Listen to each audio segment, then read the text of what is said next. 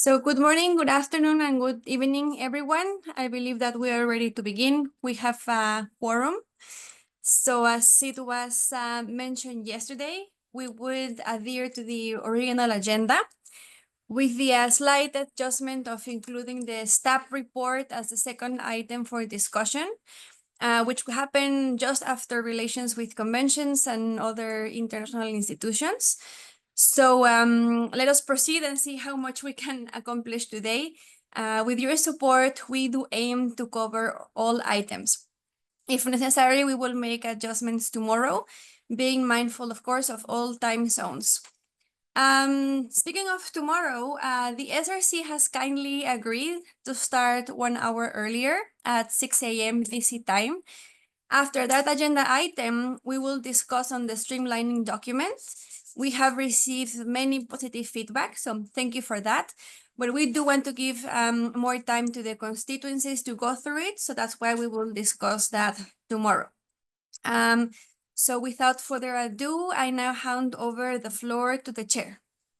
Thank you, Noemi, and welcome to today, the third day of the 68th GEF Trust Funds Council meeting. Today, we will have agenda item number 11, relationship with the conventions and other international institutions. I will go very quickly over what we normally do with these agenda items. I'll be giving the floor to the heads of each of the conventions. And after we go through the 6 of them, I'll be opening the floor for the council members and constituencies to address each one or any one of the representatives, chairs from the conventions with regards to whatever questions and comments you will have. Then after we go through the list of speakers, I will offer the floor to the executive secretaries to answer as necessary. After that, the interaction within the executive secretaries and the council members, I will thank them all, and I will close the first part of this agenda item. Then I will invite council to discuss the document that has been presented for decision, which will be, that session will be done with Chisuri Oaki and myself, and we will have any needed exchange with council members before we take a decision with regards to these agenda items. Without further ado, so let me please announce our first secretary of the convention. I have the honor to ask Ms. Astrid Shoemaker to address the GEF Council members. Astrid, welcome to your first GEF Council meeting. Congratulations for the heavy work, and the same for every single head of secretary that just went through ACOP in the last 2 months. We look forward to Rome, COP 16 2.0 in Rome. We're very much engaged in the process, supporting all parties, and just, of course, whatever the Secretariat needs. I think that the COP was a very interesting COP, a lot to digest and a lot to work.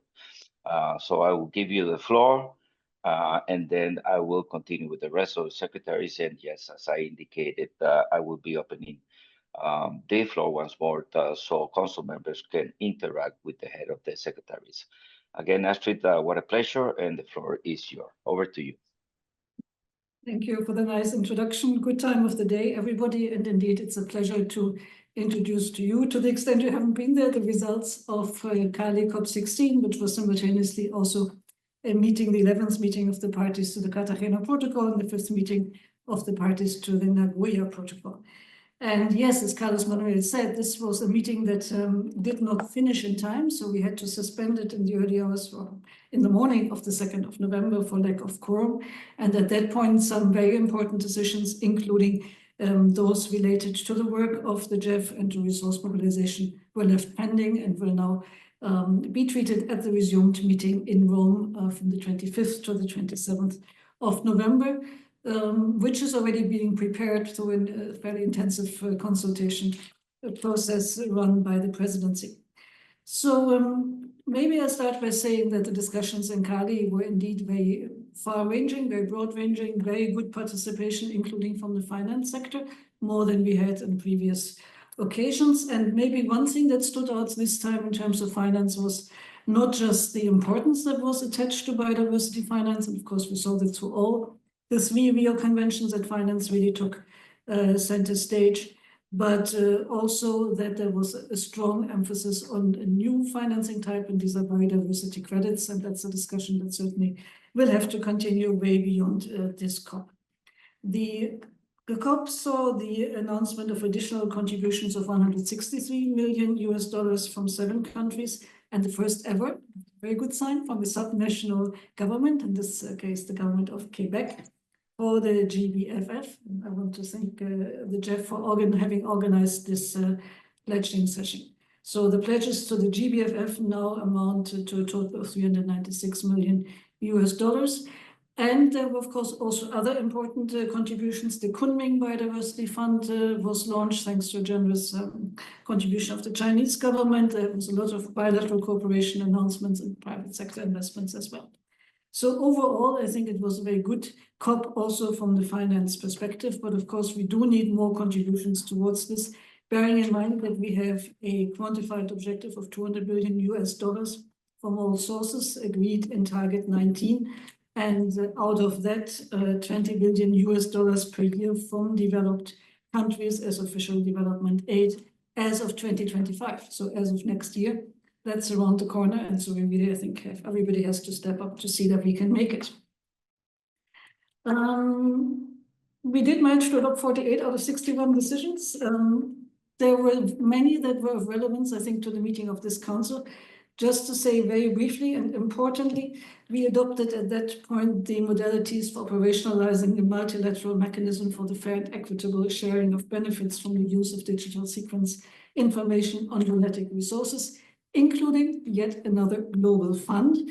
This fund will now be known as the Cali Fund. It will be operated by the Multi-Partner Trust Fund of the UN and will attract funding from, exclusively at this point, from the private sector, as parties agreed at COP16 that the users of digital sequence information in certain sectors would contribute to this fund to share the benefits they derive from that. And that will take the form of large commercial entities contributing to the fund based on a percentage of their profits or of their turnover. Interestingly, also, the disbursement from this fund will not go via projects, but via country allocations according to a formula that still is being established, and also with a fixed amount given to IPLCs in this work. The second important decision I wanted to mention, and speaking about indigenous peoples and local communities, is the adoption of a new subsidiary body to give a stronger voice to these communities and to the traditional knowledge they bring to the discussion, and also a new program of work for IPLCs under Article 8J of the Convention. And amongst the elements there, just to highlight 2, it's supporting efforts for the mobilization of financial resources for IPLCs, and second, identifying gaps, promoting good practices, and further exploring options to enhance access, including direct access to funding by IPLCs. So these are 2 important decisions adopted by the COP. There were many others which I would love to introduce, but I think Carlos would get very angry if I did that. Great progress made on marine protection, on synthetic biologies, invasive Eden species, many others. But if I can just spend another minute or so or 2 on the pending decisions on resource mobilization and financial mechanisms.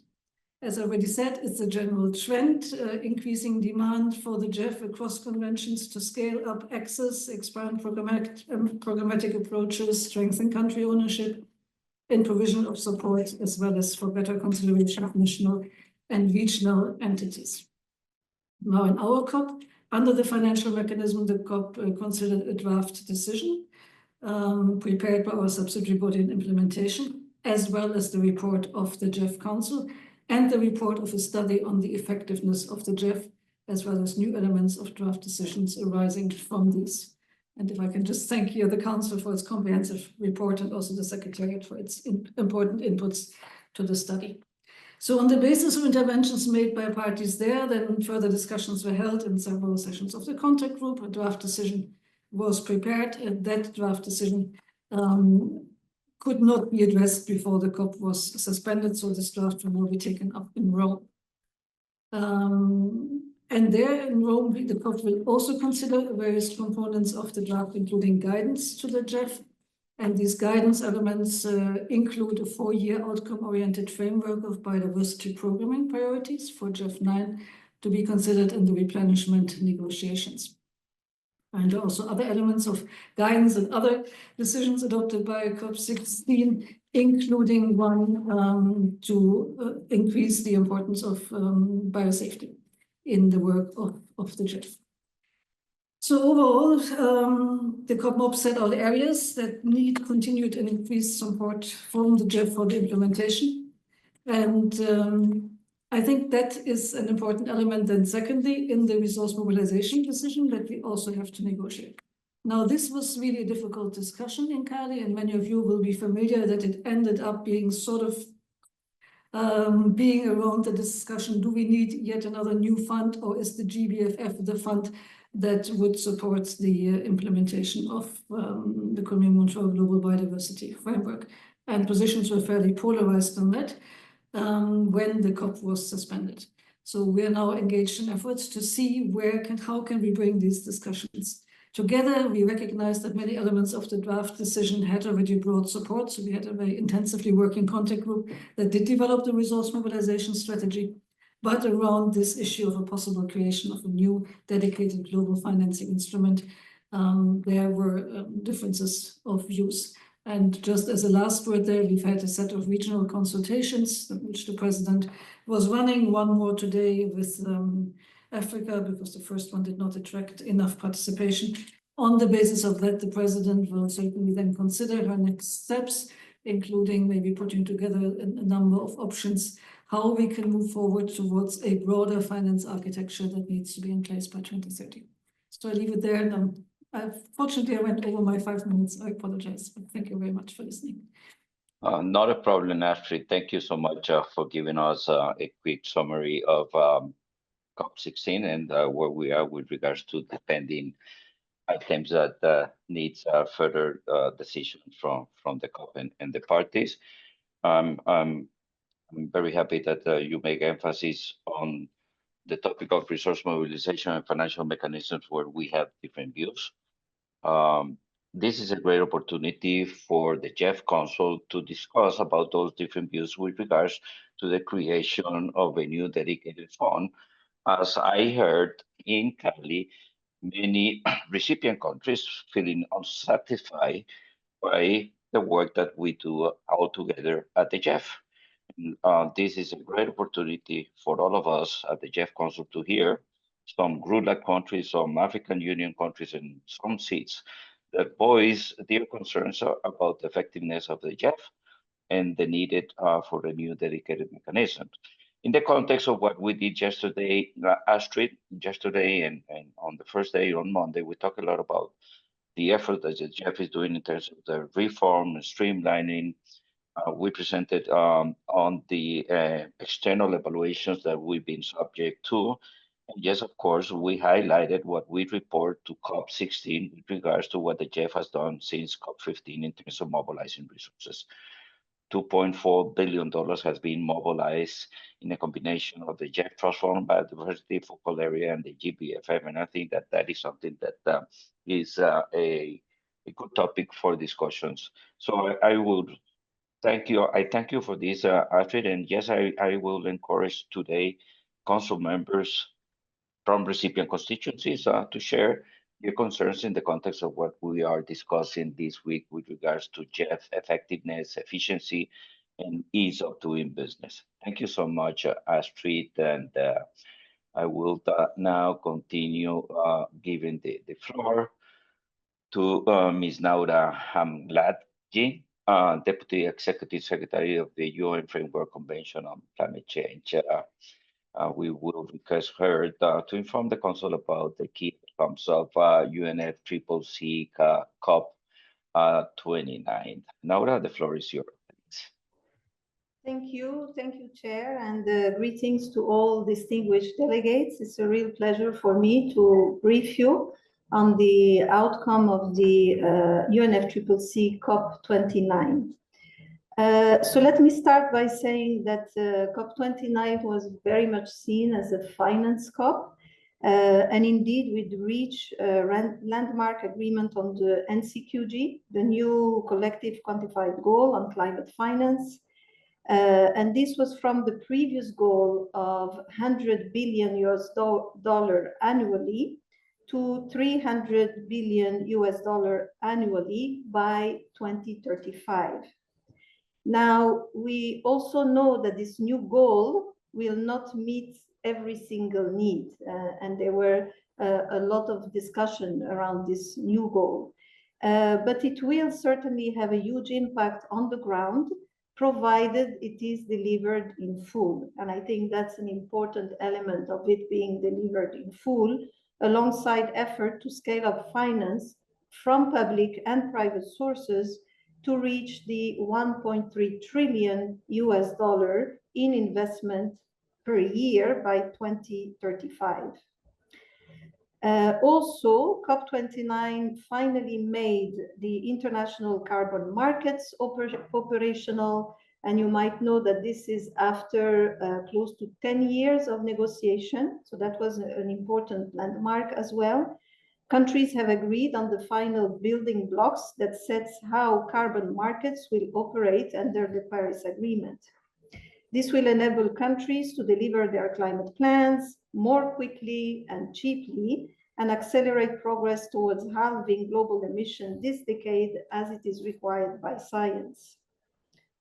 Another aspect I would like to share is that COP29 made the Loss and Damage Fund fully operational, and this marked a significant step forward in turning the promises regarding loss and damage to action. And altogether, this enabling step will mean millions of lives saved, millions of businesses protected, economies strengthened, communities changed for the better, as billions of more people sharing the benefits of clean energy and resilience over time. There was also progress made in other critical areas. On the global goal on adaptation, we saw further guidance toward adaptation indicators, which will be due at COP30 in 25. And this is making progress at the technical level.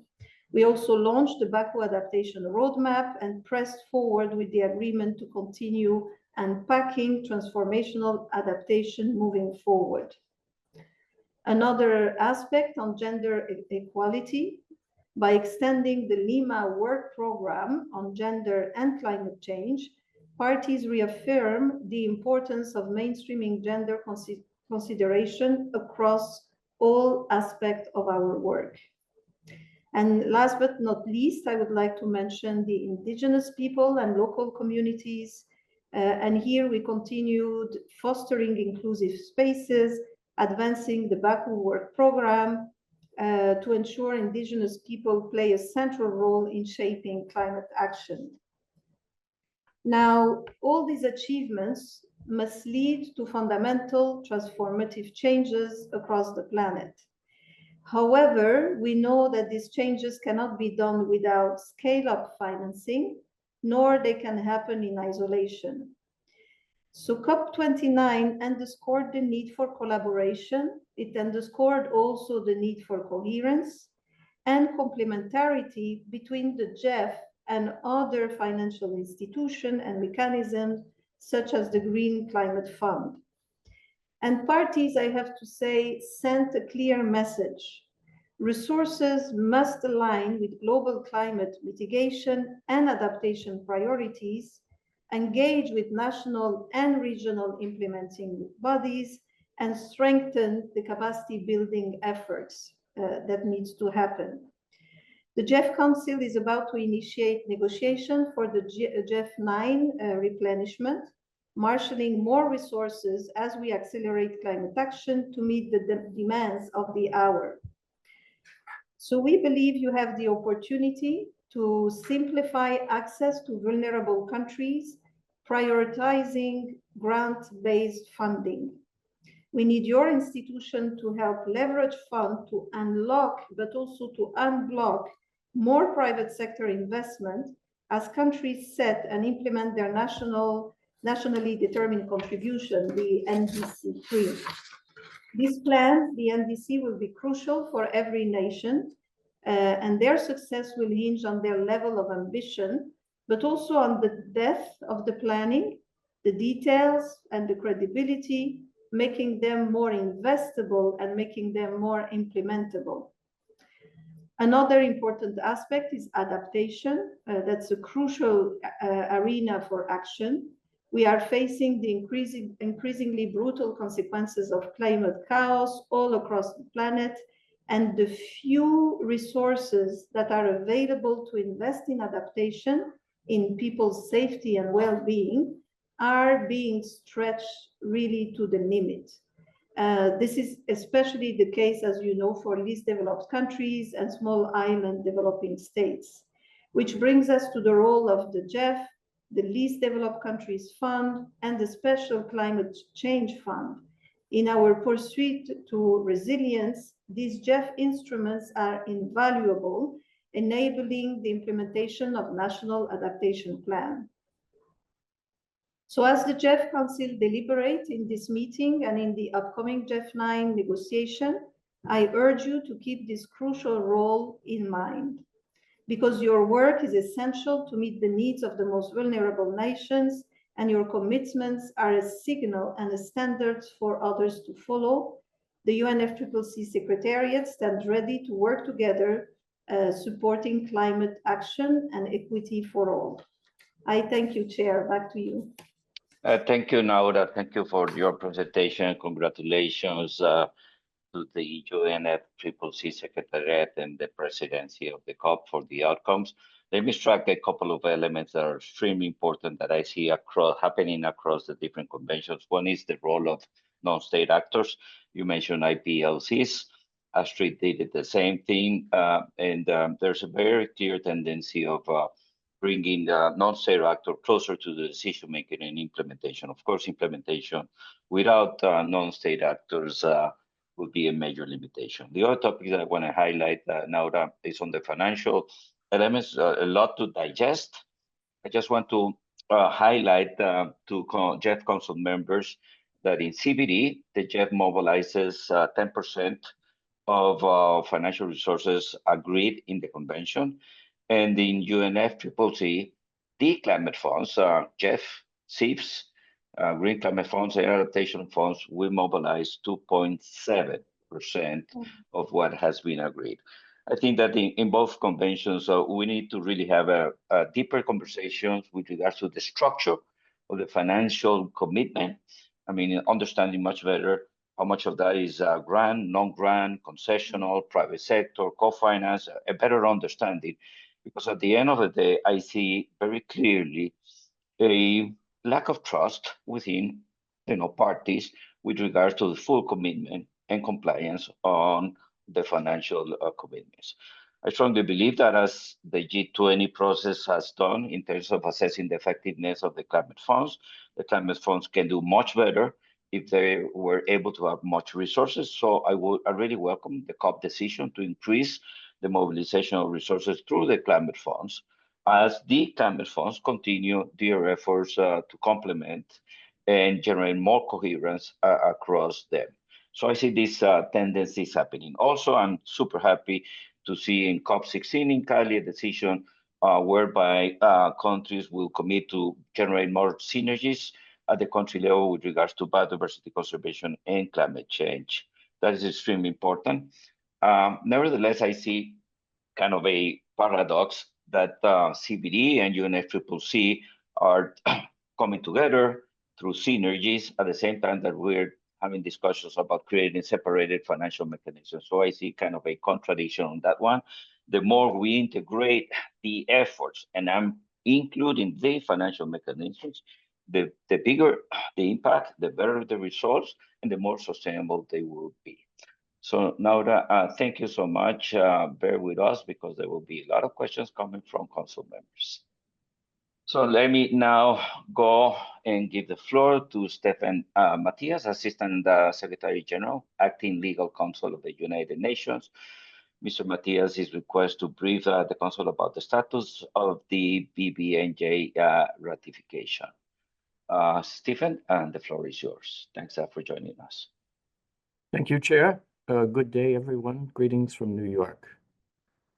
Distinguished members of the Council, ladies and gentlemen, it's my pleasure to address this session of the GEF Council and deliver brief remarks in relation to the agreement under the United Nations Convention on the Law of the Sea on the conservation and sustainable use of marine biological diversity of areas beyond national jurisdiction, which we will refer to as the BBNJ agreement.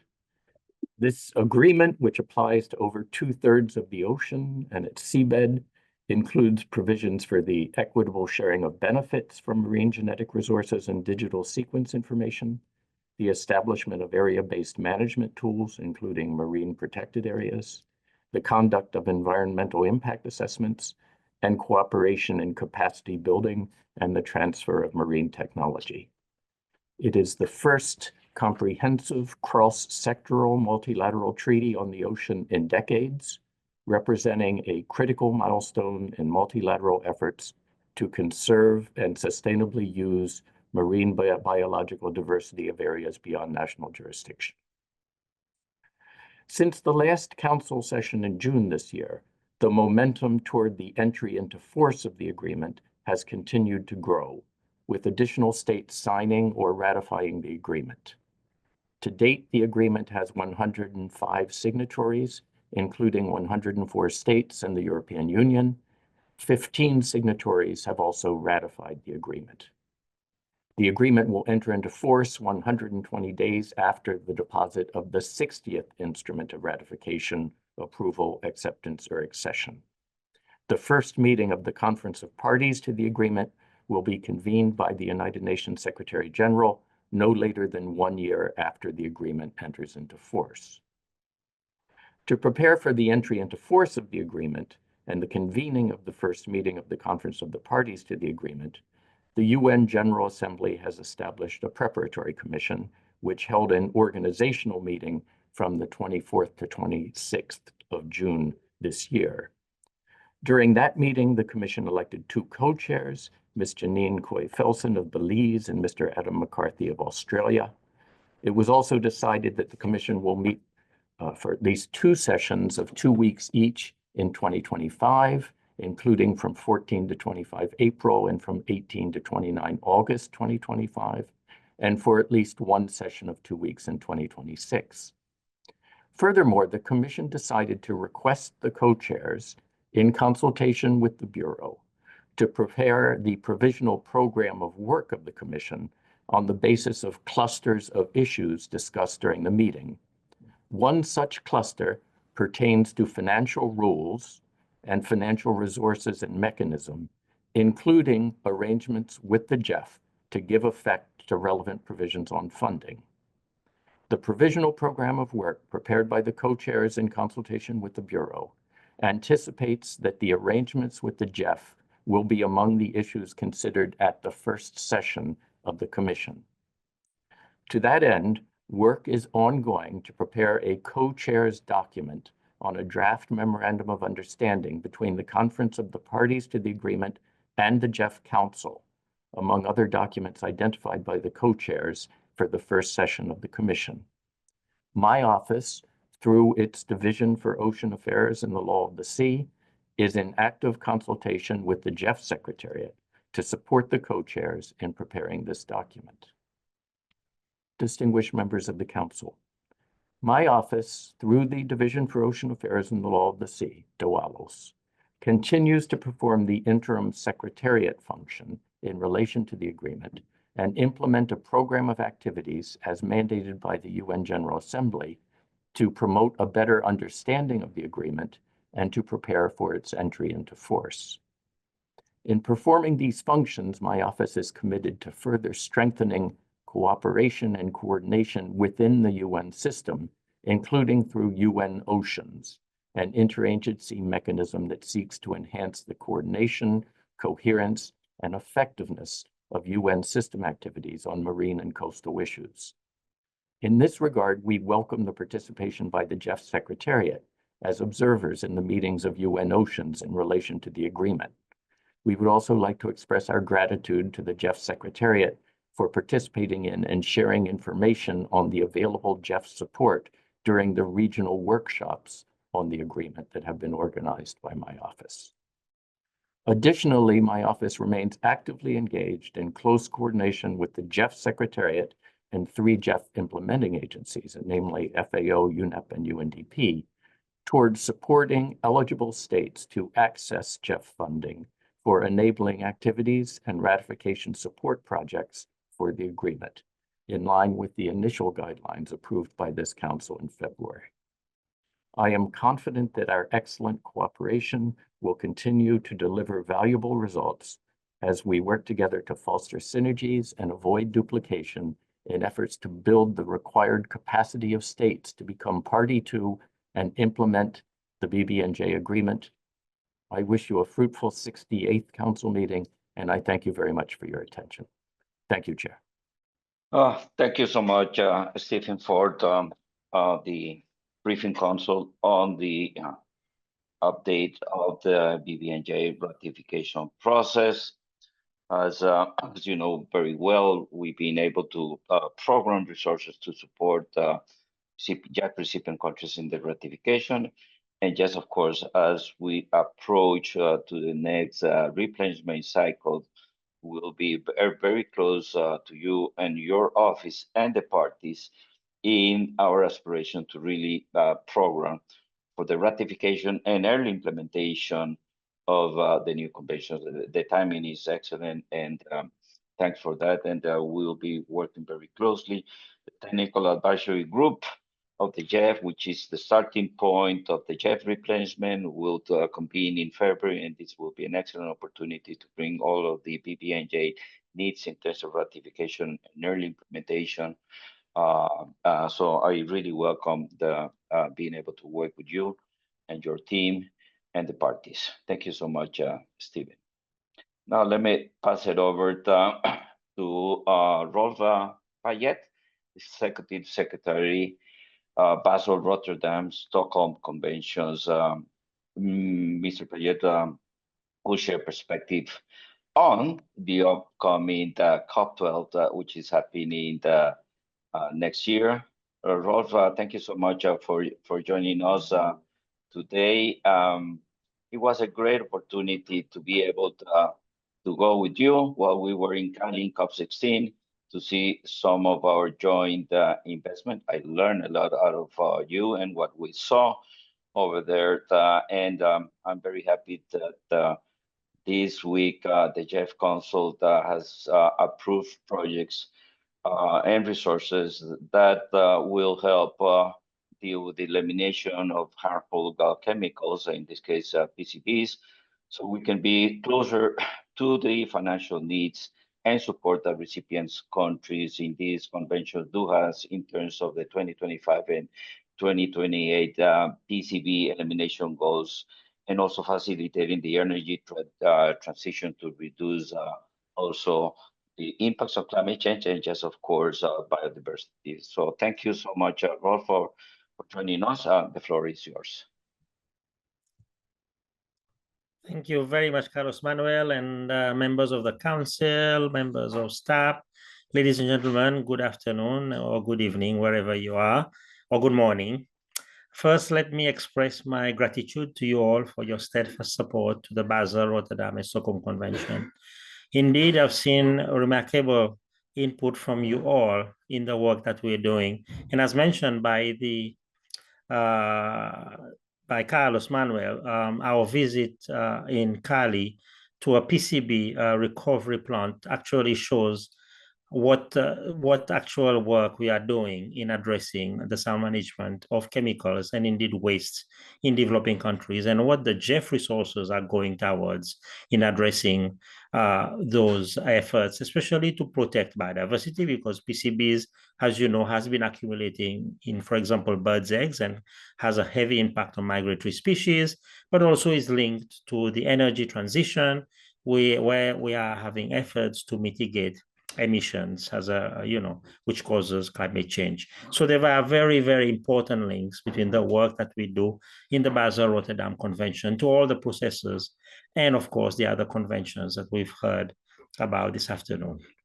So as we prepare for the upcoming GEF 9 replenishment negotiations, I wish to assure you of our full support and engagement in those discussions, as they are crucial to addressing the growing challenges of chemicals and waste management.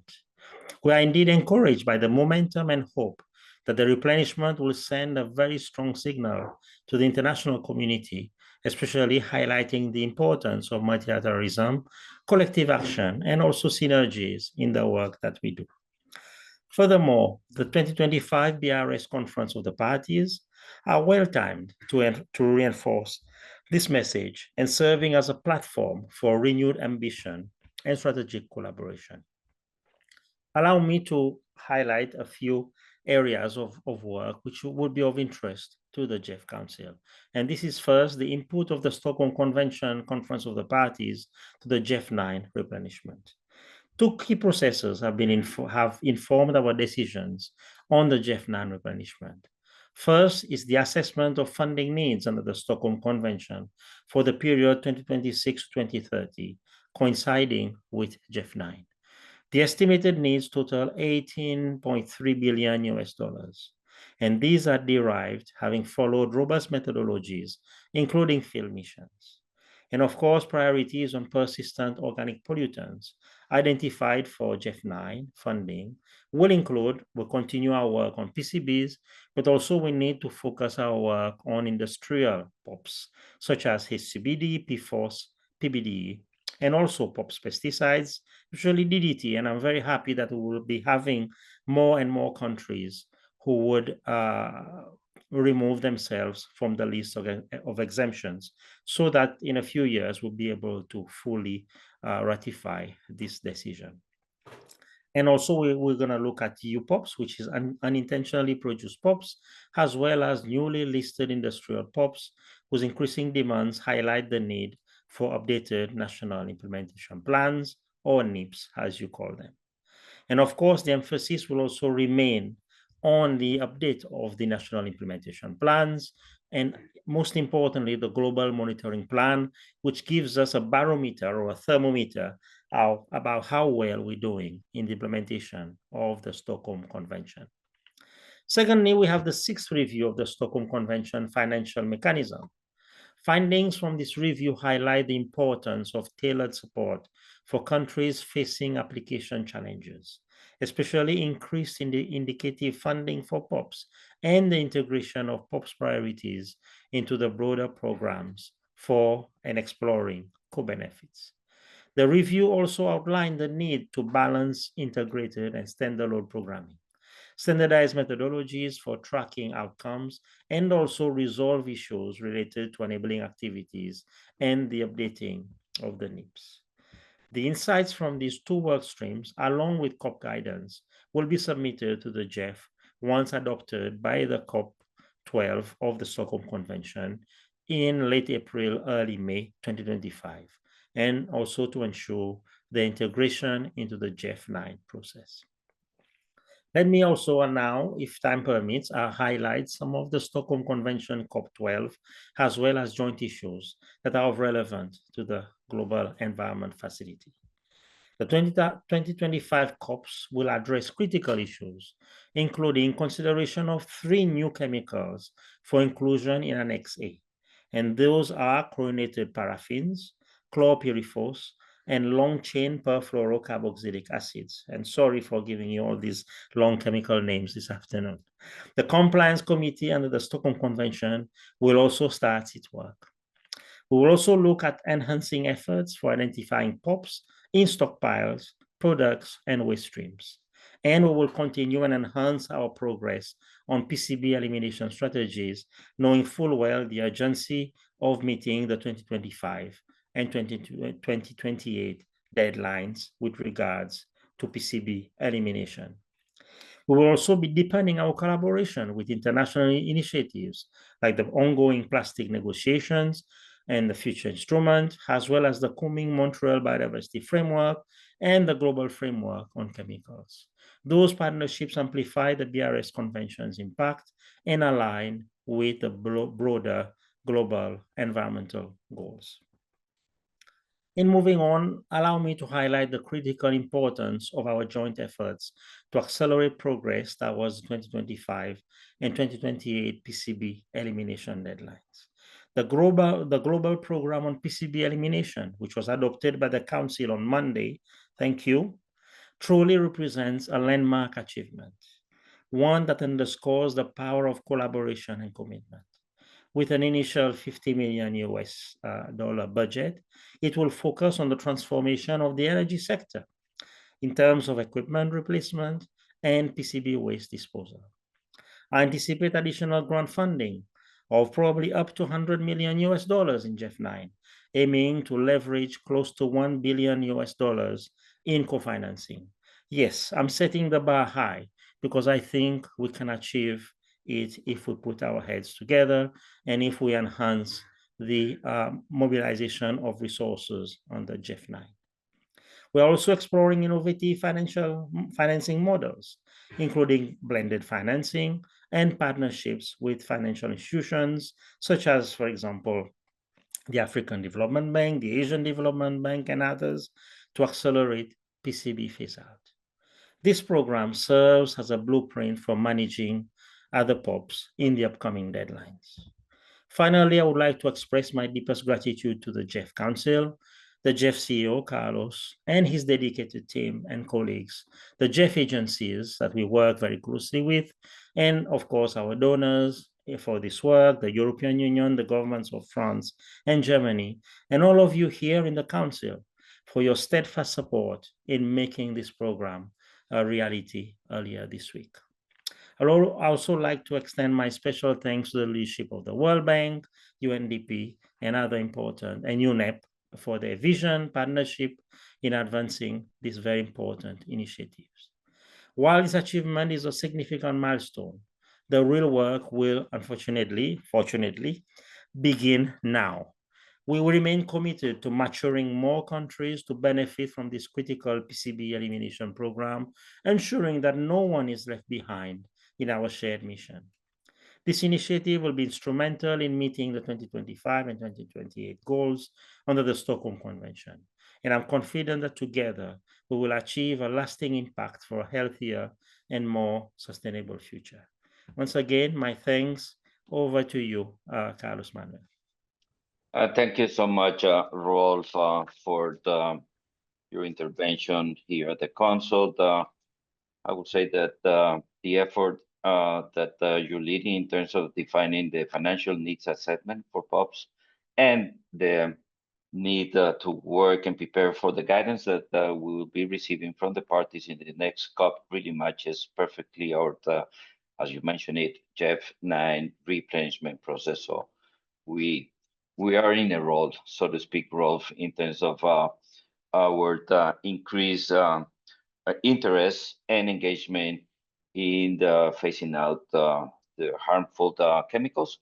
And also, I want to echo your words in thanking the Council on the decision with the global program that aims to invest in the elimination of the PCBs and be able to be on track with the multiple targets. For your information, also, Rolf, yesterday I was talking a little bit about what we do in this focal area with regards to plastics. The GEF has been working in a very integrated manner across the chemical sectors and waste, where definitely plastic is a big issue. And in our aspiration to really address the plastic pollution, we continue to have engagement and conversations with the parties with regards to the plastics negotiations that will continue in 2025. I believe that GEF Council members are not that well informed about what we do in plastic because we concentrate on chemicals and waste, and sometimes we need to break down information even much better. But we will be doing that as we feel the need to provide much more information to the council members, particularly to those recipient constituencies. Rolf, once more, thank you much. Thank you so much, and please bear with us a little bit more as we will open the floor for council members for different interventions, questions. Thanks. Now, let me offer the floor to Monica Stenkovich, Executive Secretary of the Minamata Convention on Mercury. Monica has been requested to join us and share her perspective on the ongoing partnership between us and the convention. Monica, the floor is yours. Thank you so much, Carlos Manuel, and good day to everyone, to you, Carlos, the GEF Secretariat, and also, of course, distinguished council members and other heads of MEAs and all present during this meeting. Let me start by saying that we are 1 year into 2 years of intensive intersessional work to fulfill mandates that were agreed by Minamata Convention COP5 last year. And to Carlos, to say you're absolutely right, ensuring meaningful participation, contribution of indigenous peoples and of local communities is a goal we share among MEAs and of course with GEF Secretariat and GEF at large. At COP5, the engagement of indigenous peoples and also local communities in the decision-making and in the effective implementation of the convention was brought forward in a very tangible way, and not just with respect to artisanal and small-scale gold mining, but across all sectors of economic activity in which mercury use and emissions present risks to people, lands, and livelihoods. I'm really encouraged by the strong engagement this week of the civil society organizations network and the Indigenous Peoples Advisory Group, because Minamata Convention will not be effective without true engagement. And please note that my door is always open for your advice and suggestions on how we can increase this engagement.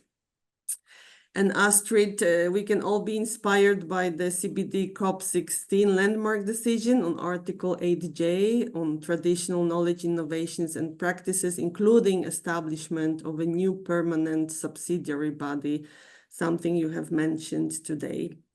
Further, we have made good strides in mapping in detail the ways in which mutual implementation of Minamata Convention and Global Biodiversity Framework can take place.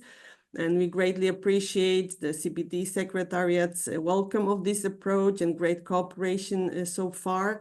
I hope that it will translate into tangible efforts on the ground through GEF multifocal area projects, integrated programs, and the GBFF projects.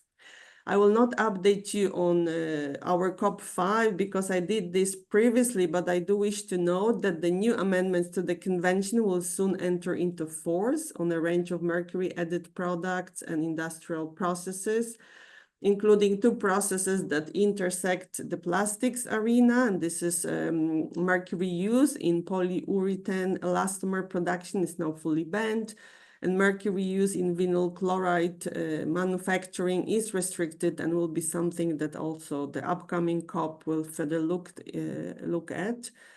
We and some GEF agencies are moving forward rapidly to implement the enabling activity that you approved at the last council meeting, and this is to support the review of implementation of obligation under Article 7 on ASGM. And I would like to express our deep appreciation for this.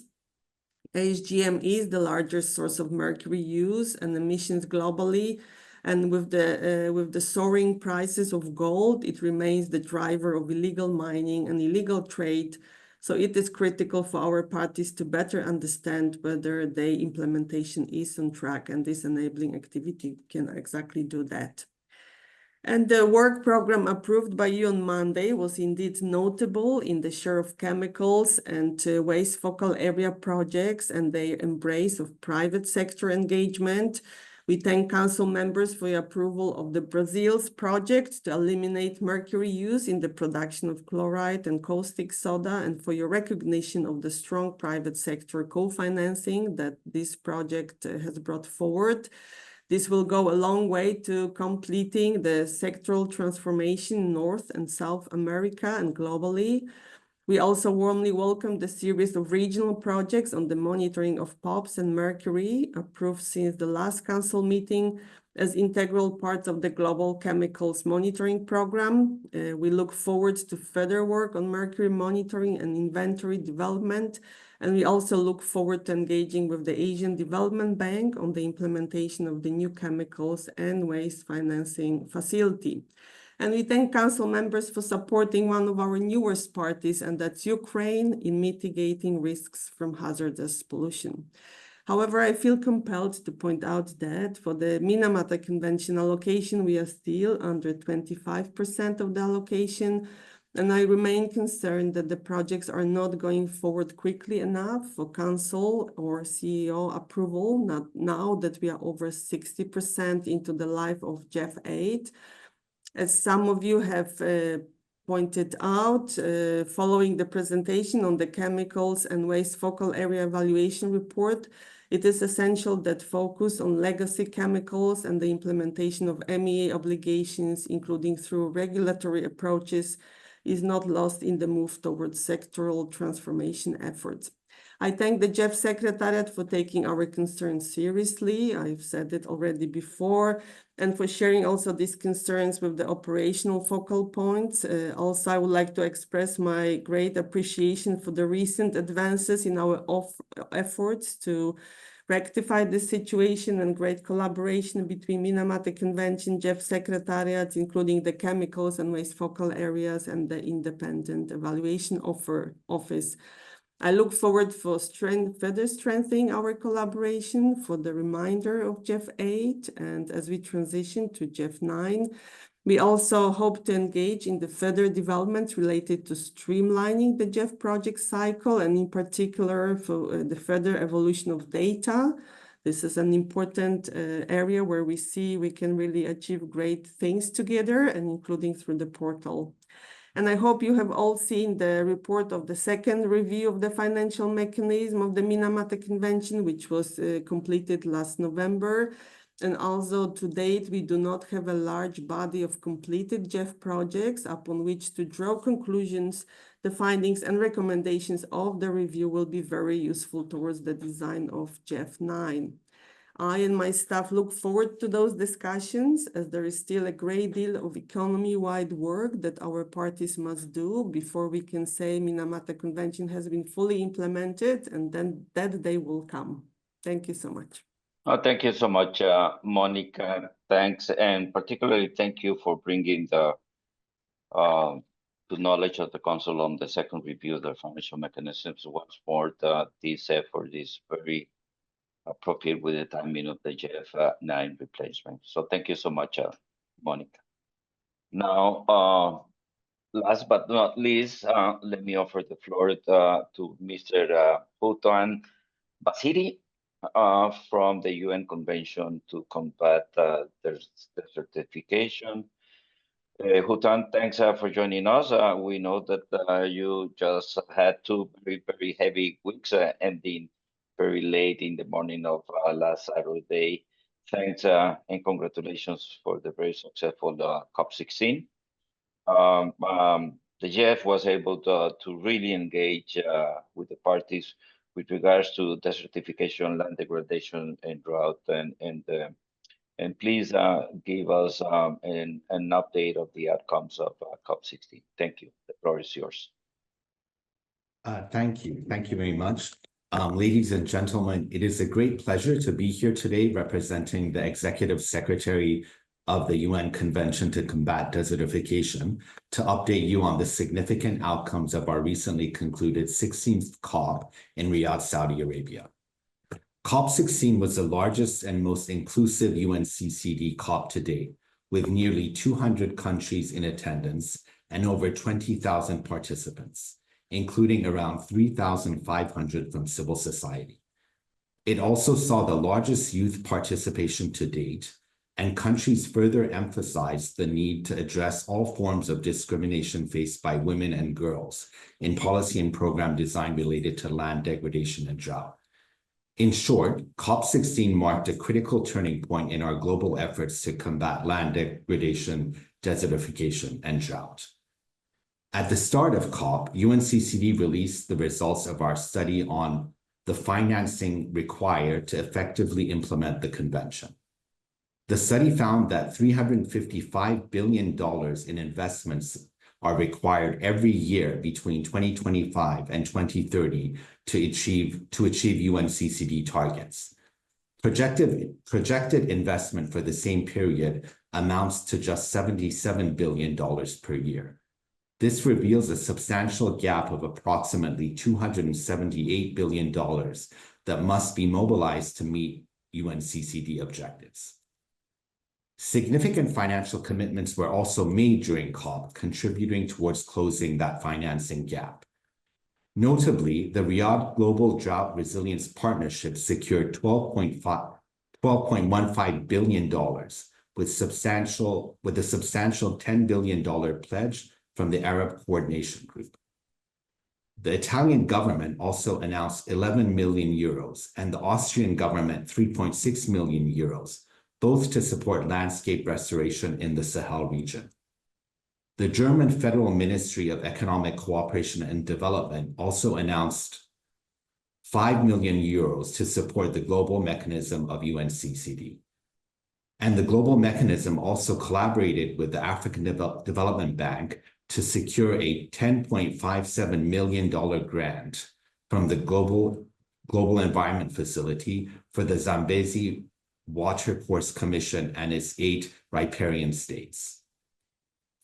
I would like to draw the attention of the GEF Council to the COP16 decisions, including on the Global Environment Facility and the requests made by the UNCCD country parties. The COP resulted in more than 20 decisions, demonstrating good progress towards implementing the UNCCD agenda. The decisions demonstrate that the UNCCD is gaining momentum towards a new strategic framework after 2030. They strengthen the Convention's foundation and expand its scope, positioning it to play a more significant role in sustainable development and in addressing global environment challenges. GEF will continue to be an important partner in those efforts. Specifically on GEF, the COP16 GEF decision acknowledged and welcomed the continuous support GEF provided for the implementation of the UNCCD. UNCCD parties also welcomed the increased focus on land-based actions implemented through the GEF's integrated program and the land degradation focal area strategy's emphasis on people in vulnerable situations. They further called on the GEF to continue to provide opportunities for enhanced synergies among all focal areas through multifocal area programming. The parties also encouraged the GEF and the global mechanism of the UNCCD to mobilize new and additional financing resources by further collaborating with multilateral funds, including the Green Climate Fund, the Adaptation Fund, and the Climate Investment Funds. The decision further invited GEF to strengthen its support for countries in programming land degradation focal area resources to combat desertification, land degradation, and drought. Although the decision on drought and a proposed protocol was not agreed on at COP16, it is anticipated that a decision will be reached during COP17. Countries and parties therefore invited the GEF to prioritize the allocation of resources to proactive drought management under its 9th replenishment. Importantly, parties called for robust 9th replenishment of the GEF, with an increase in allocation dedicated to desertification, land degradation, and drought. A further landmark decision at COP16 was the creation of a caucus for Indigenous peoples, a caucus for local communities, as well as a UNCCD Small Islands Development States Forum. Recognizing the critical role of the private sector, the parties also mandated the UNCCD Secretariat and the Global Mechanism to mobilize private sector investment under the Business for Land initiative. The initiative highlights the importance of the private sector advocacy, environmental, social, and government standards, and sustainable finance in addressing desertification, land degradation, and drought challenges. The continuation of the UNCD's science policy interface was also reaffirmed, emphasizing the role of science in informing sound policies. Looking ahead, the parties made a significant decision to encourage the sustainable management, restoration, and conservation of rangelands, a critical issue to be further addressed at COP17 in Mongolia in 2026. This aligns with the International Year of Rangelands and Pastoralists and recognizes the importance of these ecosystems, which cover half of the Earth's terrestrial surface and are crucial for the global food supplies and carbon reserves. In conclusion, COP16 marked a significant shift in the global approach to land and drought, attracting sizable pledges to tackle the issues and emphasizing inclusivity, innovation, and resilience. I thank and look forward to continued support and cooperation from the GEF Council, the GEF Secretariat, the GEF implementing agencies, and all stakeholders as we together aim to address these global challenges. We stand ready to support the GEF's efforts in its replenishment process. Thank you. Thank you so much, Hutan, for your report. I want to compliment with what you said with our utmost interest to support the process with regards to the potential pending decision on drought and what mechanisms should be selected to really increase ambition and actions with regards to drought. Drought is not a new topic for the GEF. We've been investing for decades on drought. As a matter of fact, we have 108 projects with a budget of around $600 million related to drought mitigation and adaptation in GEF recipient countries. So we look forward to that. Also, I want to highlight the One Water Summit, the event organized by the host nations and the government of France, which was one of the highlights of the COP. Additionally, we're very grateful with the Secretariat in helping us launch the food system IP together with the GEF implementing agencies and relevant stakeholders. This is a major investment that the GEF is doing in this convention, but with the benefit that goes across the Rio Convention and other different conventions. Also, I want to highlight the fact that the GEF is providing financial support to civil society.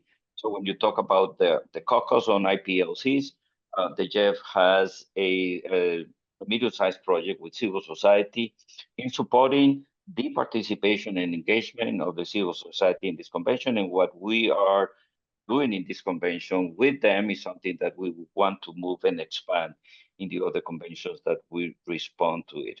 And also we had quite a few conversations with the presidency with regards to the partnership that it has been launching here. And the GEF is willing to provide technical support in terms of the financial outcomes that will come out of these partnerships. So with this, I thank you so much for giving us an update of COP16 in Riyadh. So with this, we finish this first segment of this agenda item that has to do with the relationship with the conventions and other international institutions.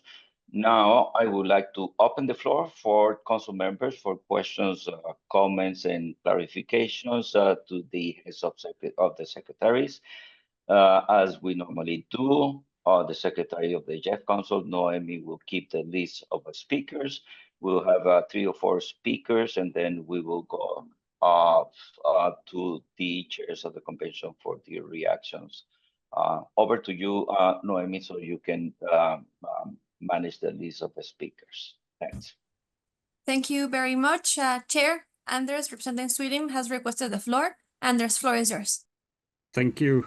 Sweden strongly welcomes the proactive cooperation between GEF and its sister funds, The joint initiative with the heads of the GEF, the GCF, CIF, and Adaptation Fund in conjunction with the UNFCCC COP29 is excellent and laudable. We hope that this joint cooperation, including with the respective multilateral environmental conventions present in this meeting, can lead to harmonization of best practices and reporting. This would reduce the administrative burden of implementing agencies and further increasing transparency. Clearly, we also welcome all the progress achieved as outlined in the multilateral conventions over the year. As mentioned yesterday on legacy chemicals and PCB, we are very much supportive of that ahead of GEF 9. We also welcome the Chief Executive's messages on plastics and the role for the GEF in that sense. And also the messages on integrating efforts. Sweden is very much supportive of the role the GEF plays in this regard in integrating efforts between the work of the conventions, which also makes the best use of our joint resources.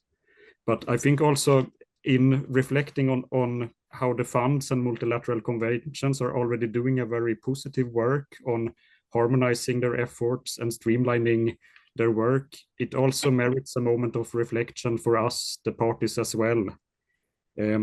So Sweden would want to take the occasion to note that the documentation for this particular agenda point is arguably the most extensive beyond all the other substantial reports. And we believe that we all as parties to the conventions have a joint responsibility to ensure that our delegates taking part in the multilateral conventions focus on what is politically and operatively relevant. We find that to some extent, the added layer of bureaucracy created by us, the parties, to be excessive and unfortunate.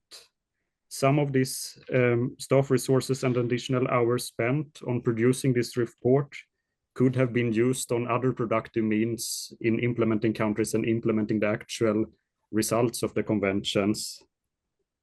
So we would hope that we all share the joint ambition that more resources should be devoted to support operational activities in the implementing countries. And in view of moving into the 9th replenishment of the GEF, we would at an appropriate moment also welcome an informal exchange on how we as parties can do better at preserving the integrity of the GEF in a fact-based and effective manner. Because as outlined by the Chief Executive at the opening of the meeting, let us continue to deliver as a family. Thank you. Thank you very much, Anders. I'll now give the floor to Gabriela. Floor is yours. Thank you very much, Noemi, and thanks to all the participating Convention Secretary representatives. Thank you for participating in the GEF Council meeting and sharing the latest developments. Being part of the financial mechanism of these various conventions is the reason, as we say in French, the raison d'être of the GEF, and we therefore continue to really appreciate your interest in the GEF and the collaboration with the GEF family.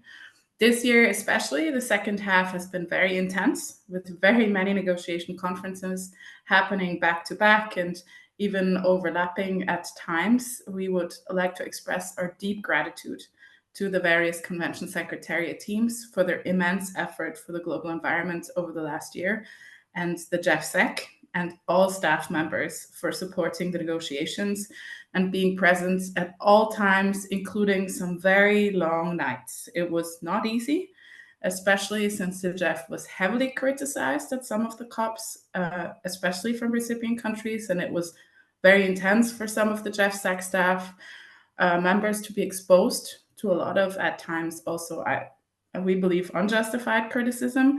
We would like to thank you very much for all your efforts, and it is really greatly appreciated.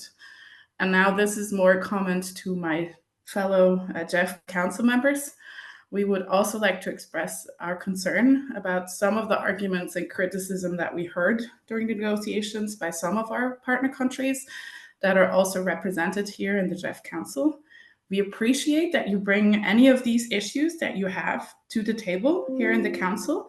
We believe we have a shared objective, which is to make the support by the GEF for the parties in need more effective, Personally, I believe the GEF has changed a lot in the last decade. It's already been a decade that I've followed it, and it has become a lot more effective and efficient in its support to developing countries.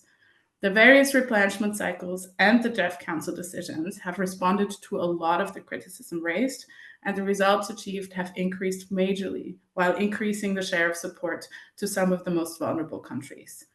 We are very keen to continue improving the GEF and responding to limitations and challenges raised, especially by our recipient country partners. But as a council, we can only do that if you raise your concerns during our council meetings and discuss the challenges you have. It is very difficult for us to understand when we can't respond to your concerns if the council meetings, you largely agree with the policies tabled, and then during the COPs, you raise major concerns. So I encourage us all to work together as a GEF family and to continue improving the GEF and make it fit for purpose. We are ready to engage, and we hope you are as well. Thank you so much. Thank you so much, Gabriela and Noemi. Allow me a small interruption. Thanks, Gabriela and Anders, for your comments. As we have planned for this agenda item, we have planned 2 sessions. One, which is now, where council members can do questions and do comments directly to the secretaries. When we finish that sections, I will thank them, and we, the council, will continue having our own internal discussions, very much in the lines of what you, Gabriela, and Anders just did. So in terms of optimizing the time, I will encourage council members to use this space for doing questions or reacting to what was presented by the chairs of the secretary, and then we will have our own space for the internal discussion. Sorry for this interruption, Gabriela and Anders. Over to you, Noemi, with the rest of the list that we have for this stretch. Thank you very much, Chair, for the reminder. I'll now give the floor to the CSO network. Faisal, floor is yours. Thank you very much, representatives of convention secretariats and council members, for being here today, and to the convention secretariats for sharing the very significant progress made in the particularly in the last few months. The GEF CSO network welcomes a paper on relations with conventions and other international institutions. We acknowledge the critical role of GEF in supporting implementation of multiple multilateral environment agreements, including CBD, UNFCCC, UNCCD, Minamata, Basel, Rotterdam, Stockholm Convention, and more to come. We also note the significant synergies between the different conventions, echoed by many of the statements so far, and the work that GEF and the conventions have done to undertake to develop multifocal area initiatives and projects to support an integrated approach to implementation. I think we sometimes forget that we all live on only one planet, not a separate planet for each convention, and we really need to try to bring together and harmonize and make sure that one decision can have multiple values, and that we do not have duplicating or even worse, conflicting decisions coming from different convention bodies. We are very happy to hear almost all of the representatives of convention secretariat speaking today have highlighted the critical importance of engagement of indigenous people and local community and civil society, and the importance of taking a whole of society approach in solving our global challenge. It is the view of the network and our members that it will be impossible to meet these very ambitious targets we have set unless we are able to mobilize all the people on the planet to start changing seriously their action on the ground, their work, and the way that they work together or don't work together. That has to change, and that can only be done with a proper people's movement and broader engagement. We are very positively note, as highlighted here today, the key decision at CBD COP16 to establish a separate subsidiary body for IPLCs, and also approve a work program which includes, amongst others, action to enhance the level of resources provided directly to support action by IPLCs and civil society to address biodiversity issue, but at the same time bring multiple benefits to the planet. We are also aware that the Kunming-Montreal Global Biodiversity Framework specifically invites parties and relevant organizations to support community-based monitoring and information systems and citizen science to improve information for decision-making and build support for conservation efforts throughout society. These approaches, in our view, are pivotal for improving decision-making, fostering local engagement, and achieving equitable environmental outcomes. We encourage the GEF and the Convention Secretariats to support more such action as an important contribution to the implementation not only of the GBF, but also that approach is applicable to all of the conventions, as well as assisting the achievement, monitoring, and evaluation of broader biodiversity and environmental targets. We note positively the major decision and the 33-hour extra time period that led to the key decisions in UNFCCC COP29. Congratulations to the survivors of that, to make decisions to significantly scale up resource flows to developing countries to address climate change. We also applaud the decision for operationalization of the Loss and Damage Fund, and also the decision to support the active engagement of IPLCs in addressing planetary crisis and climate change. We recognize that in order to have effective operation and functioning of the conventions, that we need to build the capacity of developing country negotiators and also civil society to fully understand the complexity and opportunities and mechanisms with the conventions, and to help ensure a more effective and equitable decision-making under the conventions. We hope that GEF, as well as working with the conventions, can further support investment in this area of building the capacity of developing country negotiators and also civil society groups to more effectively engage to ensure effective decision-making. Finally, we call for a coordinated approach by the GEF and related conventions to facilitate active engagement of Indigenous people and civil society as equal partners to transform the way we live and protect the planet we call home. Thank you very much. Thank you, Faisal. Annette, the floor is yours. Thanks very much, and hello to everyone. We're extremely grateful to the Secretariat's role and a report on the relation with the conventions and other institutions. And I'm also deeply grateful to the Secretariat, the chiefs of the secretariats here from the conventions and the presidencies. Close alignment to the GEF's mandate under its conventions and coordination with institutions like the Multilateral Climate Funds is essential. We congratulate the Secretariat and others contributing countries on a successful pledging session for the GBFF, in particular at the CBD COP16, raising an additional $163 million US. I think that's a sign for the trust donors put into the GBFF. Germany was proud to participate in this session and to top up substantially our initial support of 40 million euros by another 50 million euros. We're also very happy to see the Multilateral Climate Fund's Joint Action Plan progress, and particularly that implementation has begun. We asked the Secretariat to provide a joint report on implementation actions jointly with all funds at the next council meeting. We applaud the 20 new countries requested BBNJ implementation support. The role of biodiversity in the high seas in the GEF is growing, and we're looking to continue this development in GEF 9. Regarding CBD COP16, we appreciate the GEF Secretariat's strong engagement, and Carlos Manuel, you personally is in particular, in preparatory meetings, as well as the COP itself. including its inputs to the discussions on hosting the DSI Global Fund.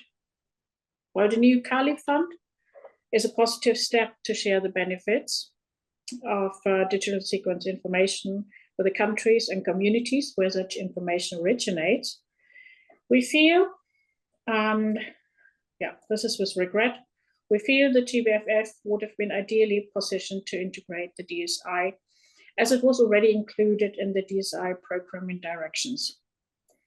We understand that lots of criticism has been raised. In addition, the GEF family of funds has a proven track record in pursuing global environmental benefits, and the Secretariat's and agencies' expertise would have greatly benefited the Kali Fund. We need to learn more about the reasons and the criticisms here in the Council, as Gabriela and Carlos Manuel have already mentioned. In addition, in accordance with the report from the Brazilian G20 Sustainable Finance Working Group, we are of the firm view that the further fragmentation of the international finance architecture does not produce better results just by that, or impact. And it will find it very challenging to attract more finance. I'm being very frank and realistic here. This is not a threat or anything, it's just the real world. Setting up new programming and governance structures will always use up precious time and resources, and usually takes years to come to fruition. Instead, we should concentrate on further improving existing structures. Germany, and I might say with around $10 billion contribution in 2022 and 2023, as well to the $100 billion climate finance goal, we are one of the biggest contributors to climate and biodiversity goals, and we intend to continue to do so. Obviously, efficiency and effectiveness are crucial considerations, simply like that. I mean, everyone making everyday financing decisions uses these criteria. Efficiency and effectiveness are crucial considerations for everyone making financing decisions. Even though UNFCCC COP29 took place outside the reporting period, we are grateful for the report received here. I would still like to address a few points. The decision on the NCQG was not everything we hoped for. Thanks very much for others also raising that, Nora. But it was hugely important to come to an agreement at all. We acknowledge that countries like, for example, China and also South Korea are already playing a strong role in climate finance. We strongly encourage every country in an economic position to do so, to build further on their contributions, and also to make their existing contributions more transparent. It is clear that the NCQG needs economically strong countries from the global south to take on further responsibilities in climate finance. This holds especially true on the multilateral level. It will be a huge task to triple financial flows from GEF, ADCF, and SCCF together with the other climate funds by 2030. Also, further efforts to mobilize international and domestic private sector is central.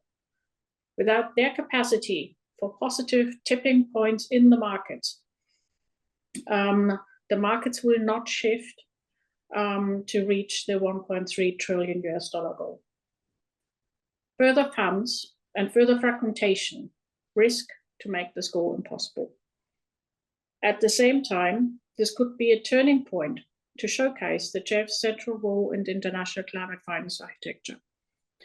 We therefore ask the Secretariat to consult early on with the Secretariats of the other climate funds, intensify their cooperation, and continually keep the Council up to date. The G20 task force recommendation from Brazil should be a key consideration in this process.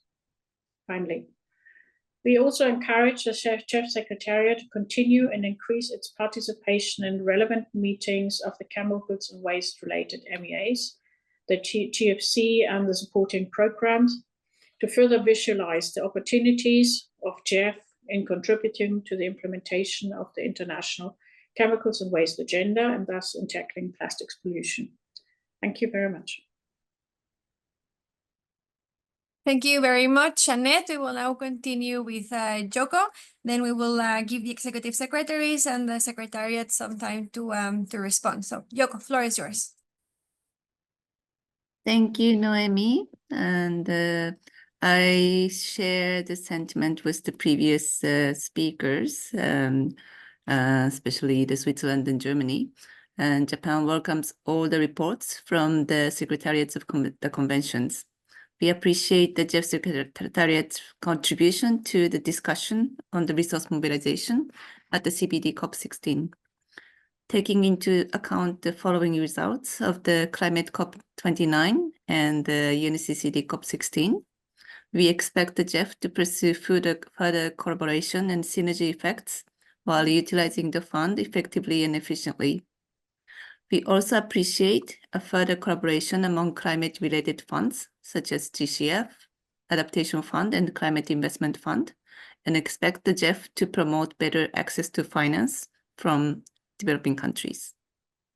With regard to the Intergovernmental Negotiation Committee for Plastic Pollution, there has been a degree of support for designating the GEF as a fund of the financial mechanism under the treaty. Although the INC 5 was not able to reach agreement, the GEF needs to continue addressing plastic pollution issue. We also recognize that calls for support were heard for waste management infrastructure development, plastic waste removal activities, and waste prevention activities during the INC 5. Thank you very much. Thank you very much, Joko. I'll now give some time to the executive secretaries and the representatives for any reactions to this initial comment. Yes, even though no question or comment was directly addressed to any one of you, or feel free to react to this first round of comments and statements by council members.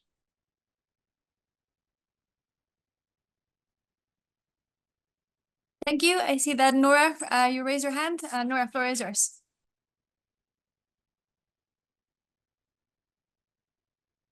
You're muted. Got to do that. Thank you.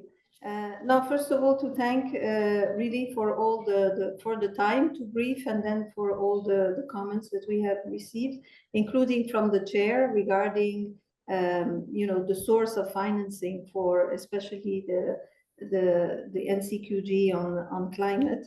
So I wanted to provide a little bit more on that. First of all, just echoing the delegate from Germany, that this agreement, of course, was not addressing the needs of all, but it was very important indeed to have an agreement. And I think that's what pushed the delegates, to push through for 33 hours until this happened.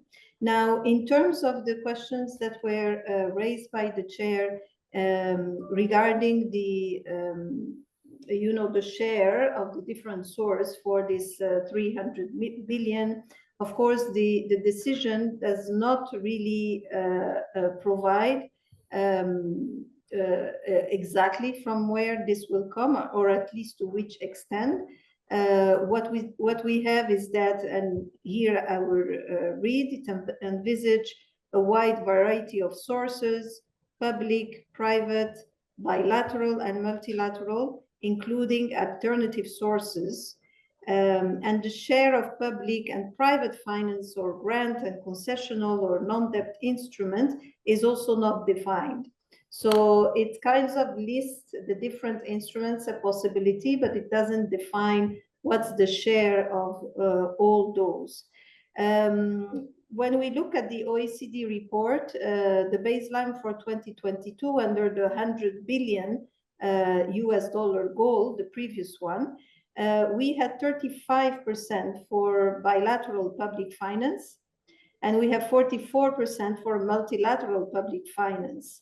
attributed to developed country, of which 3.4 billion, or around 3%, that I think the chair you mentioned, 3% for a multilateral climate fund. So that's the baseline we have from 2022.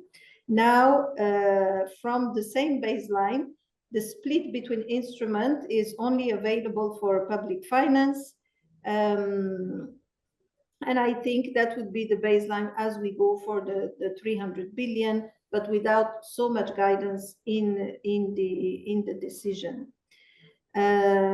So I think I will leave it there. I just wanted to give a little bit more since you raised the share of the different fund. But of course, there was really a call and a push to have a large amount of grant-based and non-concessional big part of this amount, given the fiscal constraints that we know, especially in developing countries. So that was really a big call as well. So let me leave it there, and happy to add if there is anything more asked. Thank you. Thank you very much, Noura. I will now give the floor to Astrid. The floor is yours. Thank you. If I may, I wanted to make maybe 3 points, starting first with the comments made by the CSO network on the importance of indigenous peoples' involvement in whole of society approaches. I think, first of all, I think it was really important to see how this can be done in practice at a COP, and we really need to thank Colombia for having organized this kind of whole society COP de la Gente, as they call it, enabling a huge mobilization of people to come to the COP and participate in the discussions. But they also wanted to say that the financial mechanism decision that we still need to adopt, that COP16 too also calls on the GEF to be engaged in capacity building. And at the same time, we have put in place a new structure under our convention of regional capacity building centers to bring the discussion around the concrete needs a bit closer to the regions where people know each other better, can maybe have more open discussions, and where also then the assistance can be provided with better understanding of what the region needs. In that context, by the way, while we were speaking today, the IPES, so Intergovernmental Panel for Biodiversity and Ecosystem Services, released just now its transformative change assessment, which was adopted in Windhoek on Monday. And that also gives a very, very good pointers on how this sort of society engagement is, first of all, important, and how it can be implemented. The second point I wanted to make in relation to the references made by Think for Italy and Germany on criticism of the GEF and the Council needing to be aware of that. And I think that really is very important, that the Council has a full understanding what participants in the various COPs say in terms of what the criticism is, and that also Council members have a good exchange with their negotiators. Because from our perspective, we see that, of course, there is sometimes justified criticism, but sometimes also a mix of not being so clear. Are we criticizing here the GEF? Are we criticizing the implementing agencies? Or what is it exactly that is the problem? So Council members, I think, should, if it's possible, engage with their national negotiators to know quite well what is actually the concrete concerns and where can that then be addressed. Third point is on the area of synergies. And I think we can all agree that 3 Rio crops have now made big strides, notably the UNCCD and the CBD, to move forward with that. And I'm sure the Climate Convention will come on board fully as well then in Berlin. And there are many practical steps being taken. It's a bit outside the realm of the finance discussion, but of course it will need to go there as well. And there I will just want to say that it will obviously, the more we move towards synergies in finance, the more this has to be coupled and accompanied by greater transparency in the financing structures and mechanisms. Otherwise, that will simply not work. And maybe one final point, which I forgot. On the CARDI fund, just wanted to highlight again the modalities that were agreed for that fund in terms of non-project allocation of funds, so rather move into country allocations, direct allocations for IPLCs, etc. This is very much what parties in the CBD, especially Global South parties, were concerned about. And I think that is in a way also a mechanism to the GEF and to the GBFF to see whether these kind of issues is something that can be considered within the GEF as well, because that was very much what was wanted. Thank you so much. Thank you very much, Astrid. I'll now give the floor to Rolf. Thank you very much. Allow me to just thank all the council members for their comments, which I find is very pertinent. Just allow me to make some suggestions on, especially on criticisms maybe that the GEF is getting, and of course on the probably communication or synergies between council members and MEA focal points or representatives.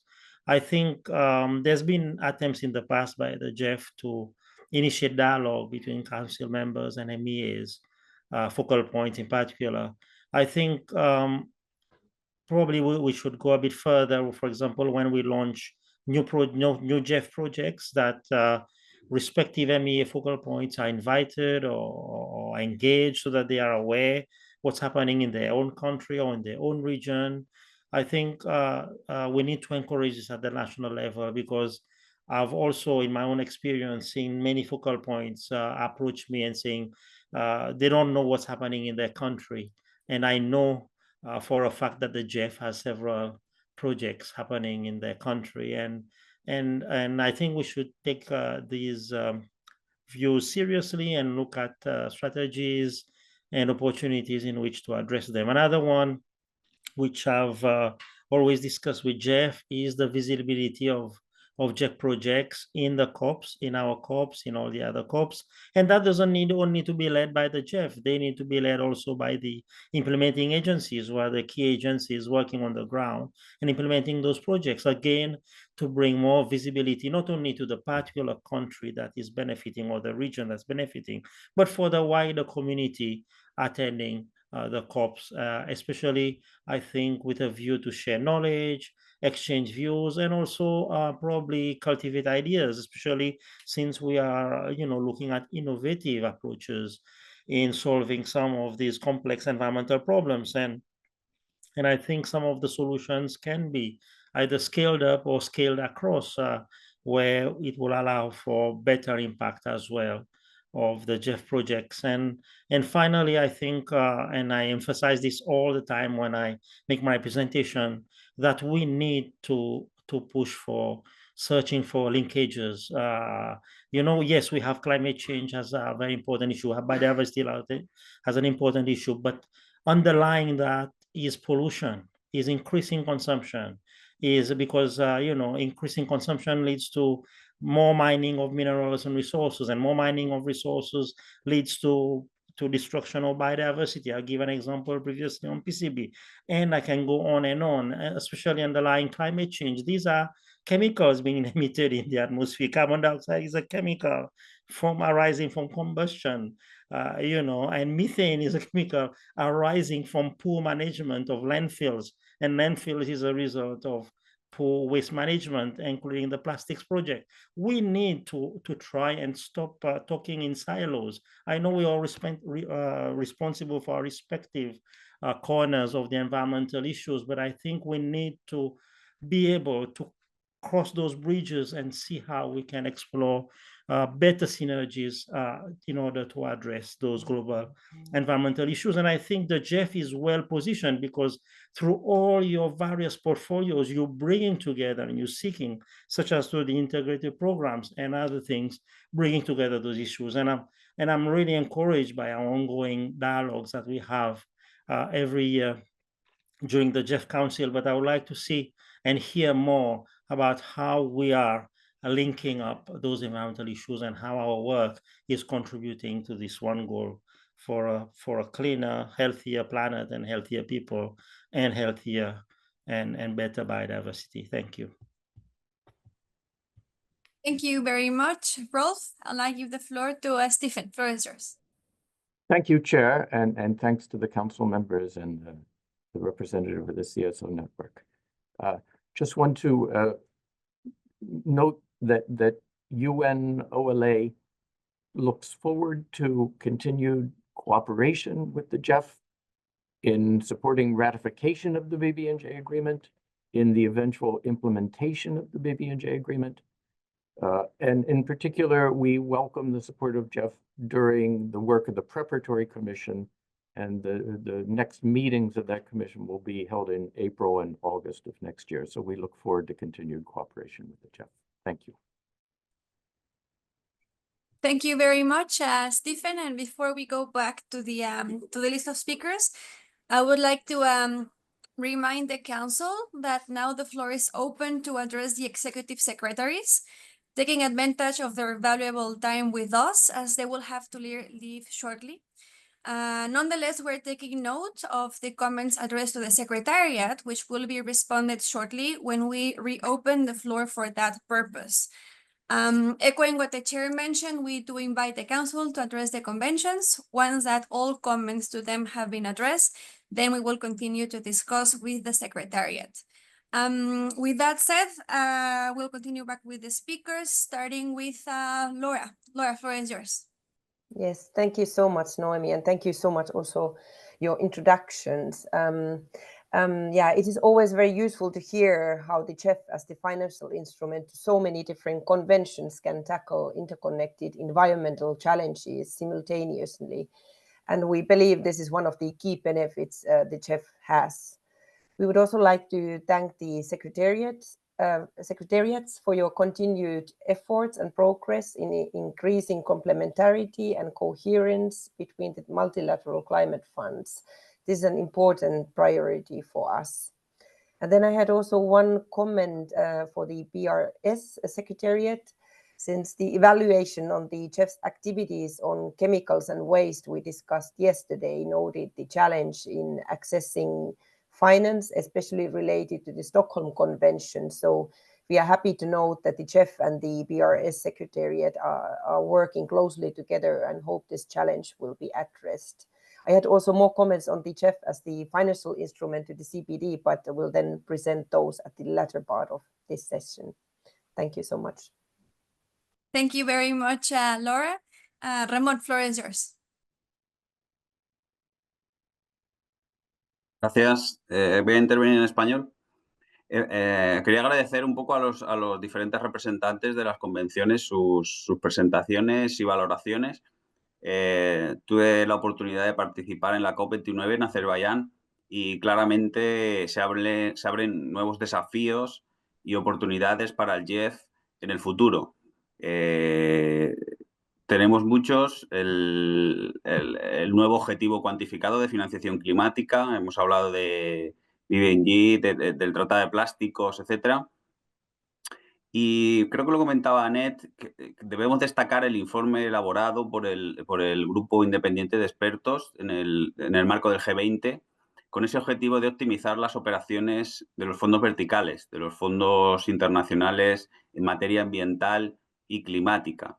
Y creo que debemos hacernos eco de esas recomendaciones. No pensar que ya lo tenemos todo sabido. Nos hablan de coordinar el intercambio de información y conocimiento entre los diferentes fondos multilaterales para asegurar coherencia. También nos hablan de aprovechar las ventajas comparativas de cada uno y maximizar el impacto colectivo. En definitiva, creo que debemos dar soluciones globales e integrales a estos diferentes retos ambientales de los que hemos hablado y creemos que el GEF está muy bien posicionado para abordarlo. Este informe también pone deberes al GEF y en ese sentido es claro que debemos de dotar de más información y capacidad a los puntos focales operativos, dar más flexibilidad a las agencias y alinear los procesos del GEF con los bancos multilaterales de desarrollo y las agencias. Nos hablan de fortalecer el compromiso con las comunidades locales, poblaciones indígenas, mejorando los mecanismos de inclusión y también agilizar el ciclo de los proyectos. De eso hemos hablado en este consejo, con ese grupo de trabajo para la optimización del ciclo de proyectos. Y ya simplemente una reflexión, quizá más apropiada para el siguiente turno, como comentabas, Carlos, pero voy a ser breve. Simplemente debemos focalizarnos, por lo tanto, en la eficiencia del GEF y trabajar dentro del GEF. Debemos fortalecer el GEF para estos nuevos retos que nos vienen de cara también al nuevo periodo de reposición, el GEF 9. Y si diversificamos, si creamos nuevos mecanismos de financiación, estamos incrementando ineficiencias. Muchos aquí trabajamos en presupuestos nacionales y sabemos cómo funcionan. Si tenemos muchas opciones para repartir recursos, lo que aumentamos son los costes administrativos y costes de transacción. Por lo tanto, bueno, el mensaje sería ser eficientes, fortalecer el GEF y dar soluciones integrales al conjunto de retos ambientales. Gracias. Muchas gracias, Ramón. Gisela, you have the floor. Thank you, Noemi. We thank for the updates provided by the representative of the convention, and we congratulate for the progress. I have not the privilege to participate to all COP negotiations. However, I was sadly impressed by the criticism to GEF expressed during those negotiations. Like Gabriela clearly said, I had the opportunity to attend the Baku COP. Italy also encourages all parties in the position to do so, to be involved financially in order to achieve ambitious goals like Annette and Ramon very well elaborated. We thank the GEF as it continues to serve as a critical financial mechanism for the most relevant conventions on climate change, and we would prefer GEF continue to do it in the future. During the reporting period, significant strides were made in delivering resources and fostering partnership to support the objectives of this agreement. In line with the commitments announced at COP28 and confirmed at COP29, we welcome the implementation of a GEF joint action plan with multilateral climate funds and the specific action which include harmonizing project cycles, developing a shared platform for project data, and supporting joint programming. The final objectives should be having an efficient global climate architecture, avoiding fragmentation and proliferation of funds, and consequently, dispersion of financial resources. Regarding the relationship with these entities, we look forward for the next steps pursued by the partners involved. We welcome the GEF engagement in the G20 Sustainable Finance Working Group Funds Review, contributing inputs on operational efficiency, complementarity, and the importance of predictable and accessible climate finance for developing countries. We also encourage common grounds for the organizational matters between all these players for avoiding overlaps and for promoting the best active participation of all parties involved. In closing, we appreciated that the GEF remains committed to fostering strong partnership with MEEAs, multilateral climate funds, and other international institutions. We also recognize the need for continued innovation, efficiency, and responsiveness to support the partner states in achieving global environmental goals, and we look forward to engaging for delivering the best outcomes available. Thank you. Thank you very much, Gisela. And we have also received a written comment, given some unstable network, that I will read for those who do not have access to the chat. So this comment was sent by Konkon. Her message to the Council is as follows.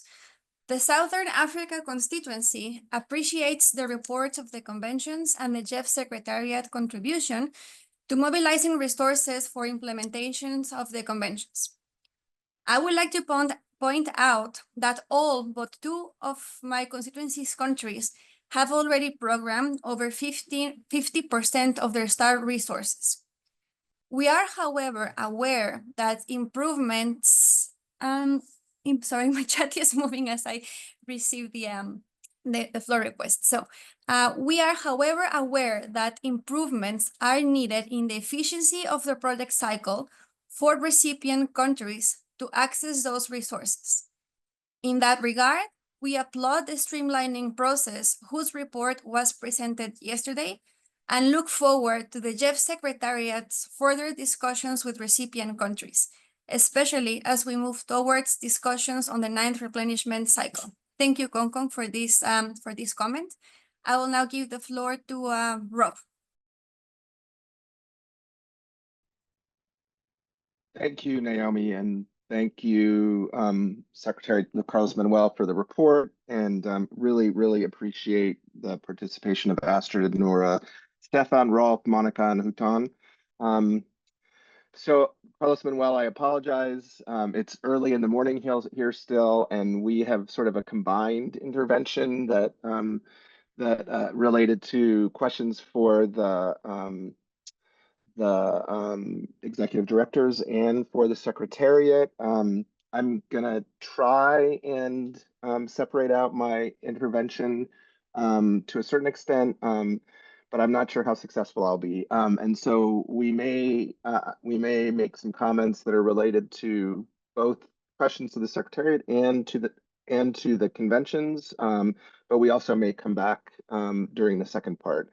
So first, I just want to start by, I'm already mixing this up, but I'd like to start by expressing our agreement with Carlos Manuel's diagnosis that if we want to scale up resources, we should do that within an efficient system that is easy to access, not overly fragmented, and has a lean administrative structure. The GEF is an efficient tool to serve multiple conventions, and we as Council are responsible for making sure it delivers for countries. So I just want to really make that point. And I think we've been doing that. I think that as Gabriella pointed out, we've made a lot of changes, and the GEF's become much more efficient in just the few years that I've been on the alternate council member for the United States. And that's something that I think we need to continue to do. We need to continue to listen to the reports from the recipient countries and the challenges that they're facing. We need to continue to work with the agencies, the implementing agencies, to make sure they're working as efficiently as possible. So but I think as the GEF, as a family, we can continue to work on those issues. And the GEF really is an important institution for addressing these global environmental issues that we all are working to address. So now I'm going to raise some specific issues or comments on the conventions. We really thank the Secretariat for its tremendous efforts on outreach and engagement in the UN CBD process, including organizing or participating in over 40 events at the CBD COP16. We heard a lot of criticism there, as you pointed out, Carlos Manuel and others have as well. And are interested in continuing to work to address those concerns. With respect to the UNFCCC and the Paris Agreement, we are pleased to note that the GEF's ongoing support for the biennial transparency reporting and capacity building. We would encourage the GEF Secretariat to leverage any upcoming SBI workshop to emphasize the support provided and improved access modalities. We also congratulate the GEF Secretariat for the important progress made on the MCF action plan and the GEF GCF long-term vision and complementarity and coherence. We encourage continued progress to efficiently direct financial resources for environmental challenges to countries most in need. With respect to BRS, or the Stockholm Convention, I want to really, Rolf, thank you so much for the report out on the PCB elimination program. I think this is a good example of sometimes how there is maybe not as much communication as we would like. I know when I was at the BRS COP last year, a number of recipient countries pressed for support for PCBs. And at the time, there had been no requests actually for using GEF resources for PCBs. So I'm really happy to hear now that the PCB elimination program is up and running, and that the funds are getting out there to address PCBs. So I think that's a really good example of how where there is communication, the GEF and the recipient countries can work really well together to address issues. And Monica, thank you for noting your concern about the slow speed of scaling up the Mercury programs, the Minamata programs. We are interested in hearing about the GEF's plan for addressing this concern. And then finally, with respect to Busan and the plastic agreement INC5 about the design of the financial mechanism. Our view is that we should build on the GEF's experience in chemicals and waste and have it serve as the financial mechanism so that programming can be launched quickly and integrated into GEF 9. With that, I also just want to really appreciate the interventions by Gabriela and Annette and Ramon and Gisela and Hong Kong. So I think there's, I'm hearing a lot of consistency here and really appreciate everybody's interventions. And I think I'll stop there, but just say we may come in the second part too to make some additional points. Thank you. Thank you very much, Rob. And now that we have some comments and questions addressed to the executive secretaries, I'll now give the floor to them before we continue with the list of speakers. So back to the conventions.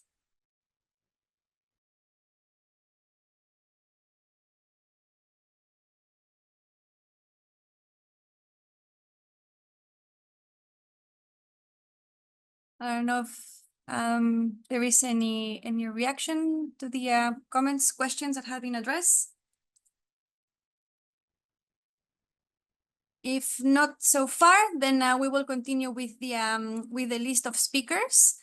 And before we do, like if the speakers could address the floor and not the chat, and that will be very appreciated.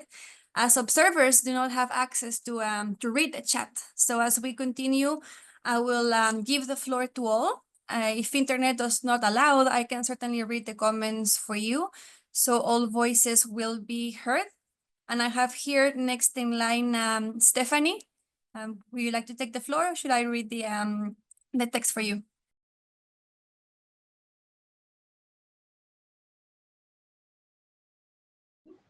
Sorry, I guess you mean Stéphane from France. Stéphane. Yes, you're right, Yeah, Stefan. Yes, you're right. Yeah. You have the floor. Yes, but yeah, actually, I had put some comments in the chat precisely to save some time for everybody. So I don't actually request the floor. I would just wanted to support the comment from Switzerland, and I leave it at that. I mean, perhaps I'll come back at a later stage, but I leave it at that for now. Thank you. Merci, Stéphane. So next in line is Richard. Richard, you have the floor.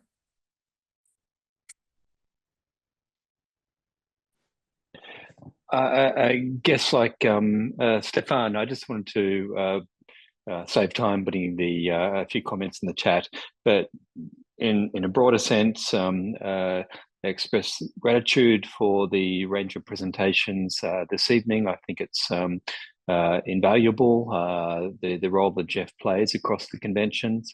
Also give recognition to the increased complexity of the negotiations and the intensity over the last 12 months, and that's not going to wane over the coming months as we see the revised, the upcoming CBD session. Like others have said, the GEF has played a key part of those discussions, including some criticisms of the GEF and its operation. I just wanted to support the views of others that we need to bring those comments back to the GEF Council and work constructively together as a family to address those concerns. But I might come back with other comments in part two. Thank you. Thank you very much, Richard, and for also being mindful of the time and using the chat, but we do need to ensure that that all voices are heard. So thank you for bearing with us in that. IPAC, you're next. Giovanni, you have the floor. Thank you, Noemi. We would like to express our appreciation to the Honorable Convention Executive Secretaries for mentioning the role of indigenous peoples and local communities. Let me share to our esteemed secretaries and members of council that a GEF-funded project in the Philippines became a visible aspect or became a best practice during the Vancouver General Assembly in 2023. And prior to that, it pushed the Philippines in the forefront of inclusive conservation, at least for the Asia region. That is the role of indigenous communities in terms of biodiversity. And in terms of climate, we had this project documented 100,000 hectares of indigenous community conserved territories and had it subjected to scientific and evidence-based finding. And it was found out that the 158,000 hectares that we identified under the project is able to hold 10.5 million tons of carbon, or equivalent to the gas emissions of 7 million cars annually. That is the contribution also of indigenous communities in terms of climate change. In terms of financial mechanisms, during the COP16 in Cali, questions were often asked how financing landscape can match or compensate indigenous peoples' contribution on biodiversity and climate.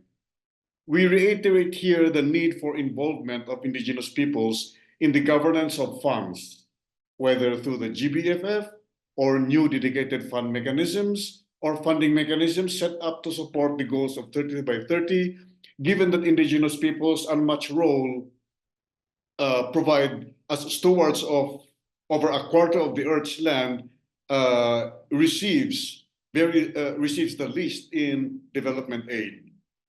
And in light of the indigenous peoples' adherence to the United Nations Declaration on the Rights of Indigenous Peoples, we have the discretion to identify collaborative arrangements so that in terms of bilateral collaboration, it must be ascertained first that recipient governments must have the respect for indigenous peoples, including programs and projects funded by the GBFF and other donors. In terms of the role of intermediaries, it is likewise ascertained first that intermediaries have policies in place upholding indigenous peoples' rights to consultations, participatory planning, implementation, and evaluation. Intermediaries may include allied partners or civil society groups known for their history of long association with and working with acceptable relations with indigenous communities. It is certainly a welcome move for indigenous peoples and local communities that allies known to them be accredited within the financial architecture. And in terms of direct access to funds, there are representative institutions of IP communities known to them of having the right representative decision-making institutions, and that such support aligns with priorities identified by indigenous peoples. Finally, the GEF Indigenous Peoples Advisory Group has been in discussion with the Climate Change Indigenous Peoples Advisory Group, and certainly we are looking forward to explore complementation or synergy and effectively engage with the different conventions. Thank you very much. Thank you very much, Giovanni. I will now give the floor to Ben.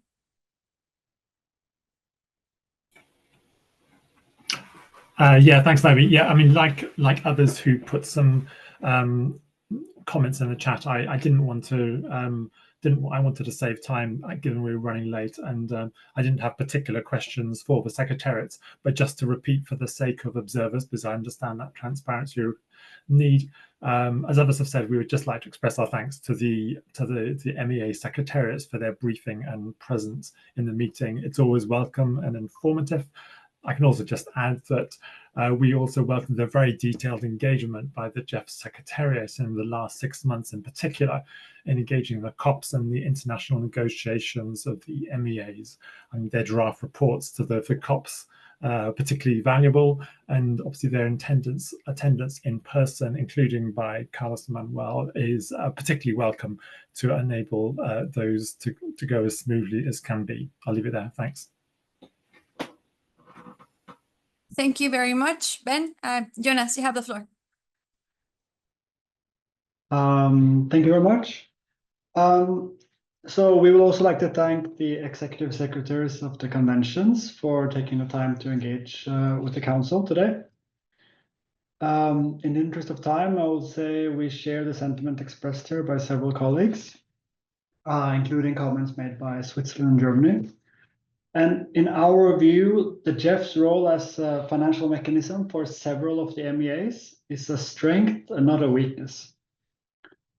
And combined with the long history and service of the conventions and the refinement of its approach over time, We think the GEF has built a sound basis for taking advantage of synergies and taking a systems approach to tackling the underlying causes of the environmental crisis that we are faced with. The integrated programs in GEF 8 is a good example and illustrate how far we've come on this journey since GEF was established. We also echo the specific comments made by Germany on the basis for making financial decisions. I think it was well put. The importance of efficiency and effectiveness is key when making those decisions, and also in the instance of GEF, to avoid fragmentation of funding, which is a real issue. So in our view, GEF is delivering well, and where there's room for improvement to ensure it operates in line with our expectations, we can ensure this through our joint efforts together here in Council. So thank you very much. I think I will stop there. Thank you very much, Jonas. Sophia, you have the floor. Thank you very much, Noemi, for giving me the floor, distinguished executive secretaries. Thank you very much all for your valuable presentations and updates on the various environmental conventions. It's been a very, very heavy, also last month. So, and thank you for all your works and sharing with the Council and engaging with the Council. I would just like to raise some of the points or concerns that we have, so that maybe you could also provide us some guidance or ideas here. Because we are facing a situation in which we are, as Carlos Manuel was mentioning, at crossroads. We need to have more integrative and transformative interventions, but at the same time, we also see how fragmented the obligations under each of the instruments is, right? So we are having a situation in which we're being we're being more rapid in integrating the financial aspects of the obligations. So we sometimes find ourselves counting the same dollar multiple times across the different frameworks, whereas we as developing countries see that those are additional resources. So we get these huge gaps in how we are understanding things, right? But then we also have obligations that are fragmented. So, so this is one of the issues that we are having, and this puts developing countries in a very difficult position, because we face growing responsibilities and to multiple conventions. There is always a call for developing countries to increase ambition, but at the same time, we are not backing them, and we're saying, oh, because of efficiency, you have less resources available, right? So we end up being with a heavier burden with less resources, all for the sake of efficiency in resources, but we don't see efficiency in obligations. So this is also one of the concerns that we are having, and that we may also have food for thought here. We also are very concerned and deeply also, concerned, disappointed, to be very frank, and this also for the sake of the situation we're facing, and also for the record, we are very, very disappointed because of the fact that we are not accurately taking into account the level of responsibility certain developing countries have in fulfilling the aspirations we have set in these agreements. And I here would like to echo some of the things that Carlos Manuel always tells us, like the GEF is not a development fund. It is a fund that it's meant to deliver environmental benefits. And we're deeply disappointed that we are not taking the responsibilities certain developing countries have in fulfilling this and in making these agreements a reality when we are speaking about funding. So this is something we don't feel comfortable with. So in every single replenishment process, we see how we are not recognized accurately, and it's becoming even more and more difficult for these countries that have bigger responsibilities to access grant-based high concessional finance. And it is important to say that these countries, and we will have other variables as considerations that we understand, but still we do need, for instance, grant-based and high concessional finance for certain type of activities, those that concretely don't have the risk-return profile that allows other financing mix to come in and also to catalyze additional sources of finance, right? But we are not reflecting this in the discussions we have.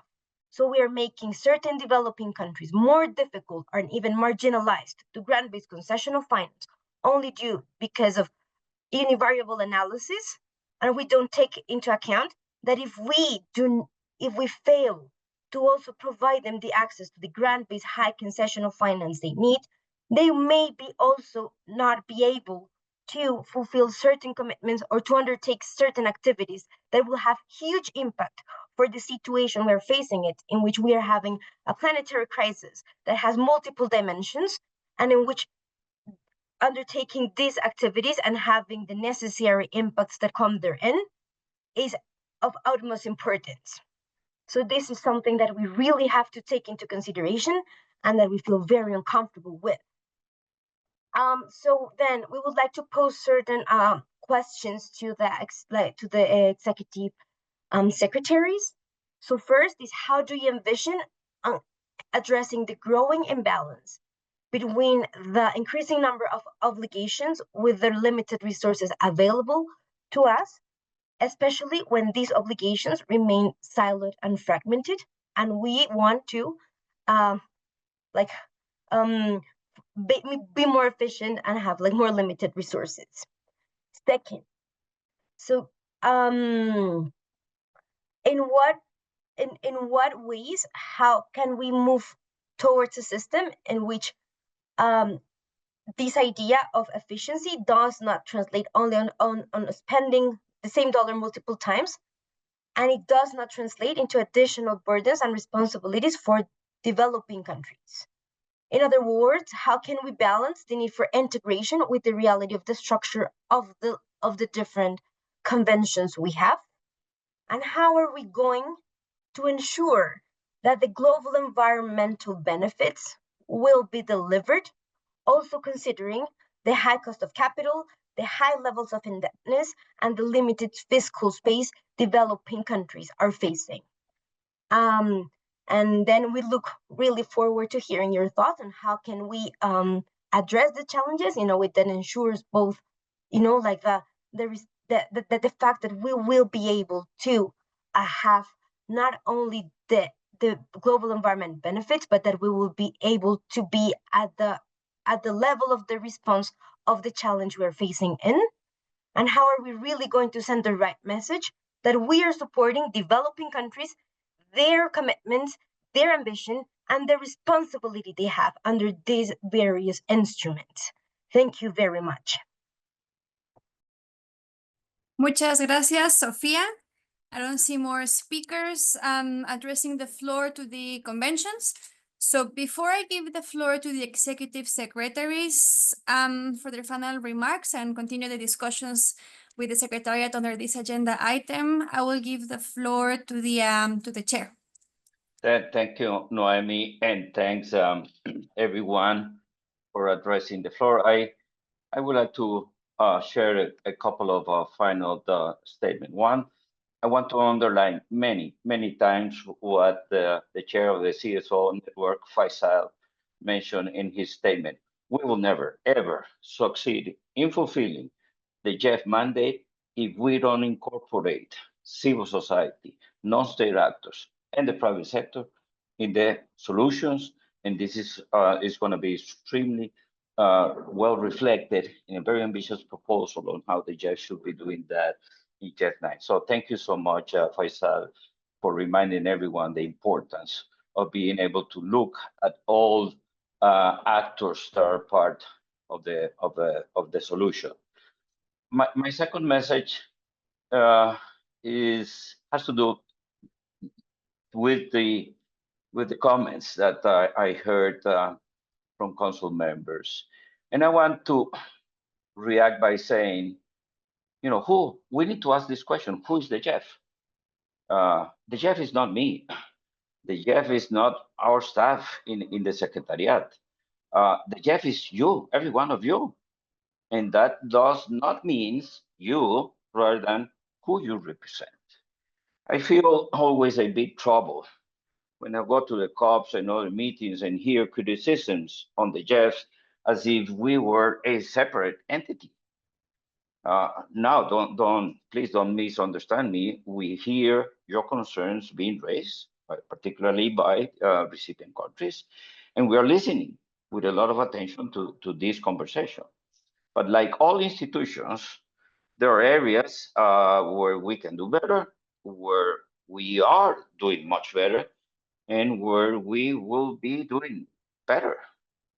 And as you have seen this week in many of our agenda items, we're continuously adjusting our business, yes, to do things much better. But what troubles me is not the criticism themselves, but that I have to go to others' meeting to hear these concerns being raised. I hear concerns from the African countries, I hear concerns from RULAC, I hear concerns from the seeds and many recipients countries. But I ask myself, why don't I hear these concerns here at the GEF Council? Gabriela made this point very, very eloquently this morning. Stefan put a similar comment, and many other council members. So I would like to build on what they both said.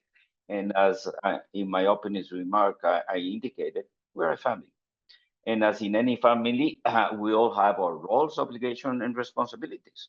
One of the responsibilities of being in any relationship is to communicate. We must talk together openly and in a very honest about our concerns. So please use this best opportunity and make the best out of the GEF Council meeting. You are knocking on an open door. And I want to hear you all. Thanks, Sophia, for your statements. I mean, this, what you mentioned is very, very important. 10, 15 years ago in these conventions, when we agreed on the financial mechanism, the supposition was everything was going to be based on grants in order to facilitate actions in recipient countries. And without any specific and clear intention, the structure of the financial aid has been gravitated where more and more we see less and less grants and non-concessional. So this is a very important discussion. When I went to Cali, when I went to Baku, I wish that the conversation about the financial commitment would be a conversation that really analyzed the structure of that commitment. And I think that this is an open discussion. Nora mentioned it. UNFCCC is one great place to really dive deeper into that structure of the financial aid. And yes, of course, in the convention CBD, UNFCCC, we talk about mobilizing resources from all sources. And yes, definitely the biggest benefit we will have is when all countries mobilize domestic resources more efficiently. So I want to thank with this all the secretaries of the convention for joining us. I thank you once more for being here with us at the GEF Council. And with this, I'll say goodbye to all of you. And we will keep this agenda open for further discussions with council members. So thank you so much for joining us. Thank you Over so to you, much. Noemi.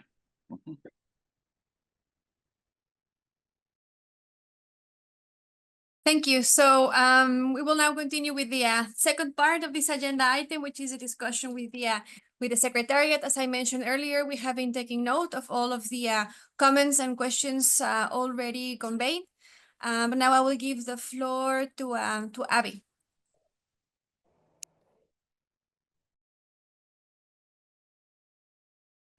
Thank you, Naomi. Can everybody hear me okay? Yes, Abby, we hear you loud and clear. Great. I just want to say good morning, good afternoon, good evening to everyone, since this is the first time I'm taking the floor today. And I think this is a very interesting and necessary conversation. And I just want to say that I'm really happy that we're having it, even though it's a challenging conversation. It's the one that we need to have. And I would say like many others who have spoken before, I think we're sort of concerned and trying to learn from and understand what occurred with respect to the GEF at the recent COPs this fall, and at the INC negotiations in Busan, which I had the opportunity to attend with a few council members, including our co-chair. You know, from the U.S. perspective, we appreciate that the GEF is not perfect, but it is, in our view, one of the more functional multilateral environment funds. And we do sit on the boards of multiple funds, so I say that we love them all, but they are not perfect, and I think the GEF has a huge reserve of expertise, not just in the technical issues that it covers, but also in the Secretariat's sort of understanding of how to operate a multilateral fund that works across the whole globe, and with many different agencies that have their own different strengths and weaknesses. So noting that the GEF is not perfect, I just think that it's, as Carlos Manuel has been, I think, trying to get us to think about, it really is the responsibility of the Council and the GEF Assembly to address its shortcomings. And so as council members, we need to be thinking, when we hear criticisms within our countries or we hear criticisms at the COPs, of how does that translate into things that I need as a council member to be thinking about for the overall partnership. You know, as I mentioned this yesterday, and other council members have mentioned it, under Brazil's leadership at the G20 this year as president, one of the working groups commissioned an independent review of the vertical climate and environment funds. Probably the first time that these funds got the attention of a G20 working group in a very detailed way. That review is public. It has many thoughtful recommendations. We probably should put a link to it in the chat. Now, obviously, a G20 working group is just that. It doesn't have any responsibilities or a mandate to oversee things, but it is a body that can, you know, is used for an exchange of views across larger countries. But a key finding and recommendation of that report is that fragmentation of the vertical climate environment fund architecture is impeding access to necessary funds by developing countries, large countries, small countries, everyone. And in plain English, because I know translators need simple terms, I mean, fragmentation of the architecture are all kind of big words in English. What does it mean? It means lots of different funds doing overlapping jobs with overlapping governance structures is creating a lot of inefficiencies in the system. Inefficiencies in terms of how we program, inefficiencies in terms of diverting resources that are spent on different staff, different secretariats, and challenges at everybody's, you know, government level of trying to figure out, how do I access funding from the GEF, from the GCF, from the Adaptation Fund? Now, you know, and at least within the GEF family of funds, there's a similar system. And I appreciate Sophia's point that having efficiency isn't necessarily the final end goal, and we agree with that. But I think that we want to make sure that in addressing problems, if we see a problem, we need to, instead of thinking that a new approach is going to be better than trying to fix the shortcomings in the current one, we really need to do a cost benefit analysis of what that is over time. because I don't think from our experience, it's not a foregone conclusion that a new fund is necessarily going to do a better job than trying to fix an older fund, which has a lot of internal capacity and experience. So I think we need to be careful about going to the solution that new is always better. It's a little bit like, Rolf made the point about having overconsumption causing problems. We have sort of a throwaway society in the US for a lot of things, and I don't want to have a throwaway society in terms of thinking of these funds. And I think one of the strengths of the GEF is that its broad purview in terms of environmental challenges helps to address things in a coherent manner. And that's something that the other funds lack. And if we set up kind of specialized funds for the individual conventions, in that way, we risk increasing that fragmentation. So I think these are all challenges that we need to address. And I just want to say that, the time that we can to address the GEF issues is really coming up during the GEF 9 replenishment. We feel comfortable that under Carlos Manuel's leadership, with the team that he has, we have a secretariat team that is willing to take on reforms. And we just think it's collectively our responsibility as council members to identify the changes that we need to make at the GEF and at the implementing agencies, and to use the replenishment to address those that are relevant to the partnership. But we also, all of us, I think, need to keep in mind that the GEF can't fix the shortcomings of things that are beyond its mandate, the complexities of the conventions, the challenges at the implementing agency level. We have to be taking those on in other venues. But I think this is a really valuable discussion that we need to have as we go into GEF 9, so that we can work together on making this fund a better fund, and making it a more robust institution to respond to the multiplicity of challenges that the Earth is facing. So I'll thank you all. Thank you very much, Abby. I will now give the floor to Richard. Thank you, Naomi.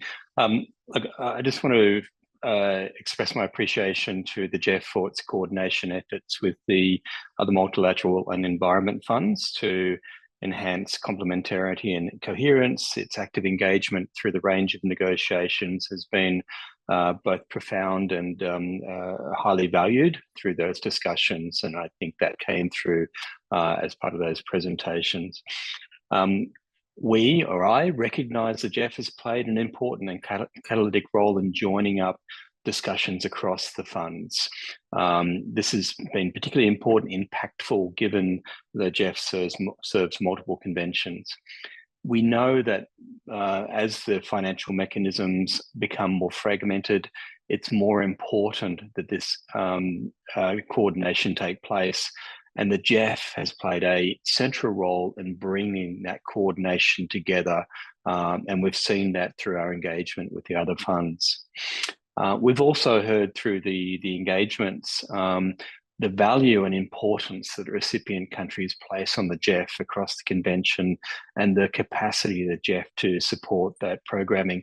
So that sometimes gets very much hidden behind the more visible criticisms of the GEF that we have been hearing. And I think it's really good to have that discussion taking place. But like Carlos Manuel and others have said, the right place for that discussion to fix them is in this meeting itself. And as a council, we need to be accountable to ourselves to air those and actively address those issues. And the upcoming replenishment process provides an ideal opportunity to start addressing some of those issues, including through discussions we've been having at this meeting with the streamlining. I think that's a continuation of the journey. The GEF is it's an entity that is going to be subject to ongoing refinement and evolution as the challenges evolve over time, and we need to be prepared to be agile to address those challenges as they arise. The concerns that were raised by Sophia, I think they are legitimate. They're real issues about the capacity of developing countries to meet the challenges that are confronting them. The multilateral funds, including the GEF, will play an important role, but it's important to recognise the funds and the GEF in and of itself. It's impossible for the GEF to be the solution. Carlos Melwell indicated that GEF provides 10% of the CBD funding. That's actually a much higher figure than I anticipated it would be, but it's still only a small proportion of the total needs of the KMGBF, so we need to be careful and very targeted in how the GEF supports those funds and achieves the outcomes we're looking for, and both careful in the way it allocates it and careful in the way that it administers those funds, so it does it in a most cost-effective way to deliver the most efficient and effective outcomes we could strive to achieve. Like others have said, on the Brazilian-led G20 process and the long-term action plan and complementary and coherence across multilateral funds, this is really important work, and I think improving the coherence across the funds is a necessary step to improve the operation of the broader system. But the more funds we create, the more complicated that process becomes. So the points that were made by Abby, I won't repeat them. I agree fully with all the points that she made there, that we need to be careful about adding new funds, and there may be circumstances where absolutely it will be required, but we need to be careful in applying a broad brush position that a new fund is going to solve all those problems, because we need to be careful about what we end up buying through that process. I'll leave it there. Thank you. Thank you very much, Richard. I'll now give the floor to Garth, representing Canada. Thanks very much, Noemi. First time I've taken the floor in my first GEF Council meeting also, so just hi to everyone. It's been nice getting to know some of you already and look forward to connecting more often. Super rich and important discussion this morning. I had an intervention all prepared, and I think it's kind of been overtaken by events in some respects. But I think that, you know, the discussion that we're having does speak to one of the core strengths of the GEF that others have mentioned, and that's the role in serving 6 MEAs and being able to bring a coherent approach to programming.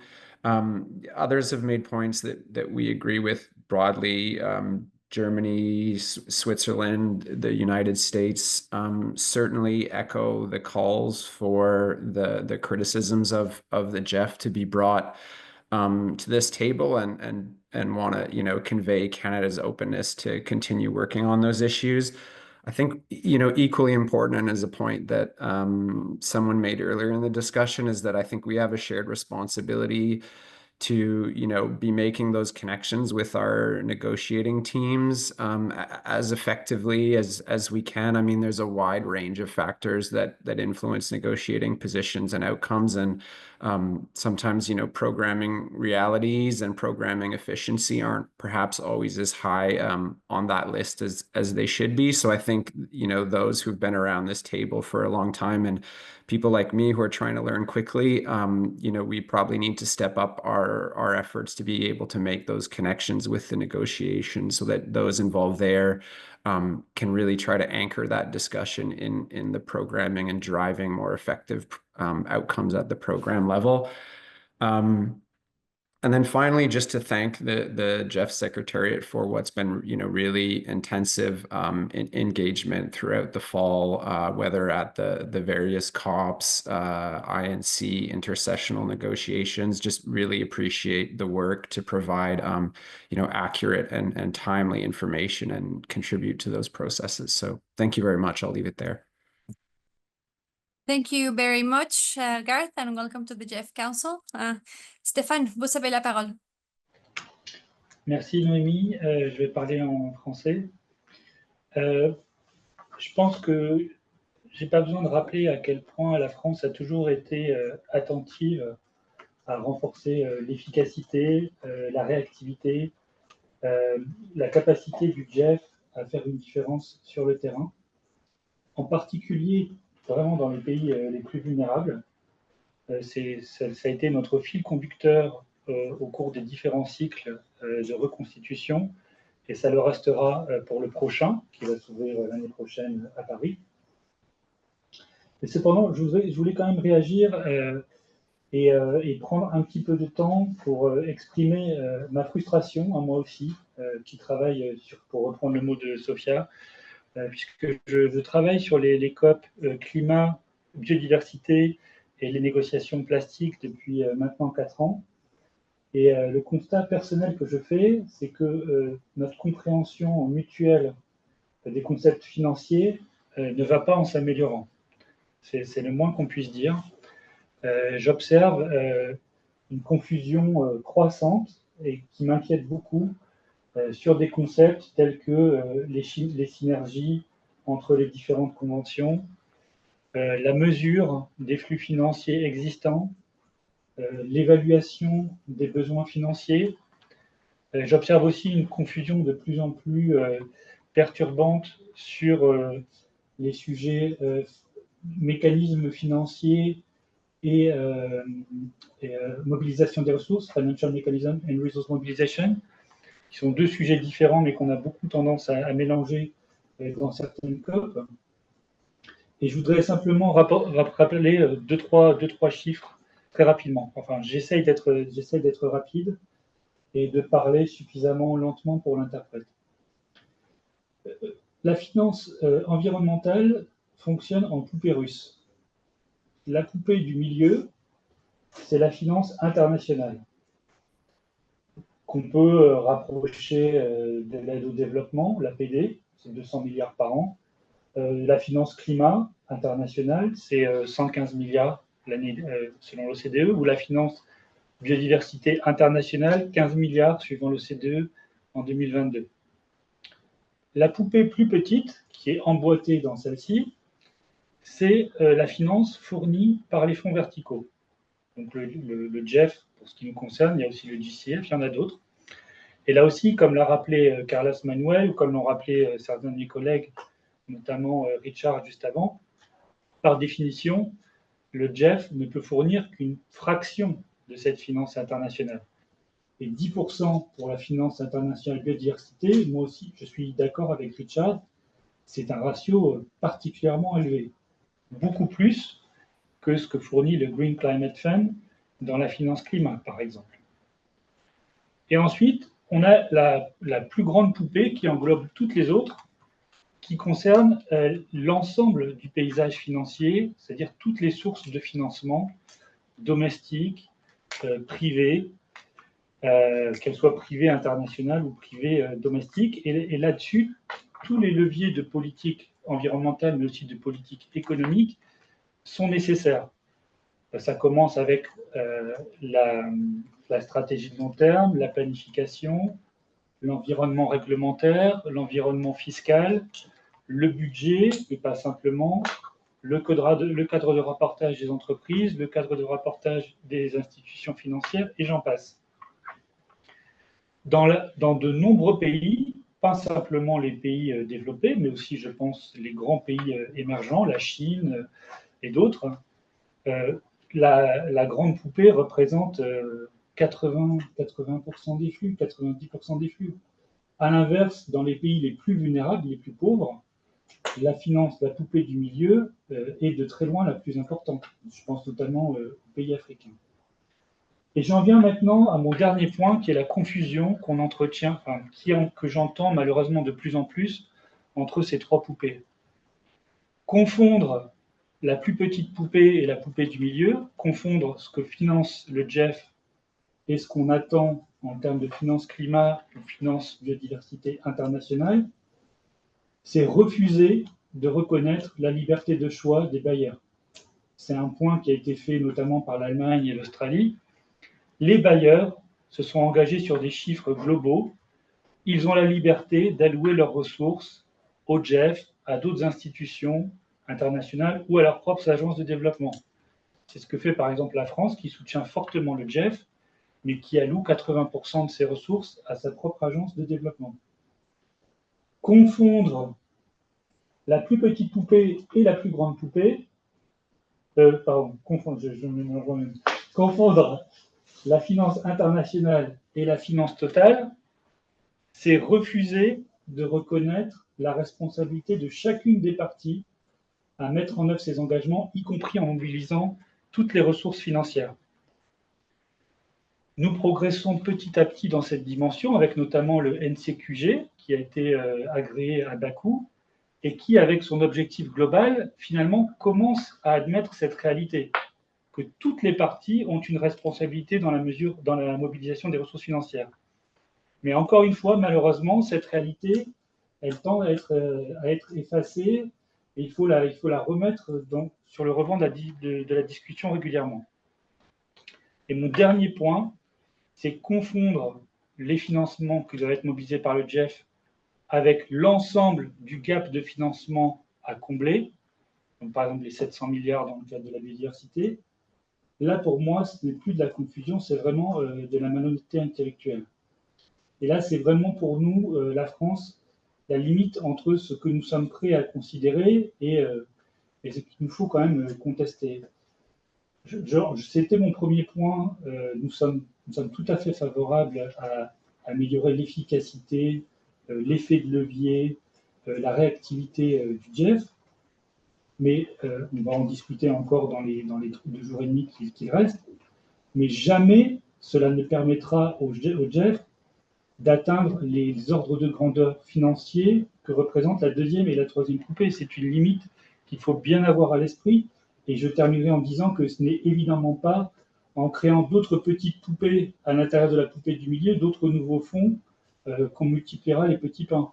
Ce n'est absolument pas comme ça que fonctionne la finance. Et je m'arrête ici. Merci.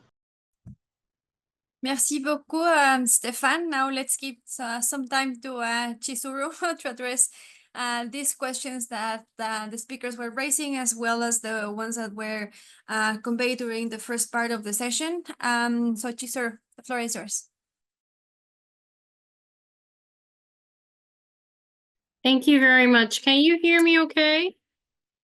Yes, Chiz, we hear you well and we see you well.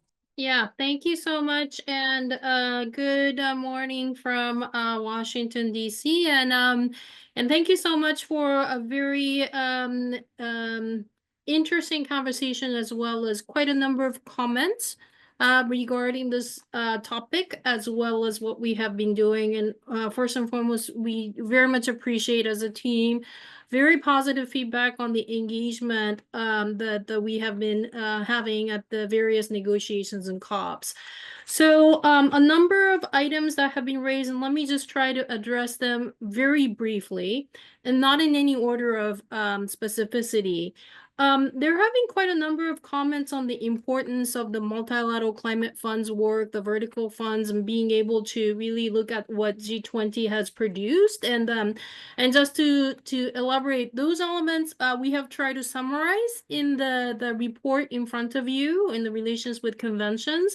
And we have been engaged in that process, and we are doing what we can to take some of those elements and reflect them in the ongoing work of the multilateral climate funds, as well as the long-term vision of complementarity between the GEF and GCF. There was a specific request, perhaps a number of requests for us to provide further feedback. And I think Germany, Annette, you had asked for a report to be jointly done among the funds.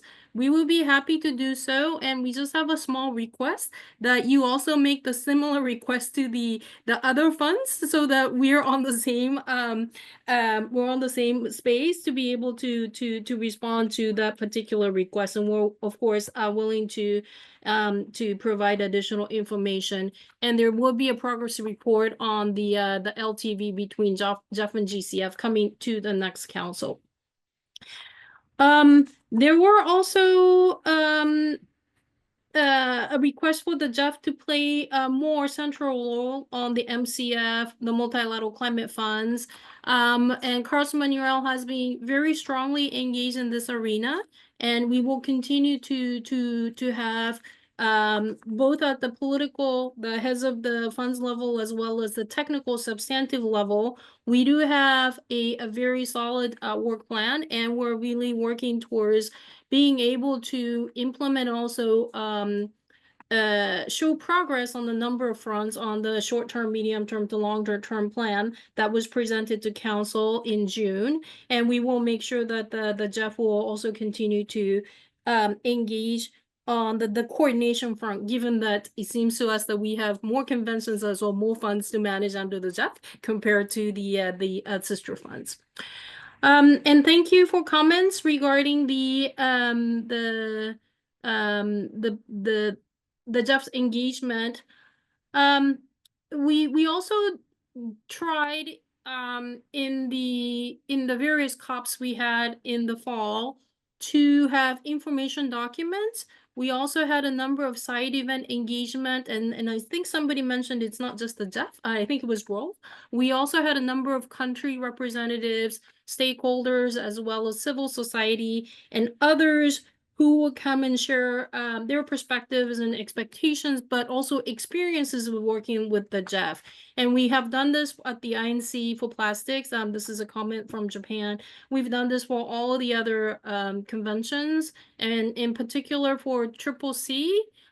We had a joint pavilion with the climate funds where we organized a number of events, and we also had a very strong pavilion with other conservation funds at CBD COP, where it was used as a platform for a number of partners to be able to share their experiences and as well as their expectations. So we will continue to really solidify such efforts. And because some of these conventions and COPs did not finish, deliberations did not finish, we are also planning to make sure that we have that kind of engagement in the upcoming negotiations if the venue as well as setup would allow. There was also a question about we used to have a dialogue between MEAs and councils, and to go further to really engage with additional partners, including the focal points of the MEAs. We take this very seriously, and we are engaged with the MEA focal points in the extended constituency meetings as well as other arena, but we know we need to do a lot more of this kind of engagement, and also make sure they have the information on the support as well as decisions that are being made of relevance to the countries. So we will continue to enhance that kind of communication efforts as well as direct engagement with the convention focal points in respective countries. So there were also specific comments from the United States. Rob first, and thank you for your comments. And we do also plan to engage very strongly in the planning as well as the actual execution of the workshops that we're supposed to be having on biennium transparency reporting, the transparency framework during the SBs, and we will make sure that that there is clarity in the communication as well as our engagement on that front, because it is a very important topic. And I think transparency is one of those topics for climate that GEF is the only fund that's actually being entrusted to do it. So it is a unique mandate that we have a very strong responsibility to deliver. There were also questions regarding our engagement in the chemicals and waste type initiatives. Just to assure council members, we are engaged in a number of international meetings, and we've highlighted those engagements in the relations with conventions document. So please refer to that. There was also a question on Minamata, and I think this was from Rob. There will be a global program on reducing mercury emissions from primary metals processing, and also a new initiative on skin lightening products and other key topics. And we're expecting some of the global program to be ready for the June work program. So just to assure you that there's a lot of effort ongoing right now to address the Minamata related programs.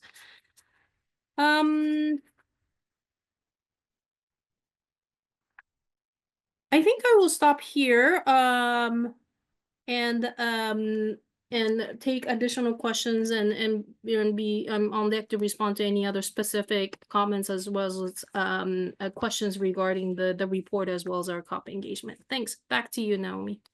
Thank you very much, Chis. So now back to the list of speakers. We will start with Laura from Estonia, Finland, and Netherlands. Laura, floor is yours. Yes, thank you, Noemi. No, I just wanted to echo what was said by colleagues already and show our support to the importance of the GEF as the financial mechanism of the CBD. And of course, we hope that this will be acknowledged at the resumed COP in Rome early next year.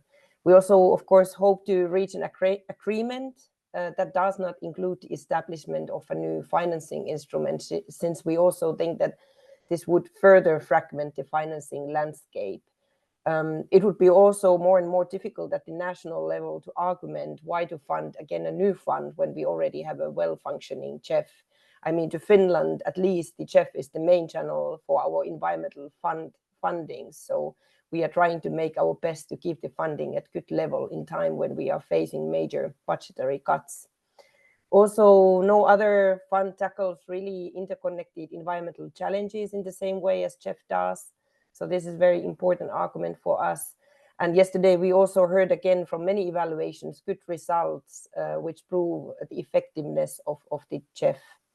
Often it's also forgotten that the GEF also manages to leverage more co-finance than many other funds. So I believe this is also an important argument for the GEF.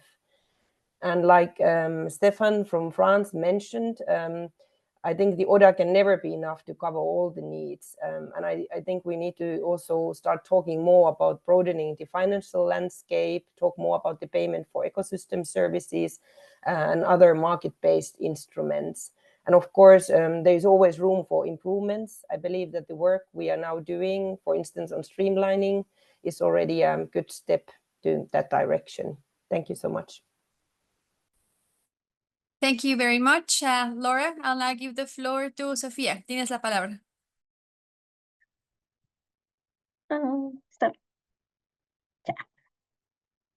Muchas gracias, Noemi. Thank you very much. And thank you for all this very fruitful discussion. I think that there's a lot to think about here. I think that we can take several aspects of what we have been discussing here. And it's first, so we have been focusing on the fact that one of the added values of the GEF is the fact that it can clearly undertake and kind of analyze and respond to the environmental challenges in an interconnected way, as also Laura, and I think it has been part of the all of the interventions we have heard before. And that's a fact. That's something that's very important and that we definitely have to harness because it's part of what the GEF is, right? And also in how we deliver environmental benefits. On the other side, we have the fact that it is the financial mechanism of multiple instruments. And here, because what we are seeing, especially in all the documents that are related to the replenishment, being it the OPSA guidelines, the STAP also views on the replenishment, is that we only allude to the fact that it is the financial mechanism to speak about the interconnectedness. And we think that we must balance that, right? So it is a fact that we have interconnectedness, transformative approaches, integrated approaches, but we also have to find the sweet spot between that and the fact that we have to respond to individual, like also the particular obligations that derive from each of the financial mechanisms. And we think that with the current documentation we have, especially for the replenishment, we are not having that part of the consideration. So this is something that as the GEF, it's important to seek on how do we balance these kind of two levels of things that could be mutually reinforcing, yes, but the fact is, as we mentioned in our previous intervention, right now obligations are siloed and fragmented. So how can we deal with these two levels? I think would make more sense, acknowledging the potential of the GEF to have transformative, integrative actions, but also responding as the financial mechanism. So this is also a role and a responsibility. We have MOUs with the GEF and other instruments stating that it is the financial mechanism. So how is it going to really respond as a financial mechanism? So this is one of the issues that we have to think about. And here, Stefan, like I fully follow your train of thought, but remember that this is still like a financial mechanism. So we're not talking here about the kind of the complete financing means, because you know how huge we know how huge the obligations are, but the GEF also has to fulfill its own purpose and also its added value. And why is the GEF so important, right, in this ecosystem, which is way wider and that also entails other sources, but still in this wider ecosystem, the GEF has a privileged position, not only because of this integrative element, but also because of the quality of the finance it provides. It is true that the GEF itself will not respond to all the obligations, all the financial needs. No, we are very much aware of that, but we have to make sure that the GEF still provides very good quality finance that allow us either to leverage other sources of finance or to undertake the interventions that otherwise we would not be able to make, because we are having as all economies right now are having huge constraints. And imagine how does it work for developing countries that also have systemic factors that derive from a very asymmetric financial architecture that speaks about the huge cost of capital. We're paying 6 times the same interventions that would cost in a more developed or advanced economy, right? We have limited fiscal space. We are drowning in debt, right? So the fact is that if the GEF stops fulfilling this and providing quality finance to countries that have the potential to deliver the huge environment impact, the thing is that our countries will very hardly be able to conduct those activities, because we will not have the fiscal space to do it, simply because at the same time we have environment challenges, we have development challenges, right? And we have to have all of those in the same equation. We cannot sacrifice one to the other, right? So this is why it's important to understand also that in the added value of the GEF is the quality of the finance it provides. That's critical. It's not only about volumes, it is about also the quality. And this is something that we also will have to reflect on in our discussions. Now, it is clear, and with the criticisms we are hearing about the GEF, that there is a shortcut in communication. I've also been in the negotiation rooms, and it's clear that we are not speaking the same language. The things we hear in the council, it's not the same things that we hear in the negotiation room. That's a fact. So the issue here is, how do we bridge that gap, right? And thank you, Chief, also for bringing all the different spaces that we have for engaging with the GEF. We have to rethink this, and I think that the GEF also has been very, outstanding in thinking outside of the box, right? And how can we bridge that communication gap? Gabriela was mentioning before on how can we voice these concerns in the council. I think that it's quite evident that that's unfeasible and it's not happening, right? So because of the structure of the council of the GEF, because the way the different constituencies work, it is clear that there is a difficulty there in communication. But maybe why don't we think, and Cheese and Secretariat, how can we think the other way around? Not how do we voice these concerns in the council, but how can we bring the council to those rooms, right? How can we do the other way around, right? How can we bring the council, right, to, for instance, a workshop that we have within the different events that we have in the conventions? Because we do have these side events during the COPs, but normally it's a little bit harder sometimes for certain negotiators also to engage because they are in the negotiation rooms. So it is a good approach, but still we have to complement it with something else. And it's good to have also engagement with the Secretariat, but I also think that it's important to have and explore ways in which we can have engagement also with the council, not only the Secretariat. So these are just things that we can continue working on, so that we can have first insight on what it what's worrying us. And again, the GEF has a huge potential to really deliver as the financial mechanism of these instruments, but it has to do it in a way that balances all these needs and understanding its role also in the wider ecosystem, and that it is meant to serve developing countries, not certain developing countries, right? Because sometimes it feels that we will be having a GEF to serve only certain developing countries. That's also one of the situations and the things that generate a lot of unease in the negotiation rooms also. So I will leave it here. And I think that we will have to take this into account for the replenishment discussions. How can we deliver the environment impacts we're aimed to? How can we fulfill the mandate as a financial mechanism? And how can we still be providing quality finance for these critical interventions that otherwise may not take place? And what would also be the cost of those interventions not taking place at a moment in which we are at crossroads? Thank you very much. Muchas gracias, Sofía. I'll now give the floor to Laura. Floor is yours. Gracias, Noemi. First, to begin my intervention, I want to speak on behalf of the constituency comprised of Costa Rica, El Salvador, Guatemala, Honduras, Mexico, Nicaragua, Panama, and Venezuela, to say that we are grateful to convention representatives for their report and hard work. We are grateful as well to the Secretariat for promoting this engagement. The constituency recognizes the critical importance of ongoing collaboration with international funds and multilateral environment agreements to achieve global environmental benefits across the 5 focal areas.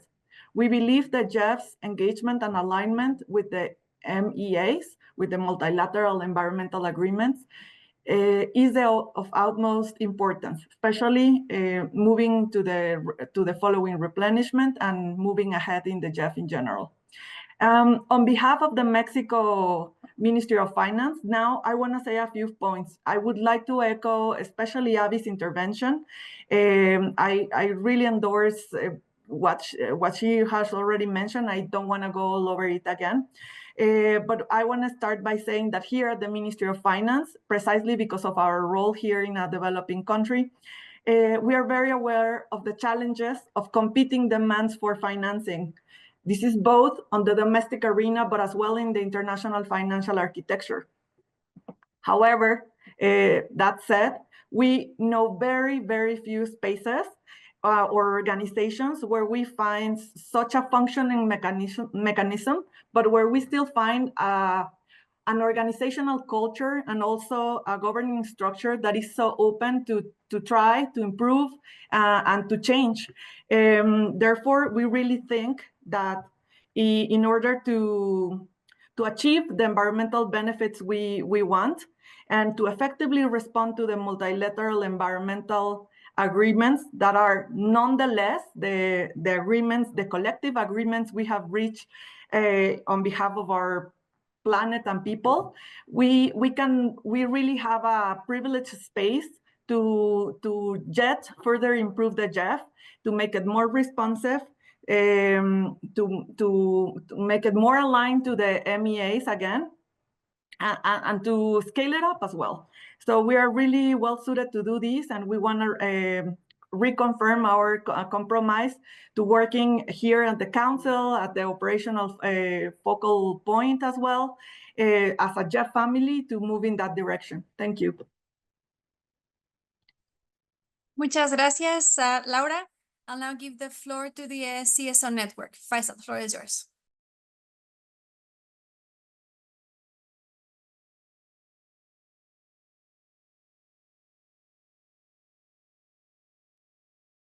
Thank you very much.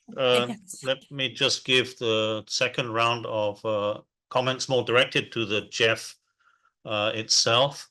So further to our initial comments, we would like to highlight the importance of working to enhance synergy between the conventions and enhance the options for multifocal area actions, while at the same time ensuring that resources for core convention obligations are also met. Secondly, we wish to record our thanks to the GEF Secretariat for enabling the GEF CSO network to organize joint side events and also engage in various policy discussions at the GEF-related pavilions at the CBD and UNFCCC COPs. We hope that we can build on this and expand in the future to other COPs to enhance understanding and dialogue between civil society and the GEF in the context of the respective conventions. Thirdly, we believe that one of the lessons learned from the intense discussion on financing mechanisms at the recent COPs is that many convention parties and other stakeholders are currently not sufficiently aware of the current level of action, achievements, and effectiveness of the GEF. We therefore, like others, encourage the GEF to redouble its outreach and engagement with convention parties and other key stakeholder groups to enhance understanding of the work of the GEF, especially in the run-up to the GEF 9 replenishment. We need a paradigm shift in approach to transform the negative perceptions and to unite all under a common vision and prevent fragmentation. Having said that, synergy should not be an excuse to cut overall resources and double count results.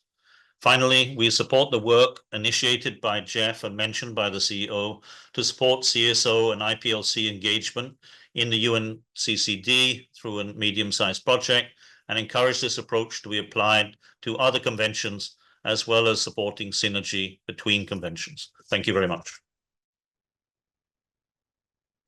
Many thanks, Faisal. I'll now give the floor to Jonas. Thank you very much. I really like the intervention by my colleague Laura from Mexico just now. It's very good points. In the interest of time, I'll be very brief. So our constituency welcomes the report and agrees with the draft decision. And that requests GEF to continue to work with recipient countries and to reflect the guidance and national priorities in the programming and activities. The report shows the breadth of activities GEF is engaged in across the relevant MEAs. Since I mentioned something about synergies before, I won't mention it again, but we're also encouraged by the findings at the table towards the end of the report, which illustrates how GEF operates in conformity with guidance from the relevant COPs. We thank the Secretariat for the update provided on the harmonization work with the other vertical funds and look forward to seeing concrete results of this work. We would also welcome the Secretariat's views on the G20 report on vertical funds. That's already been discussed a bit already, but this also looked at the GEF, and we would be interested in some more information on how GEF plans to follow up on these recommendations. So thank you very much, and as Laura said, I would just add on, it's an honor and privilege to be a part of a council in such a well-functioning, that functions in such a well, functions so well, and has such a good and engaged and hardworking Secretariat that has been illustrated today. They have followed work across several different conventions, including attended in person on most of the key meetings. And this gives, I think, the Secretariat and thereby also the Council to some extent, this opportunity to take a bird's eye view of these, the whole landscape, which is very important. Thank you so much. Thank you very much, Jonas. Gabriela, you have the floor. Thank you, Noemi, and apologies to come back again after having spoken already. I just wanted to respond to some of the things which were said, and I think it's helpful that we're actually having a conversation and that we're having it in the Council. So appreciate also those that came in and participate in the discussion. And I would like to reflect on that point I think Sophia made on integration and obligations under the convention and contradicting each other partially. And I even agree with her on that point. I think we were also one of the probably most vocal countries in the last replenishment process, saying that multiple times, we're a bit concerned about too much integration and there's the focal area strategies and we have to make sure it's balanced and we really support the various conventions that the GEF is serving. At the same time, from recipients, we heard very clearly that you're asking for full flexibility. And what we've been trying to like strike the balance is by having focal area strategies and having these integrated programs and allowing parties to decide, or recipient countries to decide on how they want to spend their money. They even have you have full flexibility. You can use all the money that's allocated to your country in a way that you find most suitable and most important for your own country. And yes, of course, there's a very strong call. We hear you. You need more money. You need more concessional money and so on. And we know that the available resources are nowhere close to what is needed.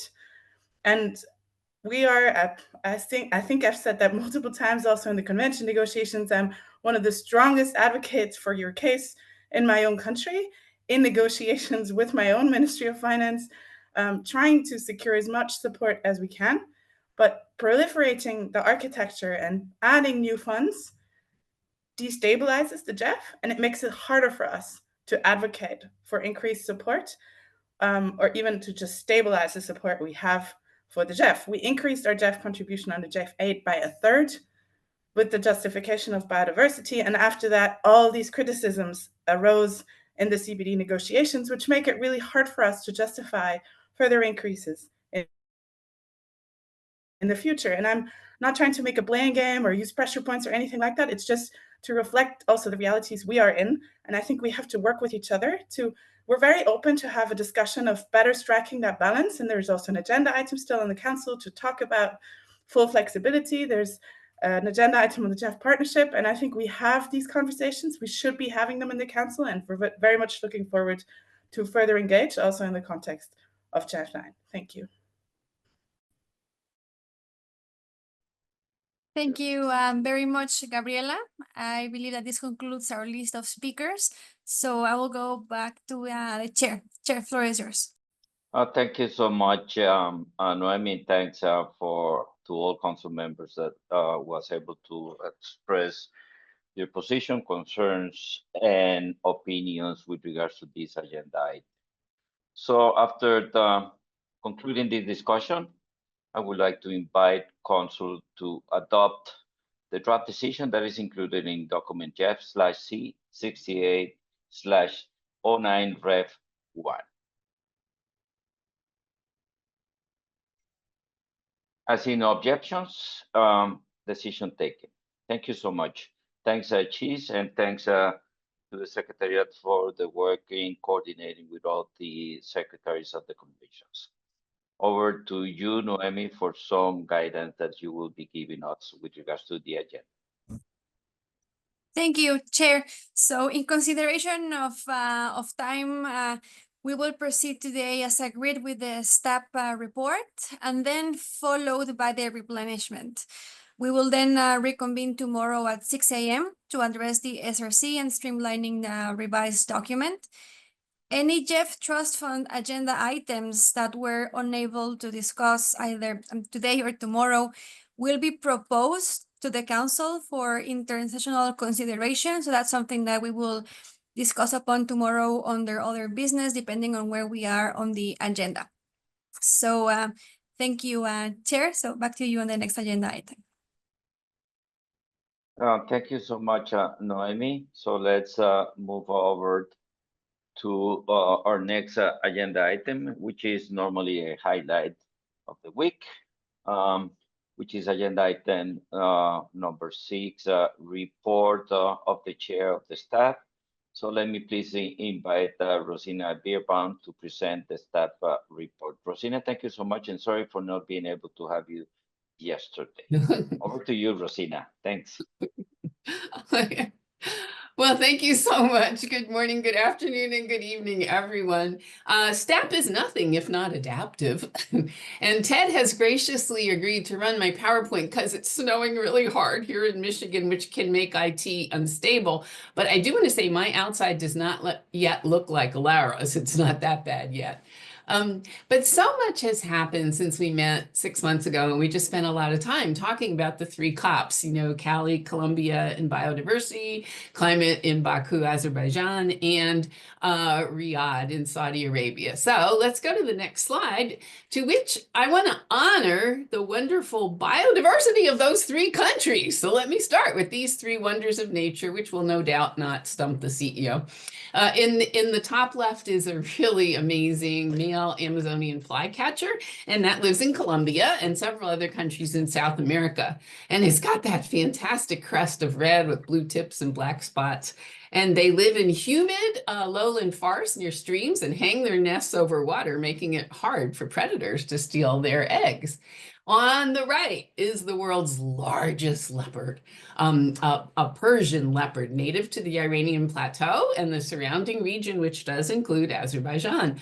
And this cat lives in subalpine meadows, temperate mixed forest, and even rugged ravines where it can bring down a wild boar. But this gorgeous creature is vulnerable on the IUCN Red List with only about 1,000 adults left. And it is threatened by habitat fragmentation and poaching, but it is internationally protected under CITES, the Convention on International Trade in Endangered Species. And on the bottom left is the Arabian oryx, also called the white oryx, native to the desert and steppe areas of the Arabian Plateau. It was extinct in 1970. But some lived on in zoos and private reserves, and then they were reintroduced into the wild in 1980. And it was the first animal that changed to vulnerable status after actually being listed as extinct in the wild. And this antelope can actually eat thorns, which is not usual. It's also known for that distinctive white coat, which helps reflect sunlight and cool it. And the Arabian oryx can actually detect rainfall and move towards it, meaning they have enormous ranges, as much as 1,300 kilometers squared.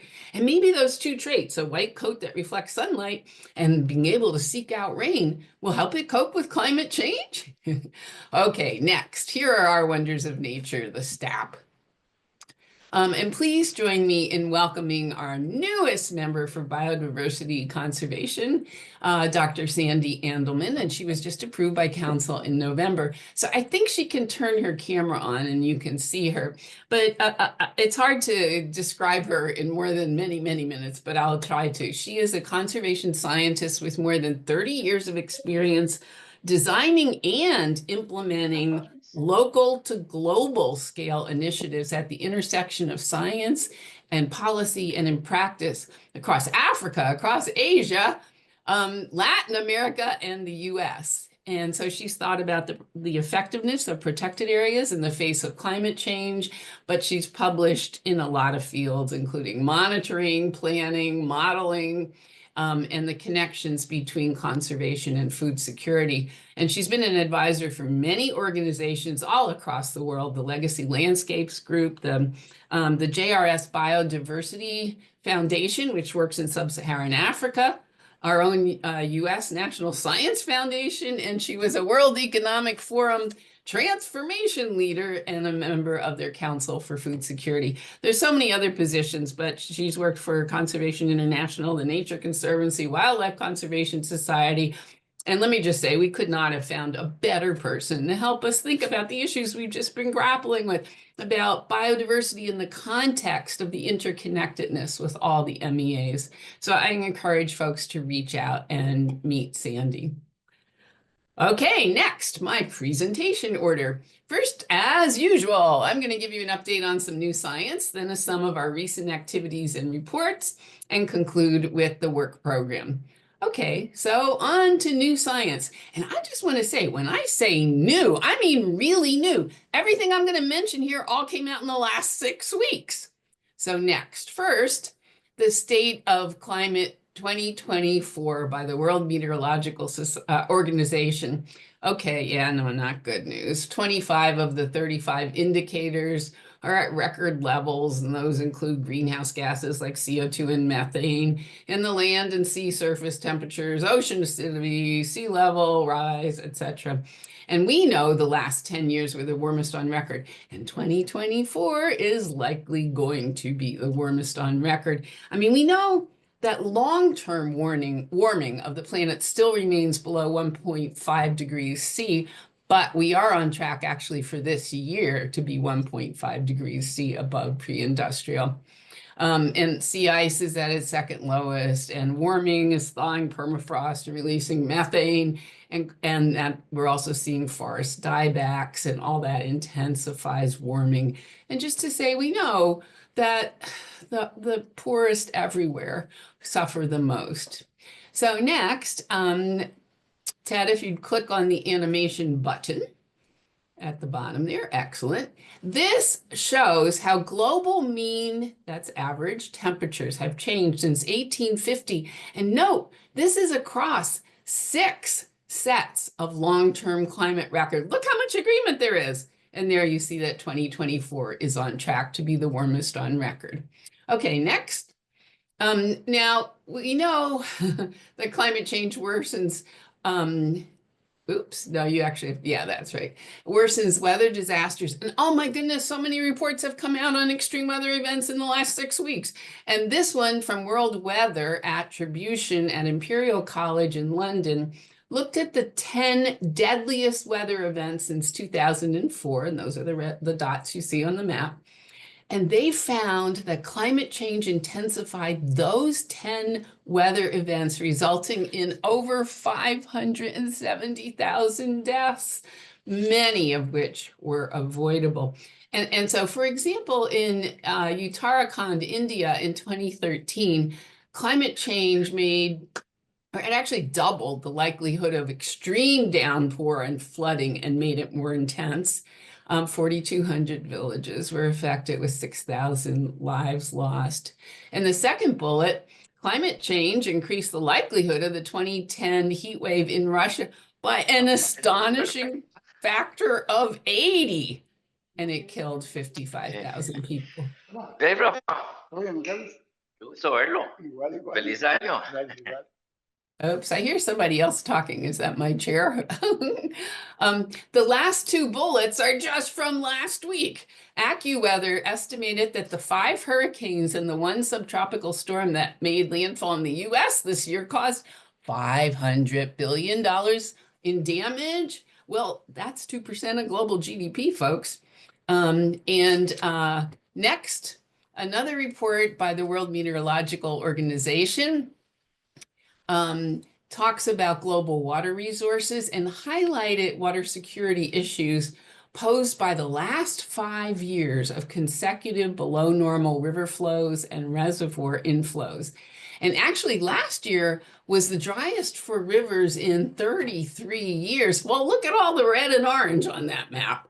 And large territories, North, Central, and South America, but also parts of Africa and East Europe, Asia, and Australia. They all suffered severe drought, and really virtually the entire river basins of the Ganges, the Brahmaputra, and Mekong experienced lower than normal conditions. So it is apparent, the conclusion is that climate change is making the hydrological cycle more erratic. The Horn of Africa had 5 consecutive dry raining seasons, and then it got extreme flooding in 2023. And dam collapses from that flooding killed 11,000 people in Libya. So we know right now at least 3.6 billion people face water shortages, but that could exceed 5 billion by 2050. All right, next, on to health. This 2024 Lancet report notes that 10 of their 15 indicators set new records.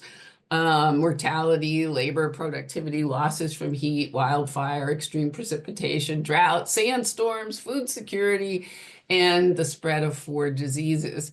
They noted that heat mortality of old folks, people over 65, is increased by a record 167%. So you all know if I said 100%, that would mean it doubled. Okay, so this means about 2.5 times more deaths in the elderly from heat. And we've also, though, at the same time, seen 60% of the global land area experience extreme precipitation. Well, that kind of flooding can also spread infectious diseases. And so over the time that this looked at, since 1990s, 124 countries suffered increased food insecurity.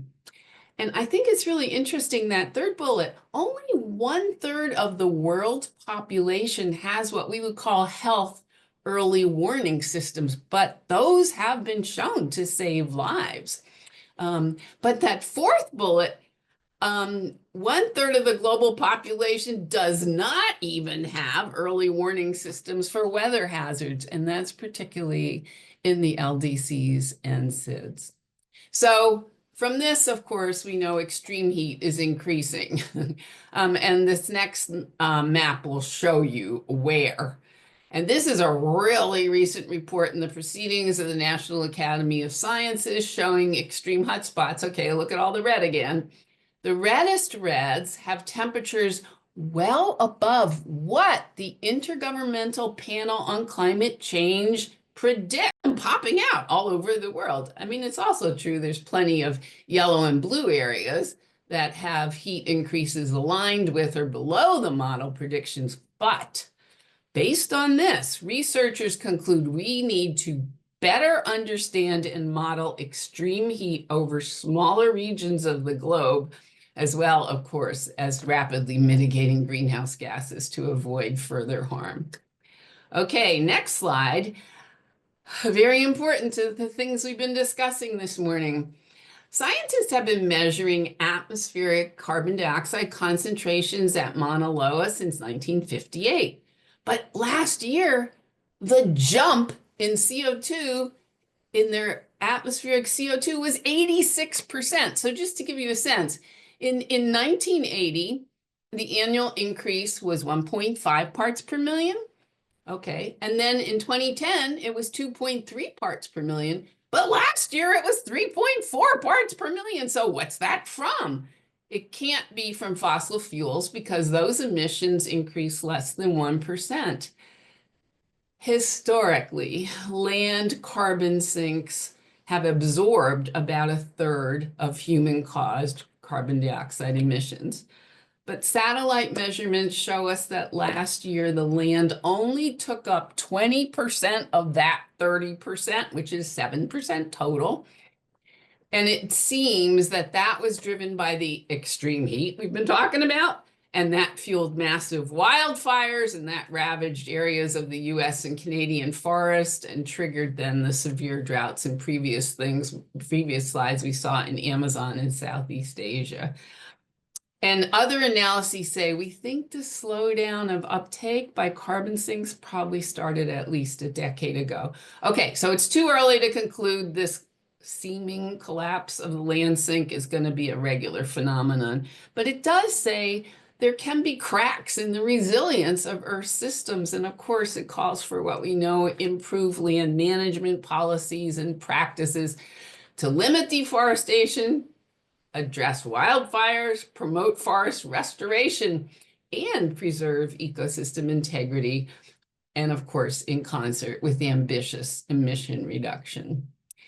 Next, we were talking about the CCD, and this is one of the reports that came out during their stepping back from the precipice, and the land is increasingly under threat with degradation expanding. So the current land area degraded is 15 million square kilometers. That's bigger than Antarctica. And we all know the drivers: unsustainable agriculture practice, conversion of natural ecosystems, deforestation, urbanization. Well, another report, The Economics of Drought, also released at COP16, showed that drought-related climate change affected several countries this year: Ecuador, Brazil, Namibia, Malawi, and countries bordering the Mediterranean. So globally, drought costs an average of $300 billion a year.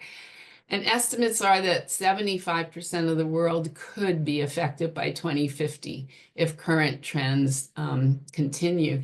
And as we heard, drought was highlighted at the CCD COP. STAP and GEF held a side event featuring initiatives on drought and featured Argentina, Namibia, and Mauritania.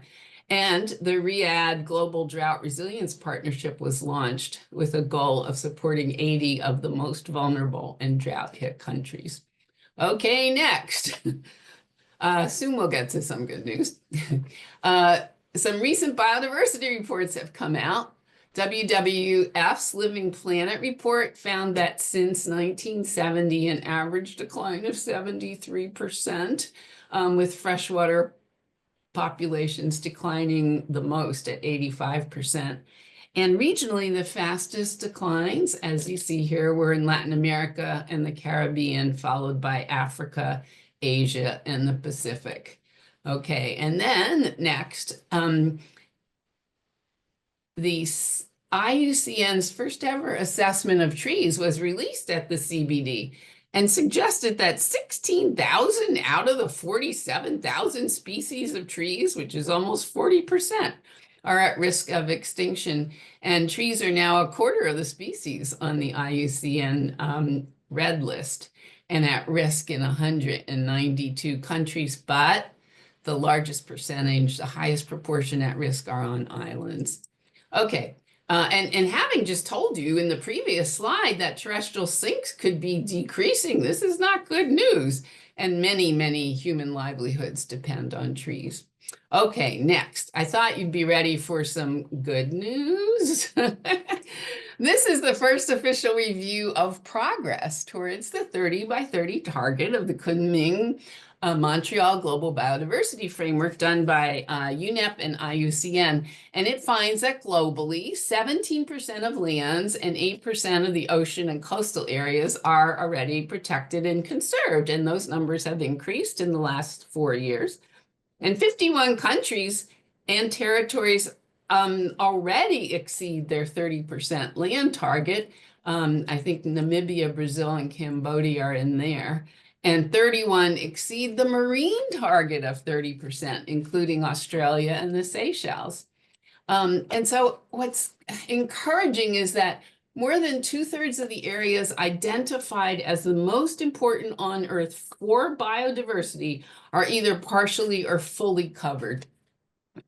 Okay, nonetheless, we need an additional land area roughly the size of Brazil and Australia combined, and an ocean area larger than the Indian Ocean to be designated by 2030 to fully meet these targets. And as we've heard this morning, and we've agreed forever, supporting Indigenous people and local communities and integrating them into decision-making and governance processes is essential to meeting these targets. Okay, next, more progress. A recent report from the World Bank on the links between development, climate change adaptation, and resilience shows that indeed, faster and better development with targeted adaptation better protects people and communities from the impacts of climate change. Very interesting report with 40 examples from both the public and private sectors.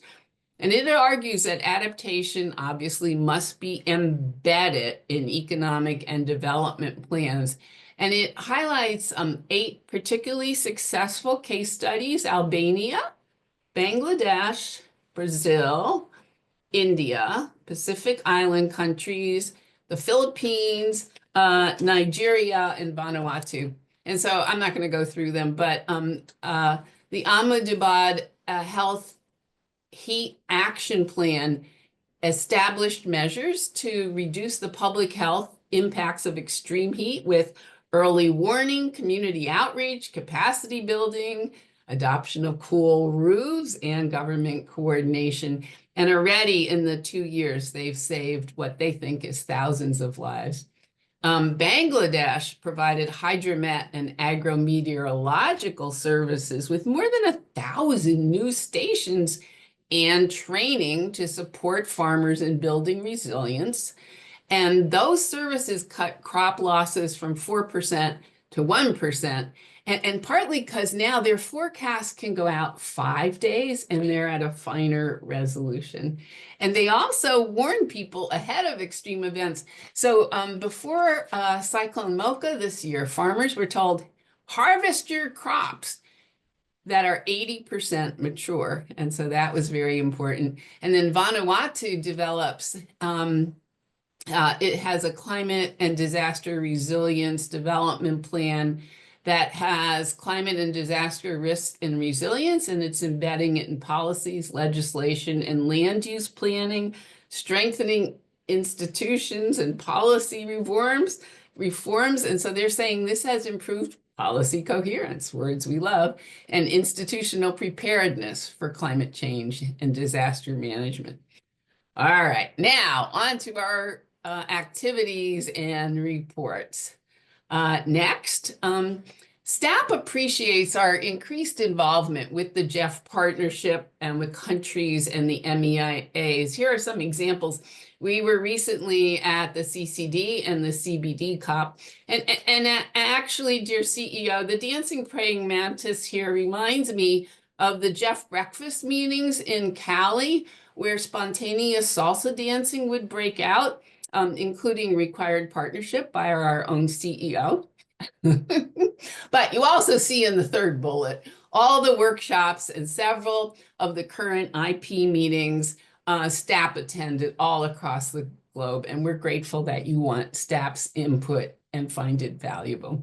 Okay, so I just want to reiterate that at the last 3 assemblies, STAP produced reports summarizing emerging S&T science and tech issues and what the next 4-year period of GEF might want to consider, just to get thinking going early before the replenishments. And here are the hot links to those 3 reports. In Cancun, in 2014, we emphasized integration as key to achieving GEBs across these increasingly interconnected issues. Then in 2018 in Da Nang, we further embraced interconnections between environment and social challenges and the importance of systems thinking, such as through food systems, circular economy, environmental security. And in 2023 in Vancouver, we stressed transformation, science, and durability of outcomes, a higher risk appetite for innovation, and enhanced monitoring, evaluation, and learning. Okay, next. So at the last council meeting, I said we would offer our early thoughts on GEF 9 at this council meeting.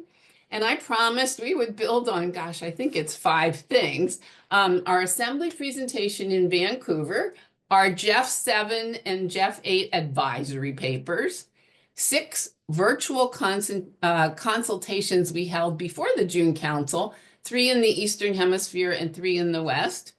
4, the dinner STAP hosted for council in June, and 5, the 2-day expert workshop we held right after the week-long council meeting in June. And at the expert workshop, we had folks from all walks of life and all around the world, and we discussed how change could be mobilized towards positive tipping points, again, focusing on a whole of society approach, policy coherence, and catalyzing transformation for global environmental benefits and how to translate those into practice. I want to say we had youth, philanthropy, NGOs, the academics, the private sector, civil society agencies, and we let them free range, and they were not shy. Their conclusions were, you know, GEF is now 30 years old, and as an adult, it should have a clear vision of what it wants to be and what it wants to accomplish. They suggested that its next few years should be characterized by having a clear goal, but also theory of change for GEF 9. They reiterated some of the things we heard from council a few minutes ago. GEF needs to be involved in many kinds of partnerships. And to the extent that GEF can take advantage of movements that are happening with youth, with women, with IPLCs, it should engage those active actively, and the group endorsed citizen science, as we talked about yesterday. They also, said Jeff's money can't be transformational on its own. It must absolutely leverage the vast sums of the IMF, the MD, multilateral development banks, philanthropy, etc. They mentioned that an increased focus on stakeholder engagement is most welcome, but we do need to address issues of equity and power dynamics. And finally, they said, you know what? Artificial intelligence is going to rule the world. Jeff, you can't afford to lose the lessons from your 30 years of projects. Mine them. Okay, next. So now to the paper we sent to you. STAP's initial perspective on GEF 9, built on those 5 things that I mentioned. If you read it, it reviews the implications of current global trends and the context for future GEF investment. And then we synthesize key priorities that need to be addressed. And all that pre-work led to these 7 recommendations. Now, before I go into each, I just want to say 3 things. 1, the importance of defining the specific contributions which GEF can realistically make to achieving larger system transformation is important.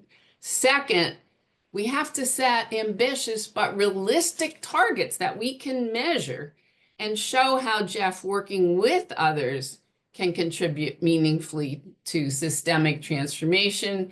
And then, of course, finally, we can't, as GEF, achieve transformational change unless we are very strategic in seeking to influence and reinforce action by governments, the private sector, civil society, and work with all of those in partnerships. So like the tree on this slide with branches reaching out to the sun, our recommendations have several dimensions, all with the goal of creating a synergy that leads to achieving systemic transformation. Okay, next. It's not going to surprise you that our first recommendation is to develop a robust theory of change to guide investment and to coordinate across all of the GEF portfolio, including the focal areas. And in that theory of change, to show what GEF can contribute to transformation in some key systems, for example, food systems, forest systems, cities, and to avoid spreading resources too thinly and potentially losing impact.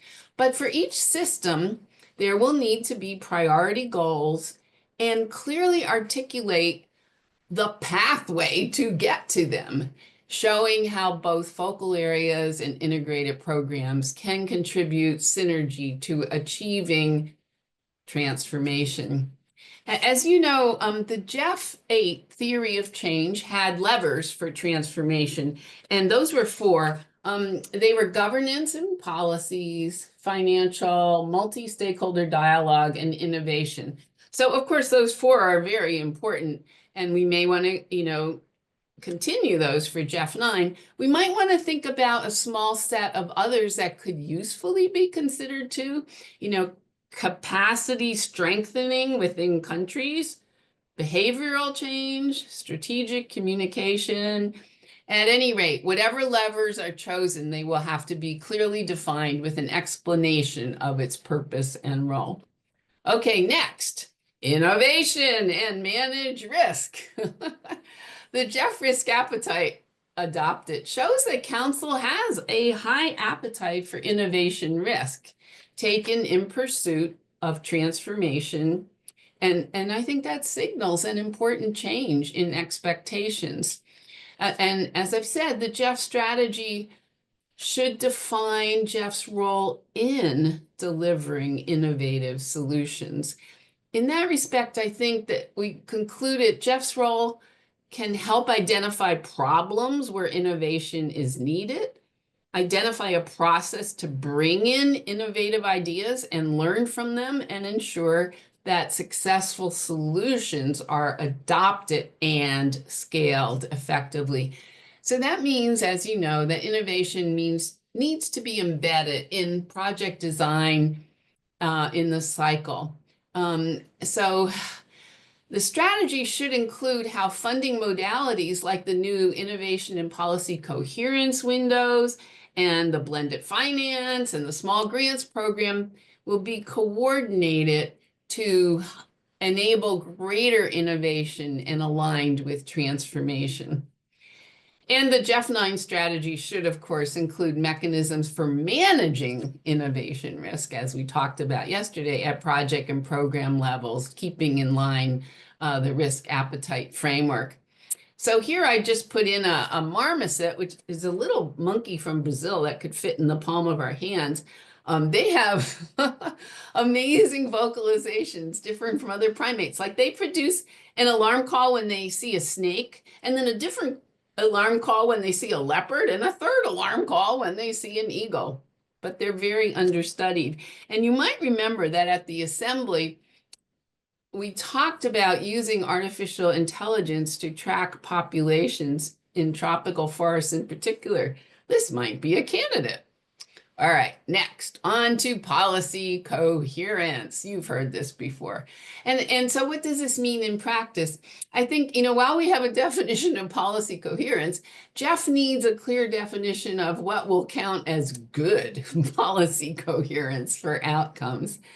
And second, of course, as we've been discussing, strengthen policy coherence by supporting dialogue processes while fostering transparency and civil engagement. And as we know, the country engagement strategies and national dialogues can help improve policy coherence, both vertically at local, national, and regional levels, but also horizontally across sectors.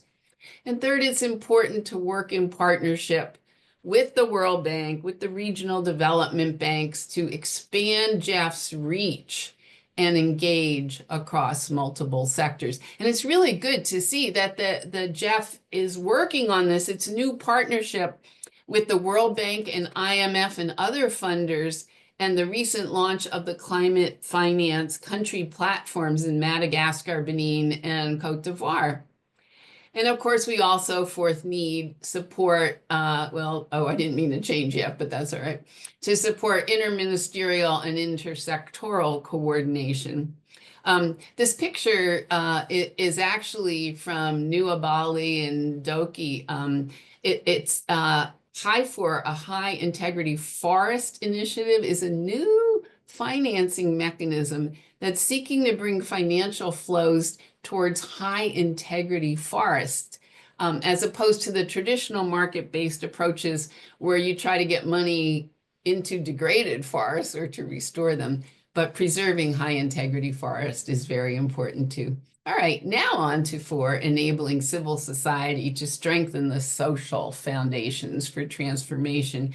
The whole of society evolving approach of GEF clearly indicates a greater commitment to engagement with civil society, to bring in diverse perspectives and diverse knowledge that can improve both the legitimacy and the durability of GEF investments.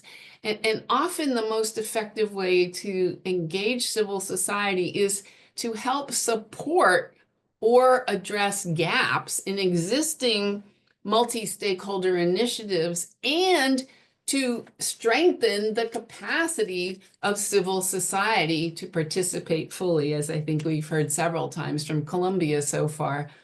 So the role of civil society in project design should be strengthened through early input on priorities, before project identification, on gauging their preferences for a menu of options, and incorporating civil society in the design processes and tapping into local expert advisory groups.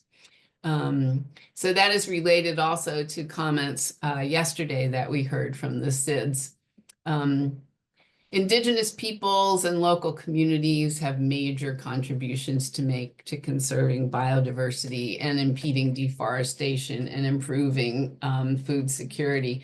So empowering them to develop more cost-effective solutions while improving their livelihoods and well-being and maintaining their critical ecosystems services are essential. All right, on to market transformation. Strengthening national policy and regulatory environments can help to influence private sector decision-making to reduce environmental harms and generate more positive outcomes. And many countries, as I just said, need capacity support. And if there is capacity support, that can attract more private finance. So the GEF can increase its effectiveness by making more use of the expertise of financing agencies that have economy-wide mandates like the World Bank and deep country expertise that can help identify what investments and expenditures are being planned by the private sector and how those can be influenced by public policy, regulatory decisions, and GEF investment. And as STAP has previously argued, for blended finance investments, the environmental logic to deliver the GEBs, global environmental benefits and scaling, must have the same importance as the financial logic that can make something happen. And I do think it would be important to put in place mechanisms to enable more rapid learning across blended finance instruments, investments, including systematizing that learning and then making it available to other financial actors. Yeah, well, this poor gray parrot is here, the Congo African gray parrot. This is definitely a market we want to change. Unfortunately, it has become so popular in the pet trade because it has unbelievable talent to mimic sounds and learn the meaning of words. It's in the top 3 most commonly traded birds. So they are stolen from the wild to supply the demand. Okay, not a market we want to support. Okay, on to revisit the GEF results framework. Here, we think we should revisit whether our core indicators are in fact sufficiently focused on the environmental outcomes we all seek. I mean, some are very strong at tracking environmental outcomes like greenhouse gases reduced or persistent or organic pollutants eliminated. But others like the land under restoration or shared water ecosystems under cooperative management. Okay, well, that doesn't have a quantifiable environmental impact. So, we have said before, STAP said that the results framework could highlight socioeconomic and adaptation co-benefits and their linkage with environmental goals. So tracking such benefits would provide a more integrated picture of GEF outcomes, and it could possibly broaden the constituency for investment in GEBs. And of course, with transformational change on our minds, indicators of transformational change would provide early signals of progress towards GEF's long-term goals. Maybe, for example, how GEF investment and partnerships influence enabling factors to scale innovation, or policies to advance policy coherence and investment flows into nature positive solutions. And this photo, I think, is lovely. Alternative livelihoods like seaweed farming relieve some of the pressures on fishing on depleted reefs to give them time to bounce back. This can be an important biodiversity food socioeconomic co-benefit. Okay, next. Okay, you expect knowledge always to show up in my talks. For systems transformation, it's essential that the GEF identify early lessons, enable rapid exchange, and support dynamic adaptive management in its projects and programs. The GEF needs to capture lessons learned on what worked and what didn't work, why and how, and in what context, and in a timely manner. So a system that is set up from the beginning to make more use of midterm reviews and annual performance implementation reports can generate early learning and knowledge and support adaptive management. We think such a system would use project lifecycle monitoring to answer key questions based on a theory of change that links action to outcomes. So knowledge management and learning systems should be integrated, transparent, open access, and network with other systems to increase effectiveness and expand GEF's influence. And GEF could contribute to the learning networks of other environmental investors as appropriate too.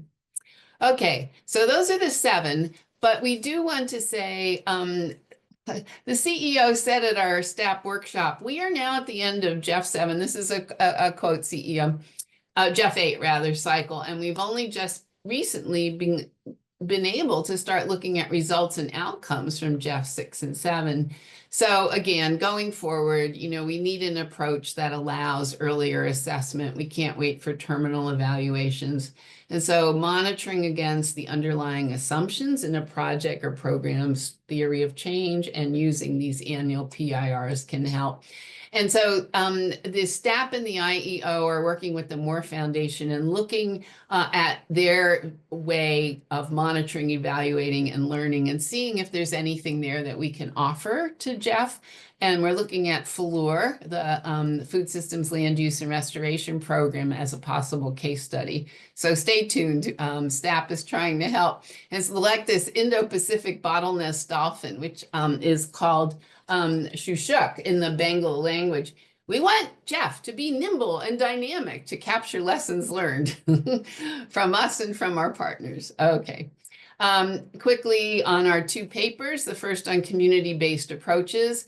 The IEO's evaluation of CBA recommended that GEF should provide more clarity and guidance on when and how to use them. So this paper sets out our contribution, which is a review of the literature. And it shows that CBA can be key to the success of a range of projects that involves changes in ecosystems where people hold either legal or practical rights. And so factors to consider: all relevant stakeholders should be involved in the design, not just consulted. Projects are co-designed and co-managed with clearly defined roles and responsibilities for stakeholders. And the project goals are aligned with the needs and priorities of the communities, in particular local livelihoods. So we also suggest some questions to assess whether the CBA elements are being successfully incorporated in implementation. One example of a community-based approach in the Côte d'Ivoire protected area, which is a GEF project 3533, it improved the management of the fauna and habitat of the Coma National Park, and it established 23 village conservation groups and a participatory and well-functioning local park management committee with community, local authorities, and government reps. And that has contributed to reduce poaching and ag encroachment in the park and a better relationship with the agencies. So CBA can work. All right, next. We also produced yet another report clarifying risks in GEF projects.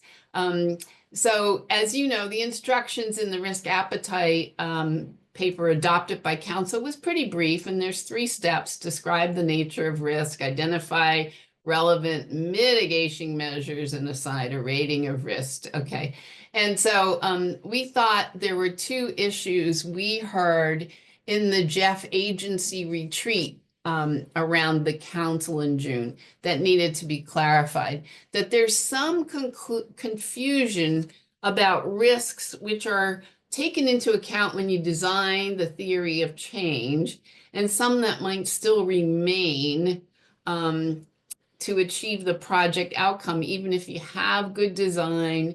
And of course, as we have discussed yesterday, there's still uncertainty about how best to interpret, describe, and assess innovation risk. So this note, we hope, helps clarify how to address these issues. And we're working early in the new year with the GEF Secretariat to develop training materials on risk appetite. And I hope that will improve those innovation risk scores in the next work program. All right, the next slide, target 18 of the CBD, as you may recall, is focused on reducing harmful incentives by at least $500 billion a year.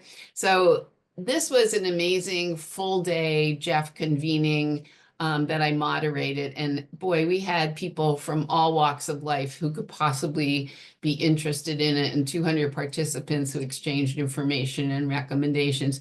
Well, these key messages that you see, they certainly resonate with everything we're talking about: policy coherence, behavioral change, public-private partnerships, appetite for innovation risk, consideration of community co-benefits, capacity building, and leadership at all levels.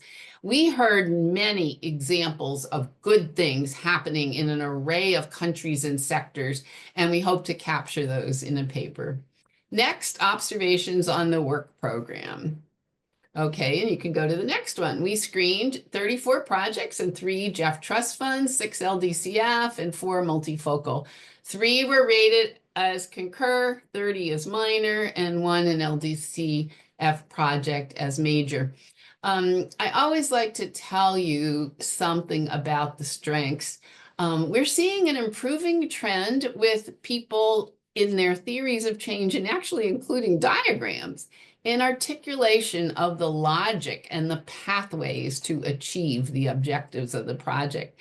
And we saw more attention to trying to talk about future narratives that might unfold over the course of the project.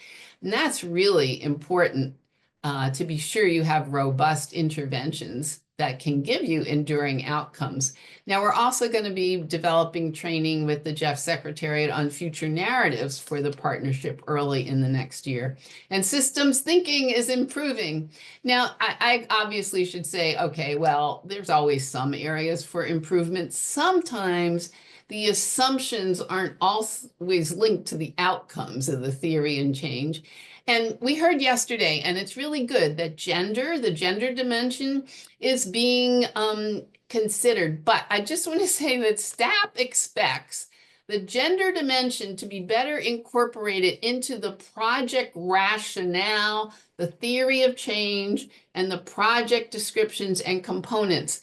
I mean, it is essential that women are not just considered as mainly beneficiaries, but also as part of the solution to the issues. So there were several projects in this work program that could enhance that. Okay, next, let me just talk quickly, and I'm almost done, to 2 projects which exemplified good project design. First, we heard about yesterday. Oh no, actually, we heard about the second one yesterday. A multifocal area project in Montenegro with UNDP on integrated management of multi-use landscapes and seascapes, which really took a holistic approach to managing biodiversity across land and sea while strengthening governance. It also included a good theory of change, future narrative look at potential changes in policy, potential changes in governance, financial uncertainties, and climate change as key drivers. And then second, this is the one we talked about yesterday or today, the Global Chemicals and Waste Program led by UNIDO and ADB. Yeah, it incorporates gender in project design, but not only as the outcome of the impacts of this project on women, but also how women can be agents of change. And it actually includes gender-specific indicators for most of its components. And the project will create an innovative financing facility to incorporate chemical and waste management into sovereign loans. If that works, it could demonstrate financing innovation, which could provide useful lessons for replications and scaling. All right, last. In the staff's expert workshop, we engaged youth, as we did at the Science Day at the Assembly. So it seems fitting to leave you with a fascinating colony of emperor penguin chicks around 6 months old captured using a drone. Motivated by hunger and sea ice loss, these fledglings were documented earlier this year, peering over the edge of a 50-foot Antarctic ice shelf. And like a group of teenagers crowding at the top of the cliff, waiting to see if someone would be brave enough to jump into the lake first, these hundreds of months-old emperor penguins stand there, and one chick, as you can see, finally takes the leap into the open water, and hundreds of other chicks soon follow.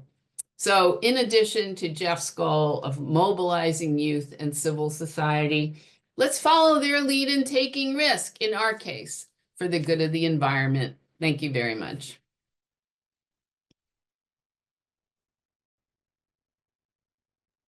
Thank you very much, Rosina, for your excellent presentation. Thanks.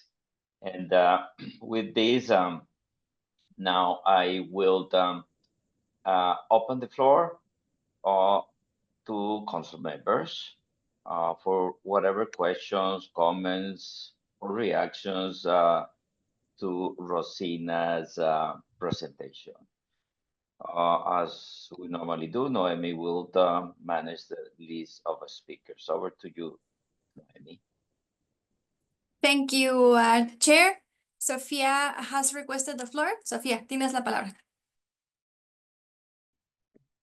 Muchas gracias, Noemi, and thank you very much for these presentations, Rosina, for telling us and bringing us closer to science. This is something that reminds us always what we are here for, and also the importance of the urgency of action. So thank you very much, and also for bringing all these examples, and because this really helps and nurtures the discussion.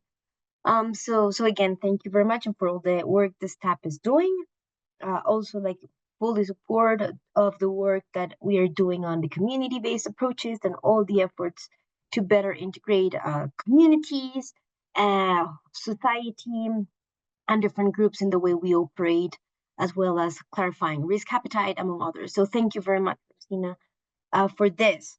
We would like to focus right now on the STAP's initial perspective on GEF 9. Because we believe that for us to be able to really respond to your call of being ambitious, but at the same realistic, and really understand what the transformational role the GEF has, we also have to take into account the context in which the GEF operates. And we saw that this document has a logic in which it identifies some systemic risks, among others, and even though it offers a valuable starting point, we feel it also portrays a very incomplete view on how to advance system transformation and deliver global environment benefits. So we're concerned that it ignores the context for GEF investment in the countries the GEF is meant to serve, critically underrepresenting the systemic risks our countries face at the time of advancing environmental actions, which are critical also for us to be able to deliver on the global environmental benefits. This includes, and we have also been coming to this across this council, the high cost of capital, constrained fiscal space, significant debt burdens, which profoundly limit our ability to deliver these environment benefits and implement the transformational change that it's envisioned in the GEF 9 strategy. So for us, it is of fundamental importance that all the reasoning we do really factors these variables into the reasoning, right? Because we think that it is not factored here. And it's fundamental for us to be really able to achieve all these GEF's ambitious goals, understanding realistically where we are working and how we are working, and how can we also identify the challenges and address them, or see how do we also see potential opportunities there. So as I was mentioning before, these constraints hinder the enabling and conditions required for transformation. They impede the pathways to durable and scalable change. And without an explicit acknowledgement of the systemic risks and their implications for the GEF strategy, it risks lacking this structural coherence and contextual relevance, which are vital for achieving meaningful outcomes. So again, this is critical to ensuring that the GEF efforts remain catalytic and impactful in recipient countries and meaningful for recipient countries. For instance, recognizing the fiscal and debt constraints of developing countries would strengthen also policy. How can this also speak to the different recommendations that we're seeing here? Our socioeconomic realities must be reflected to enhance the alignment of the environment and financial priorities across sectors and governance levels. This is, for instance, talking about policy coherence, This is essential for bolstering foundational capacity of our countries to implement policies that foster this systemic transformation. So this is just one of the concrete examples that we could provide if we were factoring these variables that we are not yet incorporating. This will also enhance the GEF's ability to drive innovation and leverage financial resources effectively. For instance, acknowledging the high cost of capital. This would pave the way, like also having response to this, would pave the way for innovative financing mechanisms and approaches that are tailored to our unique challenges. And this would in turn unlock the much needed financial flows, fostering the conditions necessary for transformative change to take root and scale. Integrating this systemic challenge would enable also the strategy to better identify and act upon positive tipping points where the GEF, and also using some of the language that was in the document, where the GEF can set ambitious but realistic targets for driving self-sustaining cycles of transformation. When you were talking, for instance, or when the document speaks about, for instance, these market transformations, we see some recommendations that the staff is producing. But when we see these recommendations, we also evidence that they are completely unbalanced, right? So we're speaking on what the recipient countries must do, for instance, for bringing private sector, but we are not speaking about the systemic barriers that also are impeding this private sector to come to our countries. So we are again putting all the burden on recipient countries, but we are not talking on the systemic elements that are also a challenge for this. And quoting one of my great colleagues and friends here, sitting here in the council, she always speaks about these push and pull factors, right?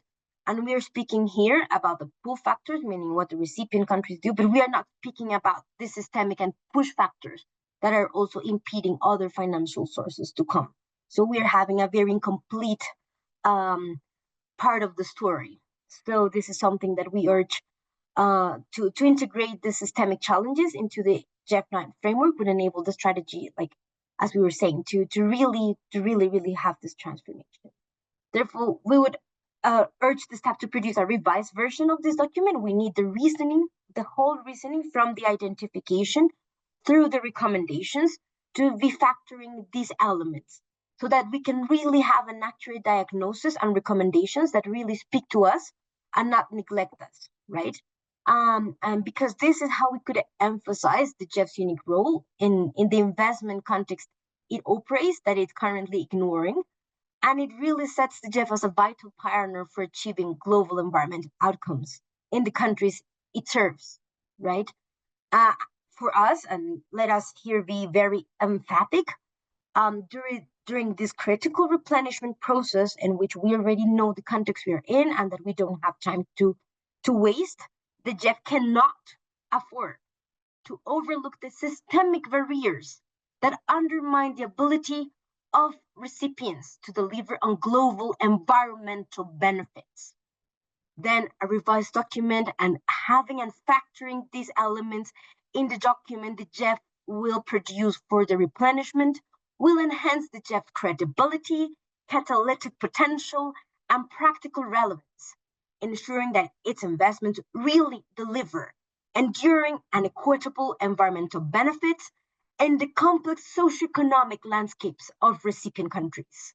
This will enhance the added value of the GEF and will strengthen its ability to achieve its potential. Thank you very much. Muchas gracias, Sofia. I'll now give the floor to the CSO network. Sagar, you have the floor. Thank you, Naomi. Thank you, Rosina, for your presentation and for emphasizing the importance of collaboration and diverse partnerships in finance, science, technology, civil society, indigenous peoples, and local communities and youth. These partnerships are more critical than ever to achieving this transformational change, especially as we head to hitting 1.5 degrees Celsius. The GEF CSO network welcomes the report of the chairperson of the staff to the 60th Council meeting and commends its focus on transformational change, policy coherence, civil society engagement, and innovation.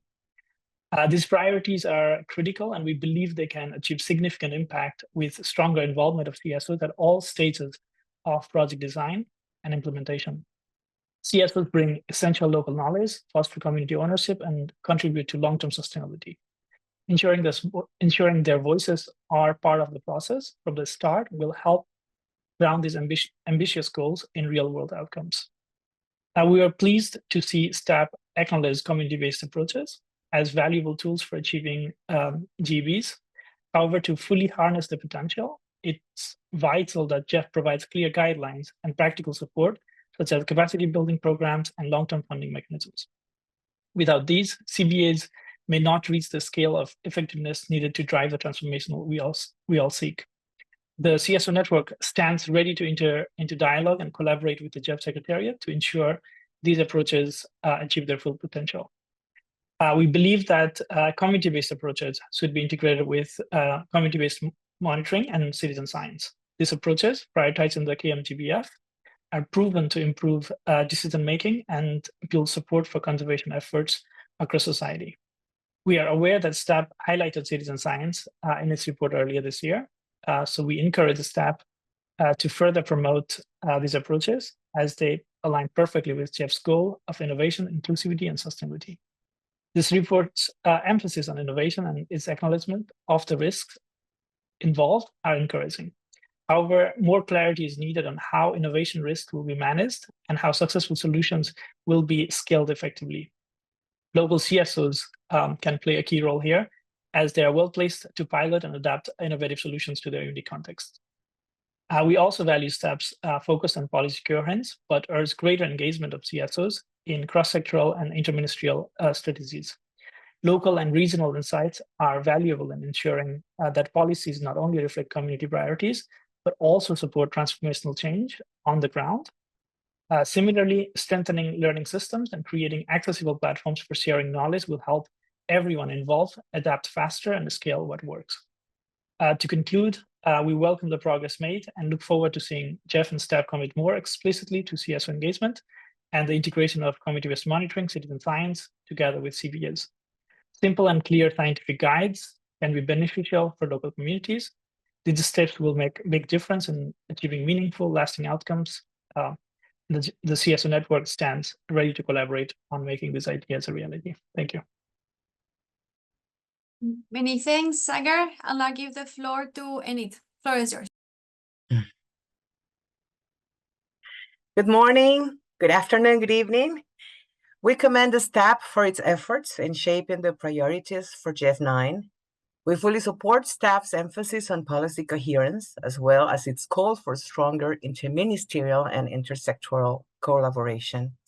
This approach is essential to ensuring that GEF investments align with global frameworks, such as the Kunming-Montreal Global Biodiversity Framework and the Paris Agreement, thereby enhancing their overall impact.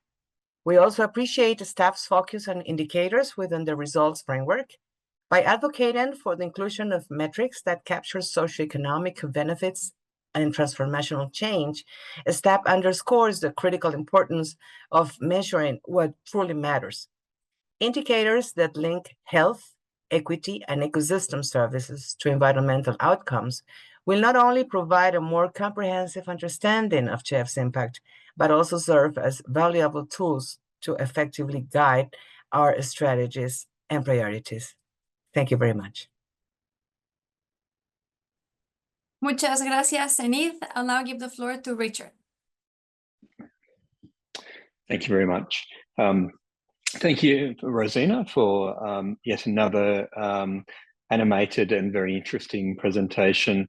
I both feel invigorated and depressed. I think you have a particular talent for that in the presentations. I also want to thank the STAP for its efforts through the course of the year in fulfilling its mandate and providing evidence-based support. And in particular, I wanted to thank STAP's ongoing engagement in these issues, especially Mark and Blake. I think their engagement with them has been profoundly useful. With so much to cover from the presentation and the reports, I'll just cover a few of the elements that I think are important from our perspective. Firstly, we work on recommendation 2, noting the importance of implementing concrete plans and actions to scale up innovation in GEF programming.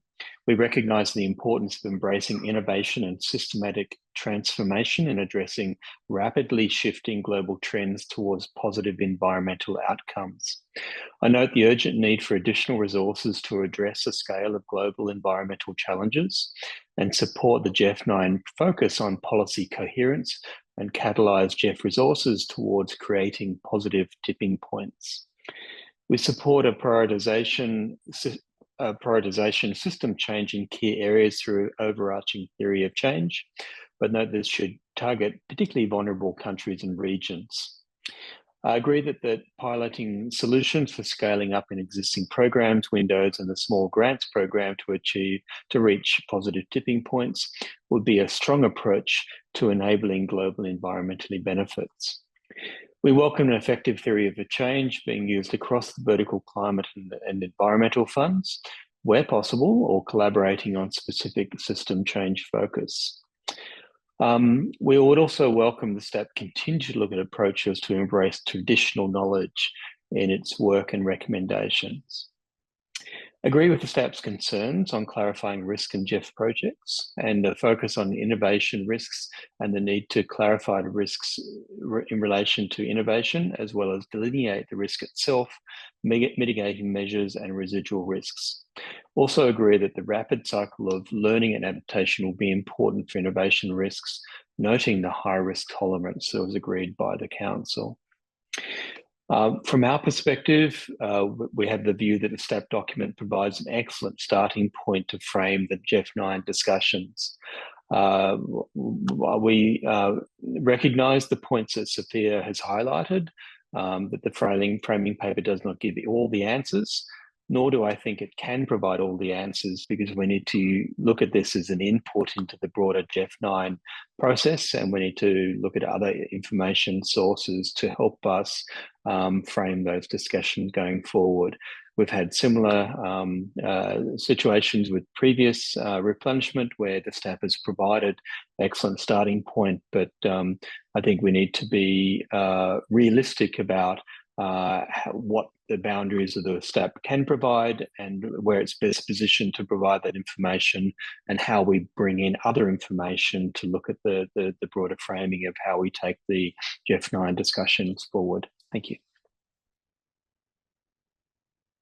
Thank you very much, Richard. And then we have many written comments taking care of the time. Thank you for that. So I will just read them so people without access to the chat can hear these comments. So Cam from Canada, we continue to advocate that Indigenous science and traditional knowledge is considered and integrated as part of the recommendations provided through the STAP to the Secretariat. It is only through Indigenous peoples' participatory engagement in the design and delivery of projects that we can effectively deliver of global environmental benefits. We encourage the staff to continue exploring opportunities to better integrate traditional knowledge and recognize the deep value of information that Indigenous peoples share. Looking forward to continuing this momentum during our discussions for the GEF9 negotiations. Then Laura from Estonia, Finland, and the Netherlands. We welcome the staff's active approach and the recommendations for GEF9. Inclusivity, private sector investments, result-based management, adaptive learning, etc. are all issues we support and stand by. Risk management is necessary for management to be effective. We appreciate the staff taking a deeper look into the issue and clarifying concepts related to risk. Then we have Gabriela. We would like to thank the staff for its report and the additional information papers. We welcome in particular the paper on staff's initial perspective on GEF9 and hope to concretize some of the suggestions in the preparation of GEF9. We are, however, interested to understand whether and how STAP has considered wider financial system changes which would be needed, the factors we usually refer to as push factors, and what the GEF can contribute to those, taking into account its mandate, role, and size. We have another written comment from Anders. We welcome the report and its recommendations, particularly on investments into innovation, risk management in the project portfolio, and on market transition.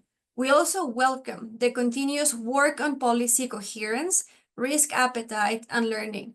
Support recommendations on strengthening results framework, particularly in more clearly distinguishing measurable sustainability results from broader societal targets.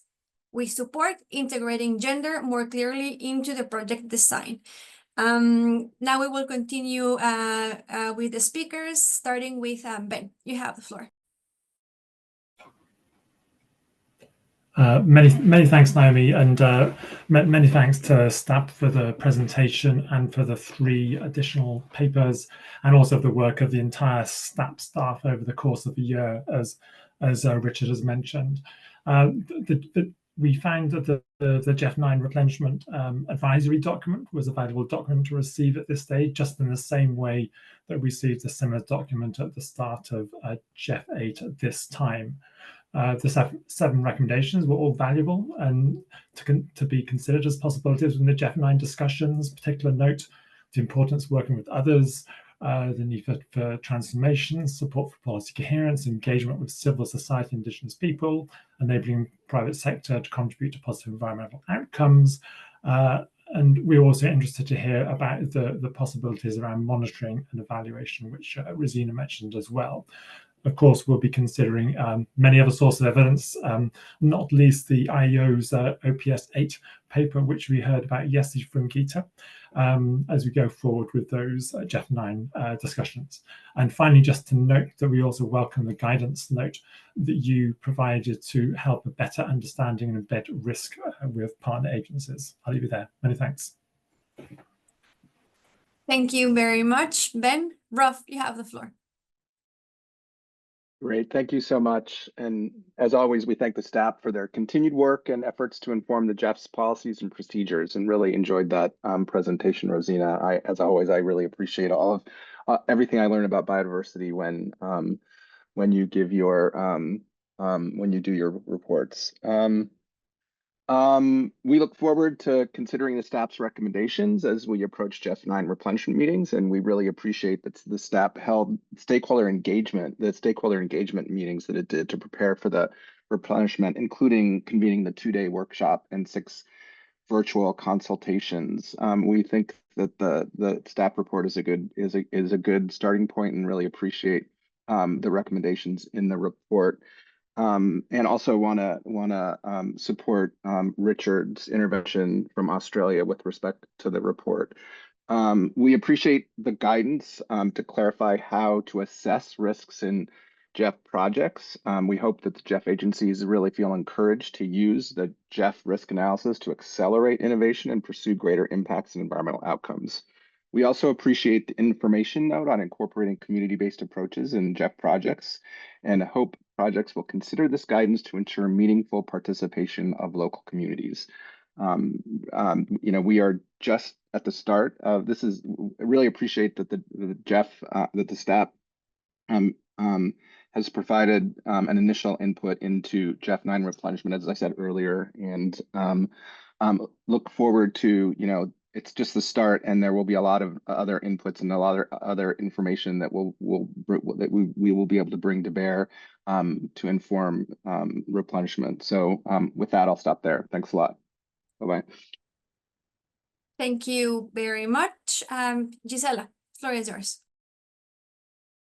Thank you, Noemi, and thanks, Rosina, for the very passionate presentation. It's always very fascinating to listen to you. We thank the staff for the work done and the insights of the document. The report lays out a clear strategic vision to address systemic environmental challenges while advancing innovation, policy coherence, civil society engagement, and private sector mobilization. Italy appreciates how STAPS develops its important mandate, and we really wish that they continue on this path. On the issues raised in the document, we agree that private sector is key to achieving large-scale transformation, particularly through blended finance. And however, STAPs point out that GEF investments must align environmental logic with financial return to influence market effectively. What additional tools or partnership can we leverage to catalyze private sector investment in nature positive solution? On policy coherence is another key element in STAP recommendation, and we really agree on this. And align environmental policies across sector and at various levels, from national to local, will accelerate transformational change. How we can strengthen policy coherence across sectors, particularly in countries where institutional capacity for intersectoral coordination are limited, has it been given enough consideration to the relationship with the other climate funds? I close expressing full support for the recommendation of the report. Thank you. Thank you very much, Gisela. And now I'll give the floor to our last speaker, as far as I can see in the chat. So, Emily, floor is yours. Thank you, Noemi. And first of all, many thanks to Rosina for the comprehensive presentation. It's always a pleasure to listen to your presentations and enlightening us. And also big thanks to the entire STAP team for all their work throughout the year. We welcome the report and the papers, and particularly the STAP's initial perspectives on GEF 9. And I just wanted to be very brief and to say that our constituency are supportive of the initial recommendations for GEF 9, especially the first 5 recommendations. And we look forward to unpacking them as we go into the replenishment process. Thank you. Thank you very much, Emily. And this concludes our list of speakers as far as I can see. So, Rosina, back to you. All right, let me try to be brief, which, as you know, is not my strength. First of all, I do want to say that the A in STAP stands for advisory. So this is not a decision document. And also that it is input to GEF 9, not the GEF 9 paper. You know, we're the science and technology guys. We don't do a whole lot on money, but we would hope that we could have a longer conversation at the June Council meeting when we're all together. I would say that I think we have heard the CEO say many times how much he wants to increase funding both to civil society and IPLCs, which I think are all important here. Now, with regard to a number of the comments, you know, I think our recommendation on capacity building, on partnerships, on policy coherence, and the private sector are all raising issues that I think are in the direction that the GEF family will have to consider as we do the replenishment. I also think that a number of our discussions in the CBA paper are quite relevant as a citizen science. We did not consider different financial structures, but you know, what we tried to do is focus on the areas where we think GEF can have the greatest influence according to its mandate. And so we recognize those broader system constraints, and they did actually come up in our expert consultations, including debt burdens. But we aim to focus recommendations on the areas where GEF can have the greatest direct influence. And of course, most of the money GEF gives out is in grants, but with these new interesting financial instruments that they're working on, which is not STAP's expertise, there are potentials for things, you know, like debt for nature, et cetera. So, but the capacity building of the countries to design and want the projects is extremely important. And I think that was raised in at least 5 of our 7 issues. I do want to say, you know, nobody really commented on a theory of change for all of GEF 9, but, you know, some of the comments from the MEAs that we heard earlier, if we did start capturing co-benefits, I don't know if this even makes sense. It might be possible to kind of simplify reporting across some of the conventions and showing what value added we are. And I think that's important. And with co-financing, again, which we have not commented on, I think it is important that the GEF figure out I guess what I call the additionality of co-financing. That is what we intend to get extra from this, including many of the important questions that Sophia has raised. Are we actually enhancing the capacity of those countries who need it the most to be able to participate fully? And I also think that came up in the IEO report on SIDS yesterday. So I think with that, I'll just say we are very happy to have many more conversations about this and a group meeting, of course, at the June Council. But again, this is just the beginnings of input to what you all as a council will decide GEF 9 encompasses. Thank you very much.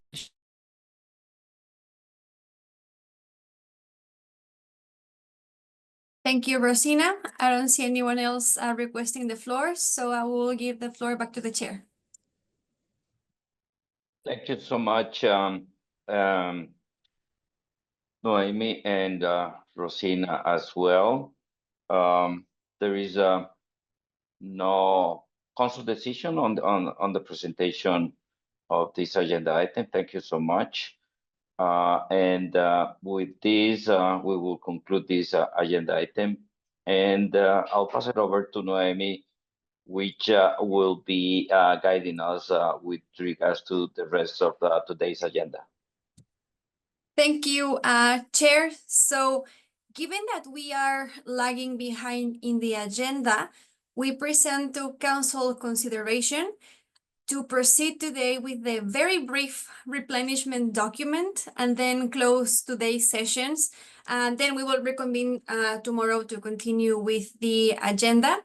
So we put this idea forward for Council consideration. I see no objections, Noemi. So please invite Jen, our trustee, to address council. Hi, Jen. How are you? Nice to see you. You're muted. Sorry. Thank you. I request Robert to put up my few slides. So greetings to all the participants. I'm happy to introduce the 9th replenishment of the GEF Trust Fund document, GEF C68/13, which is a note for council decision. Next slide, please. As you may know, the GEF Trust Fund started in 1991 with a pilot phase and is replenished every 4 years. The chart on slide 2 shows the amounts raised in the last 8 replenishment cycles. Each of the last 4 replenishment cycles raised an amount of US dollar equivalent above 4 billion. And the eighth replenishment raised a record of 5.3 billion. So next slide, please. As detailed out in this slide, the GEF 9 replenishment process needs to be initiated as the GEF Trust Fund is currently operating under the 8th replenishment period, which ends in June 2026. The process should start now to allow for enough time for discussions and negotiations. The replenishment negotiations take at least 4 meetings over a period of 16 months or more. The GEF 9 replenishment will fund GEF activities during the 4-year period from July 2026 to June 2030. And to ensure a timely and successful replenishment, the trustee, in coordination with the Secretariat, have commenced replenishment planning activities. The replenishment discussions are scheduled to start in January 2025 and end in April 2026. This timing ensures that GEF operations continue uninterrupted into the 9th replenishment period of the GEF Trust Fund. Next slide. The trustee recommends the GEF Council to adopt the decision to initiate discussions on the 9th replenishment of the resources of the GEF Trust Fund. Here is the decision. Following approval of the initiation of the replenishment process, the trustee, in cooperation with the Secretariat, will seek a virtual no objection council approval of the replenishment planning note. The planning note will include details about dates and venues of the replenishment meetings. This concludes the trustee presentation, and thank you to the chair, and I hand over back to the chair. Thank you so much, Jane, for your presentation. I will now, just give me a second. I will now open the floor for questions and reactions, comments from council members. So Noemi, help me with the list of speakers, please. Sure, Chair, the floor is now open.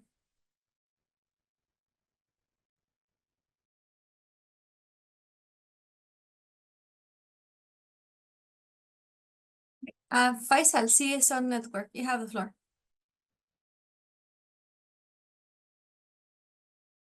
Thank you very much, Naomi. The GEF CSO Network welcomes the announcement of the start of the 9th GEF replenishment period. We believe that this 9th GEF replenishment will be an extremely important process to address critical issues, to enhance the broad engagement of stakeholders, and enhance the inclusiveness of GEF operations. If we are to have any hope to bring climate change under control, halt desertification and land degradation, and restore our biological diversity, we must take a whole of society, multi-sector approach. This has been acknowledged in many council deliberations during the GEF 8 period and needs to be put in place in the GEF 9 replenishment process. However, in order to foster a whole of society approach, we need to have a more inclusive and participatory replenishment process. Up to now, I believe that GEF replenishments have been largely dominated by so-called contributor countries with relatively limited engagement for other key stakeholders, including recipient countries, civil society, and broader stakeholders. We therefore wish to call for the 9th GEF replenishment process to be truly inclusive, to give more opportunities for civil society, Indigenous people, local community, and other stakeholders to be engaged in a fully participatory and inclusive manner. The discussions earlier today, and particularly the comments from Colombia, highlight the very great importance of bringing that broader inclusive process and looking at the root cause issues and barriers to success of GEF programs and to make necessary reforms in the replenishment process. We therefore strongly ask for the preparation of a clear plan and roadmap for inclusivity in the GEF 9 replenishment process. The process must include broad consultations and seek and receive strategic inputs from a broad range of society, including civil society organizations, youth, women, scientists, researchers, and private sector. We also need to ensure that the resources for GEF are adequately scaled up in line with the clear needs and demands of countries through the recent convention processes. We believe that unless GEF resources are at least triple those of GEF 8, it would not be able to lead to the required systemic transformation needed that has been highlighted in the presentation by STAP and many other presentations in this council. Finally, we want to emphasize the importance of integrating formal and informal climate and nature education and learning at all levels into GEF's transformation strategies. We can only achieve our goal by mobilizing and guiding society as a whole to implement the needed transformation. We therefore strongly recommend the active inclusion of education and reskilling of individuals and society through strengthening community resilience, fostering a deep understanding and appreciation of nature and how it underpins our whole economy and society, and unlocking opportunities for green jobs and new economic opportunities. Thank you very much. Thank you, Faisal. I now give the floor to Yoshi-san. The floor is yours.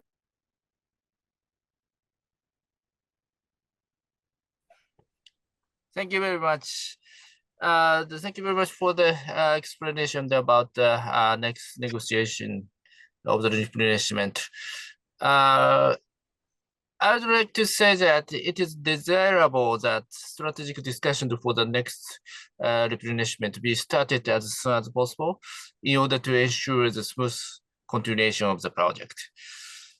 In the negotiation of the GEF9 replenishment, it is necessary to consider the optimal scale and allocation of funds, taking into account not only the various important issues that have been discussed through this council meeting, but also various other factors surrounding the GEF, such as the G20 Sustainable Finance Working Group High-Level Expert Report, MCF Joint Action Plan, and some ongoing treaty negotiations. Regarding this, in order to ensure productive discussions can take place, we would appreciate it if Secretariat could pay careful attention to the timing of the distribution of the related document with enough consideration time in donor countries. Thank you very much. Back to Chair. Thank you very much. So I will now give the floor to Gabriela. Floor is yours. I think Gabriela left the meeting and she left a message. All right, thank you, co-chair. I will read it in due time. Annette, you're next. I have the sorry.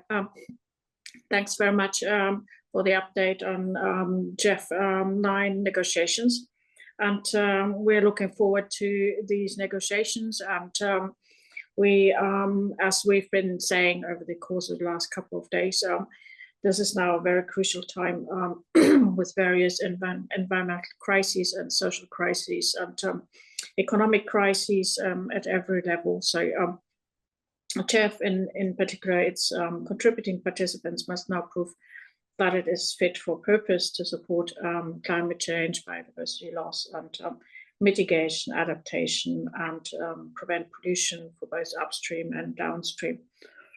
This is our ambition, actually. But as one of the GEF's most enthusiastic supporters, knowing the pitfalls, obviously, Germany also particularly likes to call on participants who are in a position economically to do so, to scale up their contributions and also assume responsibility for the financing for GEF and the global environmental challenges. Germany requests the Secretariat to provide the exact schedule of the replenishment negotiations as soon as possible. Like Japan, we're looking forward to engaging in a timely manner. Thanks very much. Thank you very much, Annette. I'll now give the floor to Camp. Floor is yours. Sorry. Hi. Hello, everybody. I'll just be really short. I just want to echo the statement from the CSO network. We really, the what and the how is really important for us. So we'd really like to see clarity from the Secretariat on the opportunities that all the different stakeholders will be able to be engaged and consulted.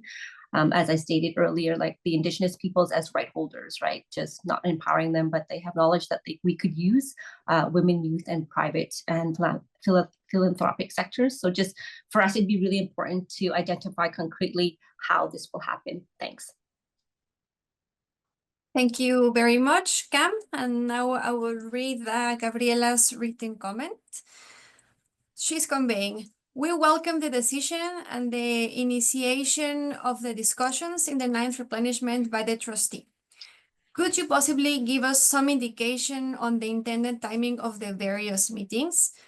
On behalf of Uzbekistan, one of our constituency meetings, we would like to express their interest to host one of the replenishment meetings or the next GEF assembly, which initiates the GEF 9 period.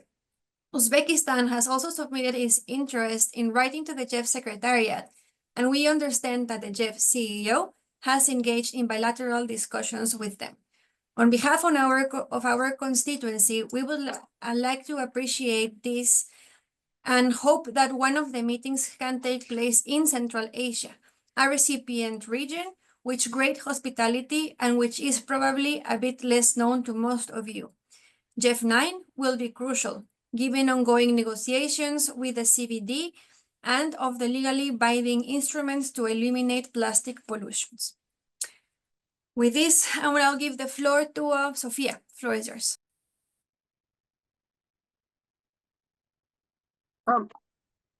Thank you very much. Thank you very much, Nami. So here we also support the decision to start the replenishment process and discussion.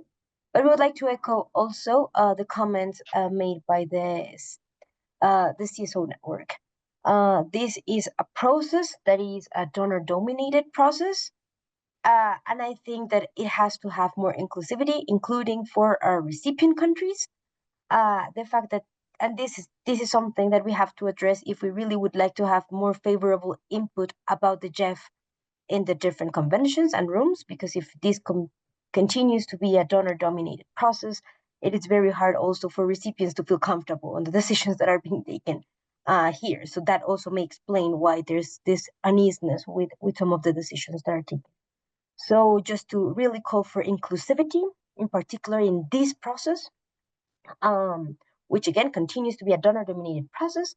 And we also are moving to a replenishment process in which we as recipient countries are feeling uncomfortable. Whenever we raised our points on the concerns we have, we always get the answer from the GEF, either all of the GEF members, that this is just an input, this is just an input. We raised this in different parts of the council meeting. We always received the same answer. So our question is then, in which document will our concerns be reflected? So this is not only about, it is about factoring these systemic elements in the rationale we do, in how we frame, for instance, the theories of change, in how we're also doing the surveys for the OPS8 and the other elements. So we go right now, and this is for the record, we're going to a replenishment process in which we're very uncomfortable because our context is not being considered. And then we get the answer that it's just like it's just an input, but then where? If everything is just an input, then where? Thank you very much. Muchas gracias, Sofía. Abby, you have the floor.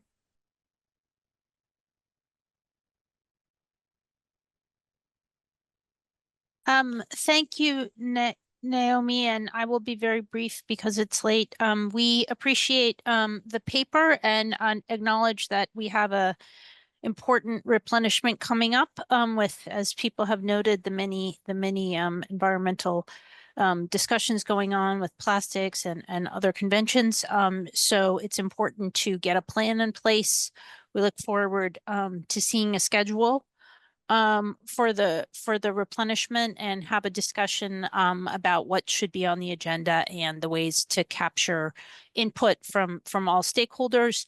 And then if you will indulge me for 1 second, I would just like to acknowledge that this fall, Praveen Desabatla, I'm not sure I'm saying his name right, but who is the anchor of the GEF trustee team, for many years moved on to a different job. Jane, welcome to the GEF partnership. Praveen was indispensable in avoiding mistakes on the trustee side of things. So I just want to acknowledge his long service to the GEF. Which he did in a very understated way. But with that, I hope I don't have to intervene again today because I know some of you are already into the next day, and thank you all for your attention. Bye. Thank you very much, Abby. I see now written comment from Kong representing the Southern Africa constituency that I will read to the floor. We welcome the initiation of discussions of the 9 replenishment cycle and echo the sentiments by the CSO network. The GEF 9 will be a critical point for the whole world, where we would either succeed or fail as a collective in addressing the triple planetary threats. Inclusion of all players will be critical in putting all needs to the fore and for a more equitable replenishment process. We therefore appreciate the previous discussions on the MEA's financial mechanisms and hope the discussions will continue and all sides come to a mutual understanding. And with this comment, we conclude the list of speakers. So back to you, Chair. Thank you so much, Noemi. Thanks for the council members who addressed the floor. I want to make a couple of very quick reactions and then pass it over to Jane, our trustee, for whatever the compliments or reactions she may also have to the council members. First, thanks CSO Canada and Colombia for your comments. We hear you well. Yes, the replenishment is in a special process that is being defined by the instrument. But let me assure you that it's a very inclusive, open process.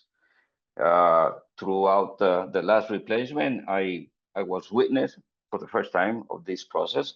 And I even proposed ideas in how to expand the observers based on the fact that the seats didn't have an observer position.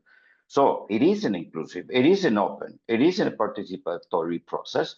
But at the end of the day, according to the rules, the decisions are being taken by donors. Now, we got donors and recipient donors. And I hear you well, Sophia. I mean, you got very good points. I invite Colombia to become a donor to the GEF, like other countries has done, from Africa and South America and Saudi and Asia as well. And they are there sitting.